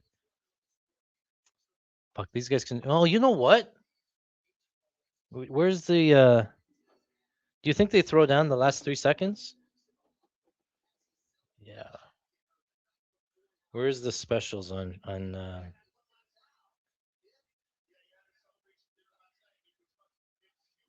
Where's like fight ends in the last 2 minutes or last 30 seconds? When either finish the fifth or 2 rounds.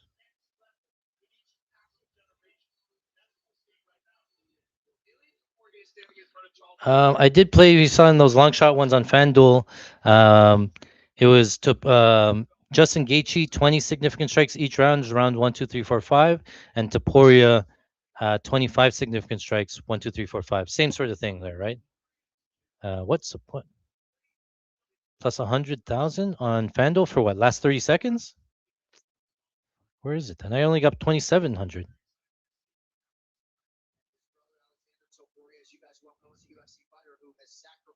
Oh, down here, both fighters land 20 strikes.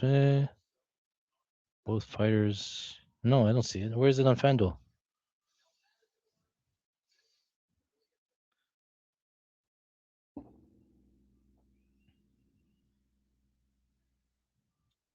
I don't see it. No, I was under significant strike. Takedown specials. Ah, it's gone. And it's gone.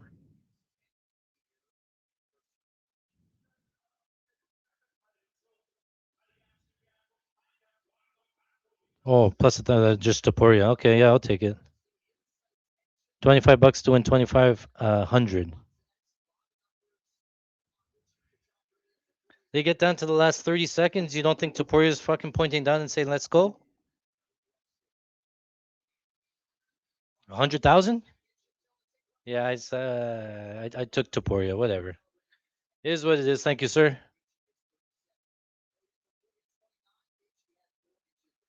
Uh, he just kissed him on the mouth. Who? Oh, his brother? Plus 30,000.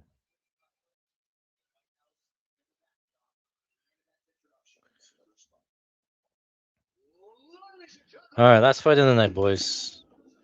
Boys, it's been a pleasure hanging out with all of you guys on YouTube crowd. For those that don't follow, you know, if you like the type of content, just shoot me a follow, shoot me a like. It helps me out, gets me out there. You know, you can tell that I obviously do the research.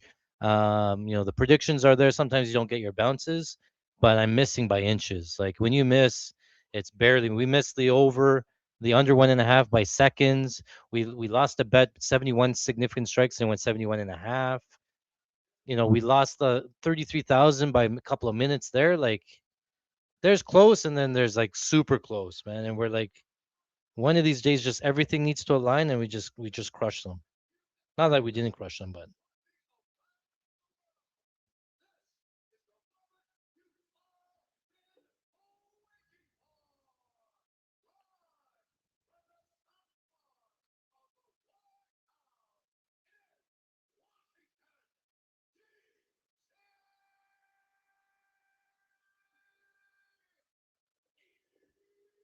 okay. This one, round one. Here we're loaded up. Oh no, here we're not.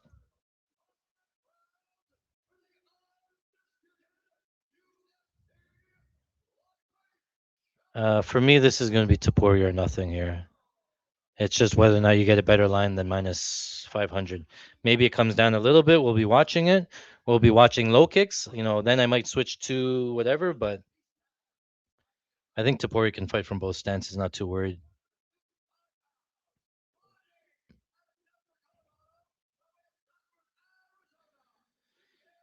Live betting looks that we're looking for. I'm watching low kicks for sure. I'm watching some cardio. Don't really think that there's cardio issues. I'm watching. I want to see if Gaethje looks to grapple, if he wants nothing to do with the ground. That doesn't really make a difference. It's mostly low kicks and how if Justin can fight long or not, or if he has to enter the pocket and land, or if he has to close the distance. We could live bet method of victory as well, so keep that in mind. On DraftKings and Caesars, they do let you bet the exact method rather than side. So be ready to play those as well. Like we might have money on KO, and then he gets to the ground. You might want to arb off on sub or something like that, right? Okay, we're gonna load up Topuria for 2 units, $1,000. Topuria, $1,000.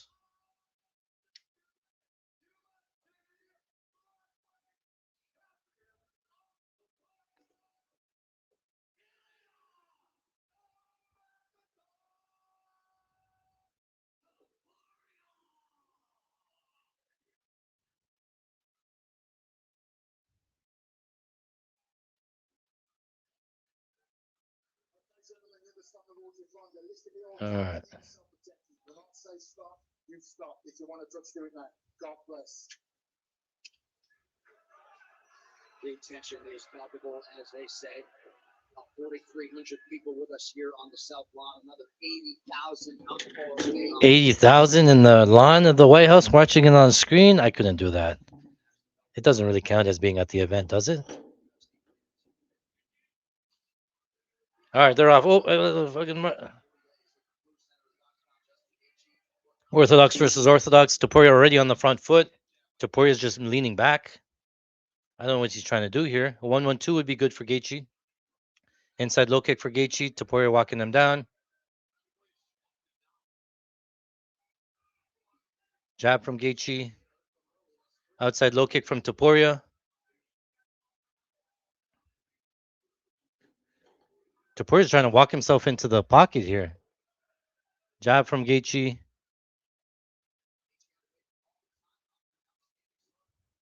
Yeah, there might have been Gaethje's significant strikes with this fucking type of style here. He's just peekabooing his way in, like he's just hiding behind the shield and walking away in. Outside low kick from Topuria again. Keep a in the low leg for Gaethje. Steps into the pocket. Oh, Gaethje, Topuria landed right hand. Oh, we need.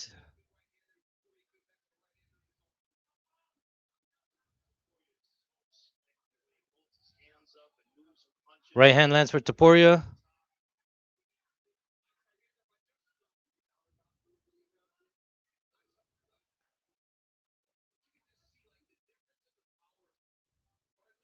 High kick from Justin off the guard. Topuria is so much faster. Oh, Topuria landed again.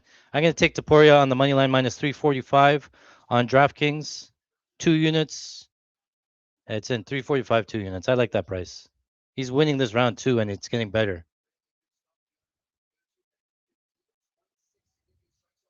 Topuria's landing way bigger strikes. Gaethje looked for a takedown, faked a takedown, came back up with an uppercut. Jab misses for Gaethje. I do worry about the significant strikes here, but nice right hand for Topuria lands. Gaethje's hurt. Gaethje's so hurt.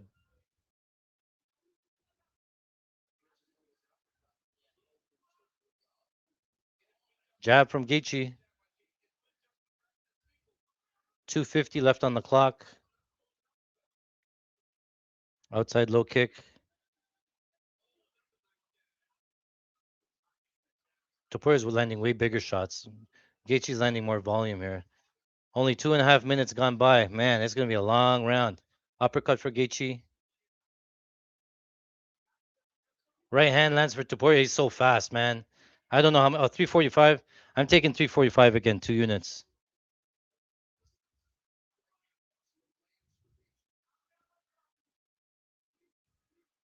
So I got them 345 for 2 units for Topuria. Has him rocked again, Topuria.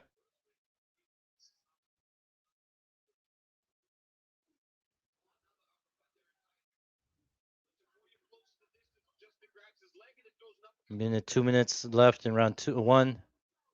Come on, survive, survive. But we want knockout. Oh, Gaethje lands the right hand. We just have some over 4.5 minutes or 2.5 minutes. Oh, yeah, the over 2.5 half round hits. At least we catch that one. And I think we got 3.5 minutes or something. Gaethje lands the right hand. Still orthodox versus orthodox. I want to see more low kicks from Topuria. He's still trying to just walk his way into the pocket. Oh, big right hand for Gaethje lands. Minus 150 for Topuria. What the hell?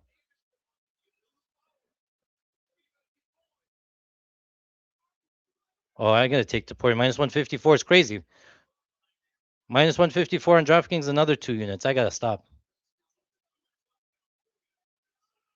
We're 6 units deep on Topuria. All right, we're not even a minute in. Uppercut for Gaethje, for Topuria lands. Oh, Topuria landed another right hand. Topuria has him hurt. Has him hurt. Topuria backing him up. Oh, it's a firefight in the corner. 40 seconds left. Gaethje misses on the right hand. On the neck. Topuria's on the neck. Nope. Back out to space. These guys aren't going 5 rounds. Oh my goodness.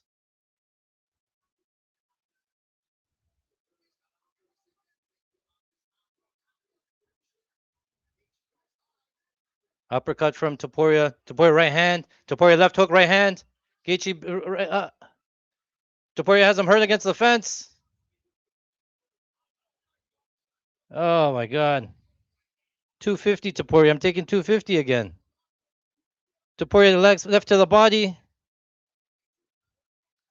We got 8 units. 8 units down.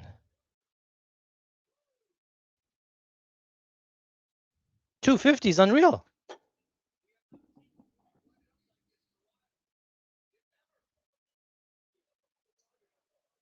The corner's going like Joe Rogan's going nuts on Gaethje, you know?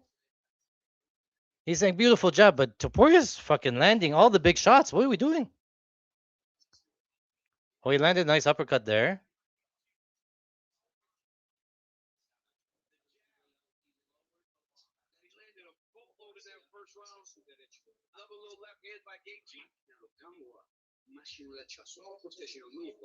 Oh, another right hand. Well, okay.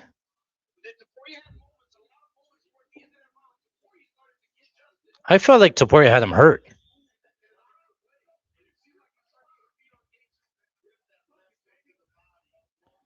You guys, my Patreon guys, what do we? Yeah, I thought that was a clear Ilya round. You're getting better pre-fight, but he like hurt him bad. Justin made it ugly, but Ilya, yeah, Ilya landed huge shots. Had him hurt multiple times. Joe Rogan's making this fight close, man. I gotta put the phone down.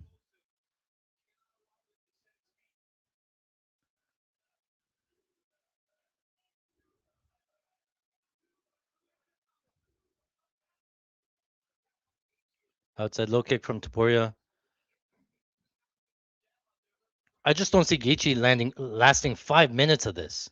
Gaethje's already landed his biggest shots. He hit him clean with that right hand. Topuria did nothing, right? Like It's just attritional. It's like how long can Gaethje land and like take this type of damage? Yeah, okay, he's landing a jab here. He like Topuria is making a difference. He's working the body. Justin's biting on every feint here. Significant strikes is close now. Oh, left hook there. Yeah, see, that's a Topuria type of fight. In the pocket, in that type of range, Topuria's gonna knock him out. 250 is nuts. If I didn't have 8 units on Topuria, I would play at 250.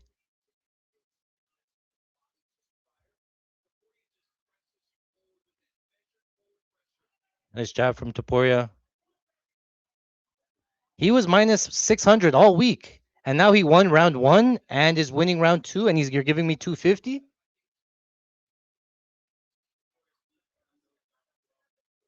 They keep talking about how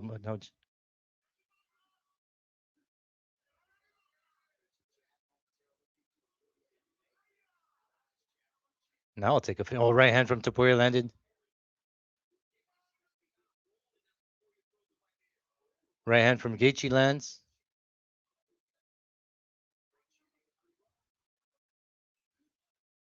Yeah, now do we need decision now? Nice jab from Topuria. Oh, right hook from Topuria. Right hand from Topuria. Topuria had 50 strikes after round 1. You know that, right? Or close to 50? And we're getting 150 at plus 100. Oh, yeah. Gaethje's already slowing down. I don't want to fire another fucking Topuria bet. I'm way too exposed. Topuria's melting him. Minus 250 is a gift. Gaethje's getting melted. Topuria's going to finish him. Couple of body shots. Topuria's wrecking him.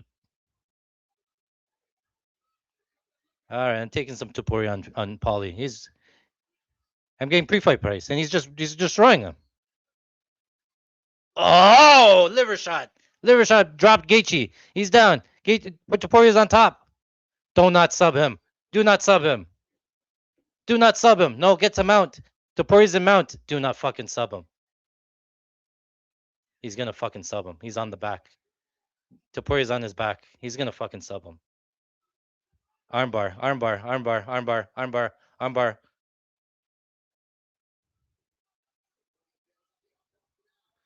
Smash him. Smash him. He's looking for an armbar again. Triangle, triangle, mounting triangle, mounting triangle. Oh, trying to get submission in. Bet the submission if you can. Where's submission? Buy yes, confirm. I don't know what I got, but I bet some submission. All right, Justin survives. Yeah. Arm triangle. He's gonna go back to knee on belly. I forgot.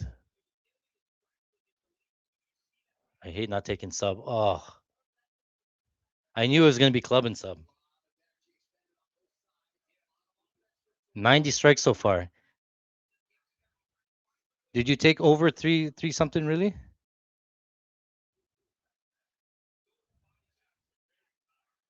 Now Topuria's mind is 1450. He should have been 1450 a long time ago.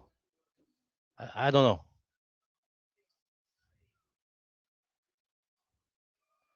He's surviving.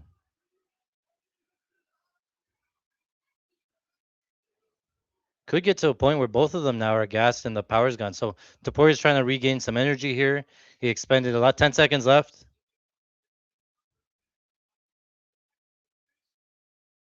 Both guys tired. Both guys agreed to just like, okay, we're good. We're good. All right, let's go to the next round.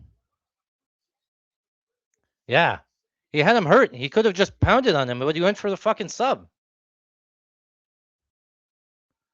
What am I rooting for here, Flo? You said you got it in. What did you get in? Just the goes to decision one? Did you get any like over 3.5? Gaethje said it was a good body shot. We just have decision. We got three more rounds of this. Oh god. Yeah, it's gonna be tough. Yeah, that He could have finished him with more body shots. You know he hurt him. Next time I see Joe Rogan, I think I owe him a beer. That guy kept on talking. Oh, Justin Gaethje's winning. He's making this ugly. Topuria is still minus 600. Great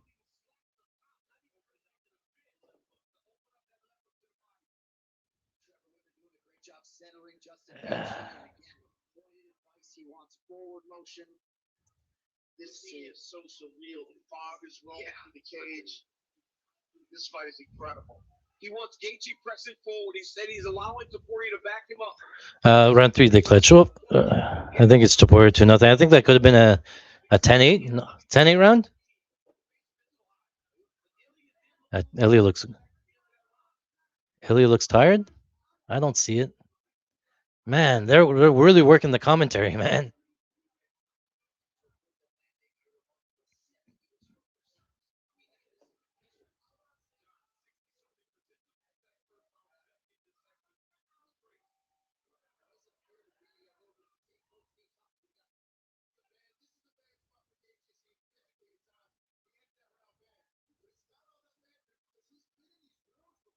Yeah, there's a lot slower pace here.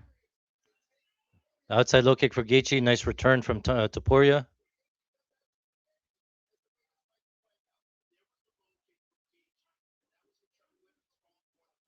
Oh, right hand. Yeah, I don't like how Topuria enters the pocket here.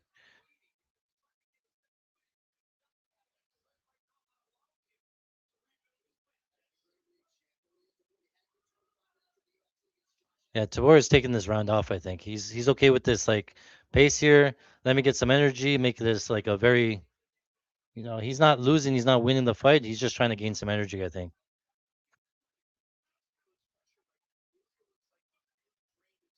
Still landing right hands.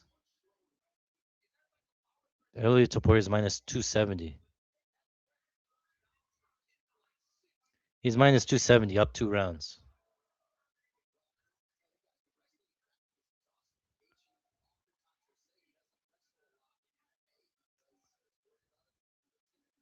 That could have been a 10-8 round last round. No, probably not. Oh, Gaethje landed right hand. He rocked him. Gaethje on top, dart stroke. He landed right hand. He hurt Topuria. Gaethje's on top.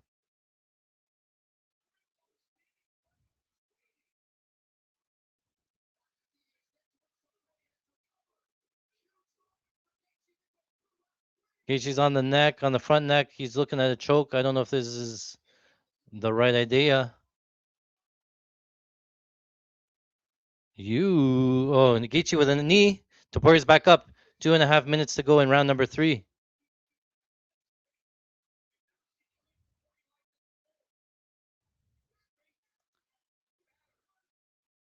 Yeah, Justin. Oh, head kick off the shoulder.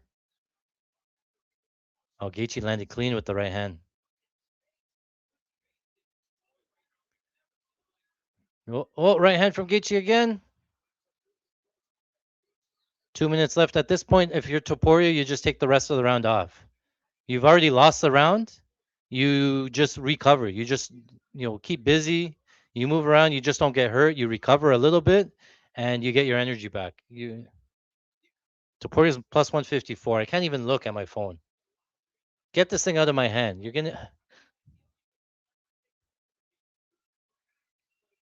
He's plus 150. Topuria's plus 154, but because he's getting worked here, I guess, right? As long as he recovers, it's still 2-1. 90 seconds left in round 3. He is slowing down here. Oh, right hand from Gaethje over the top.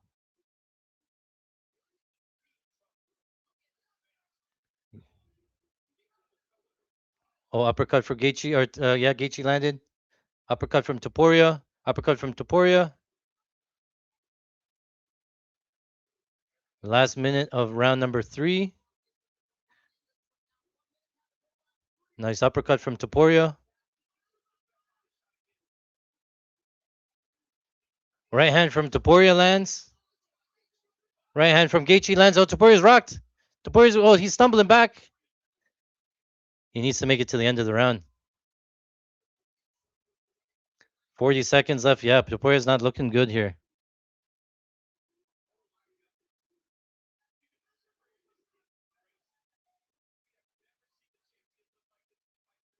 Oh, jumping knee for Gaethje.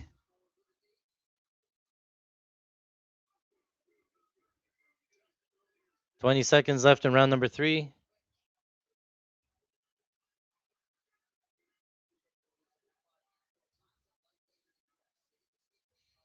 10 seconds left.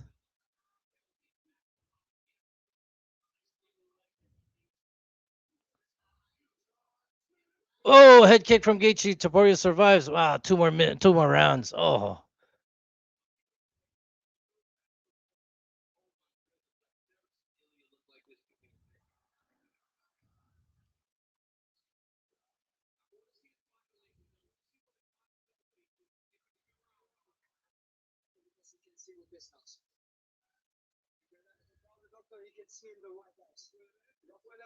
They're calling the dog. Oh.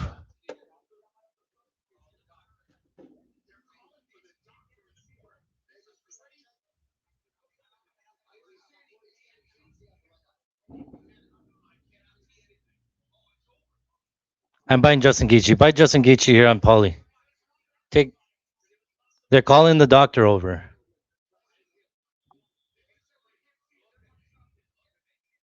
They go take Justin Gaethje on Pauly market. They're calling the fight.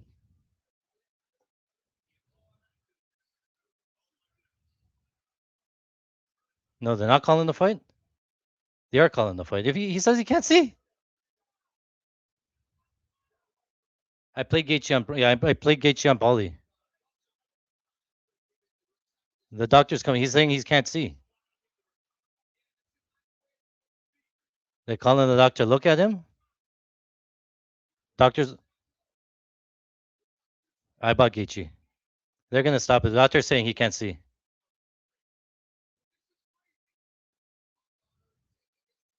What's going on here?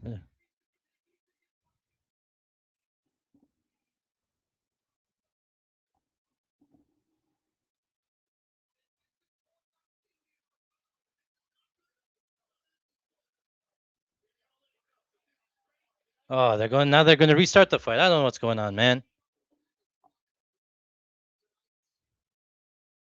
We'll pick up the pieces later, but the Justin's corner says call the doctor. He can't see. The doctor comes out. He looks at him. The doctor says, "Oh no, he can't see. Call off the fight." And then the referee is like, "Yeah, get out of here. Restart the fight." What's going on? Yeah, it's a whole new fight now. He got like 10 minutes break.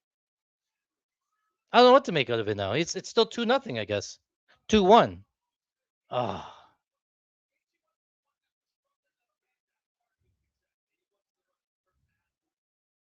Now Topuria's. I'm taking Topuria plus 500. DraftKings for a unit.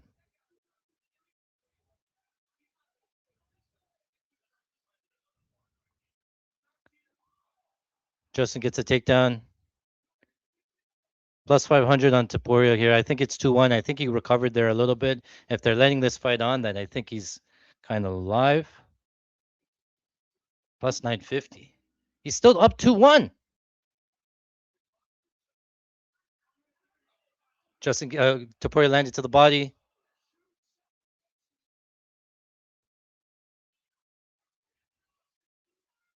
Outside low kick Topuria.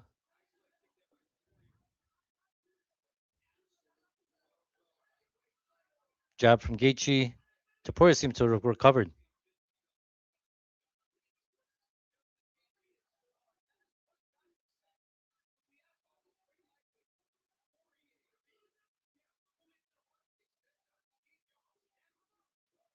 That's true. The right hand over the top for Topuria. Oh, uppercut for Topuria. Or sorry, for Gaethje.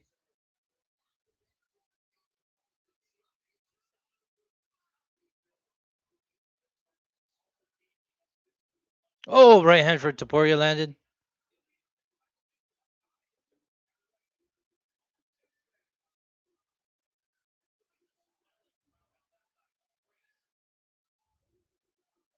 Do I have anything open here? I don't understand what happened. I went in twice. Oh, Gaethje landed again. Oh, Gaethje's hurt. Topuria landed the right hand. I missed that one. My head was down. I was watching Paulie.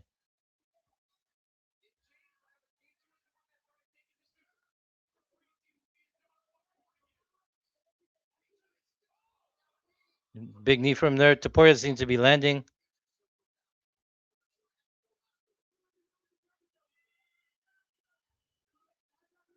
I got some. I gotta walk away from the computer. All I do is when I look at it, I want to play some more.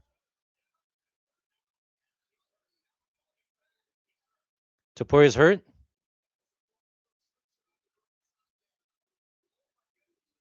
What?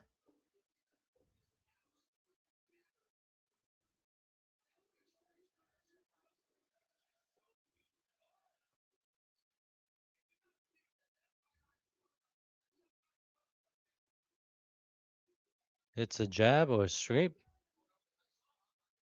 There's an eye poke.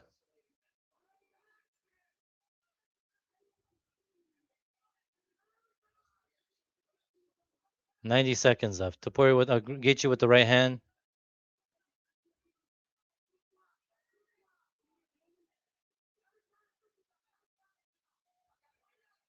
Topuria looking for a trip. Topuria gets a takedown. Topuria into a half guard. Oh, Topuria into mount. This could be the sealer. He could be up 3 rounds here. There's a minute left.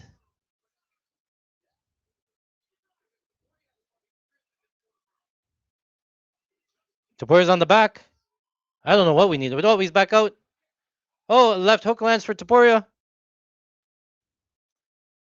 I think we need that decision now. Boys, I think we need that. What's the official count? Can you guys look on UFC? What's the official strike numbers? Right hand from Topuria. Topuria looking for another takedown. Oh, what a sprawl from Gaethje. 30 seconds left.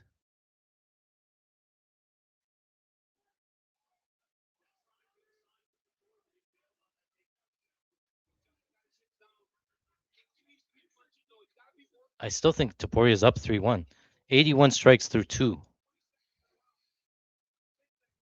123. That official? I need from UFC stats. Oh, Gaethje hurt him to the body. Oh, he survived because of the bell.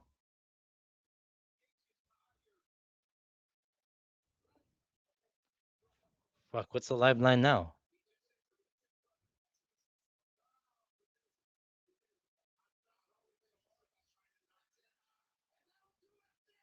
Gaethje won. Gaethje won. Ilya Topuria quit on the stool.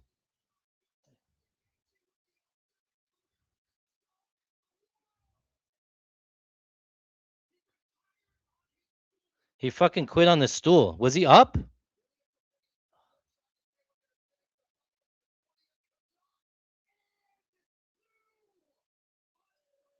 Ah, guys.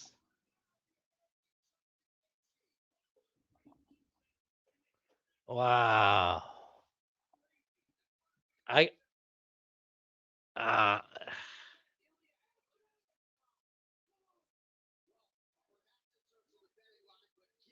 Everything that Justin Gaethje had accomplished in this lightweight division. The fan base and the pundits are not surprised that is I gotta see the scorecards, man.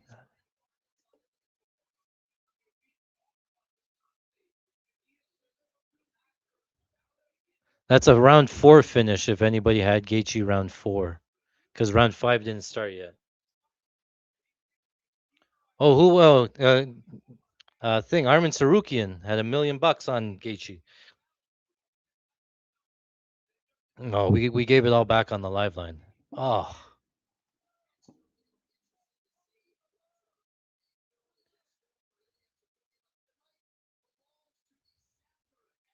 he quit. What?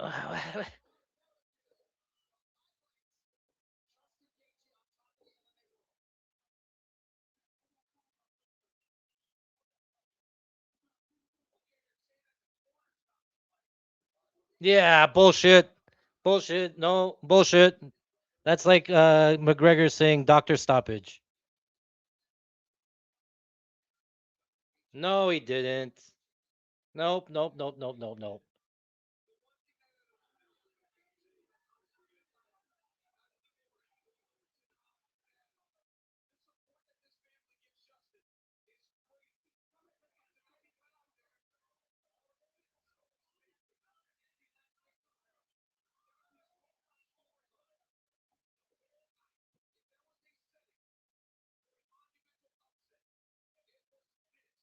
Yeah. Continue to attend to Ilia Topuria, perhaps it was Javier Clement who stopped the fight to try to protect his fighter to fight another day. Yeah, that's bullshit. Bullshit. No, I don't believe you.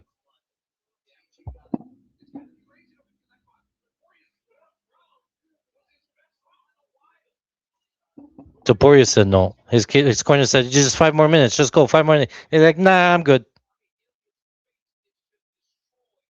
Oh,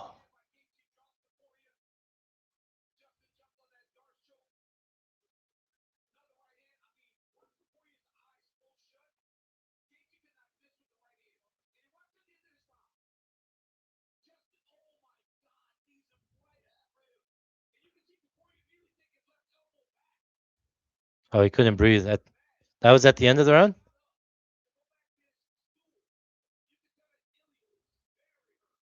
Yeah, he needed a groin shot or something.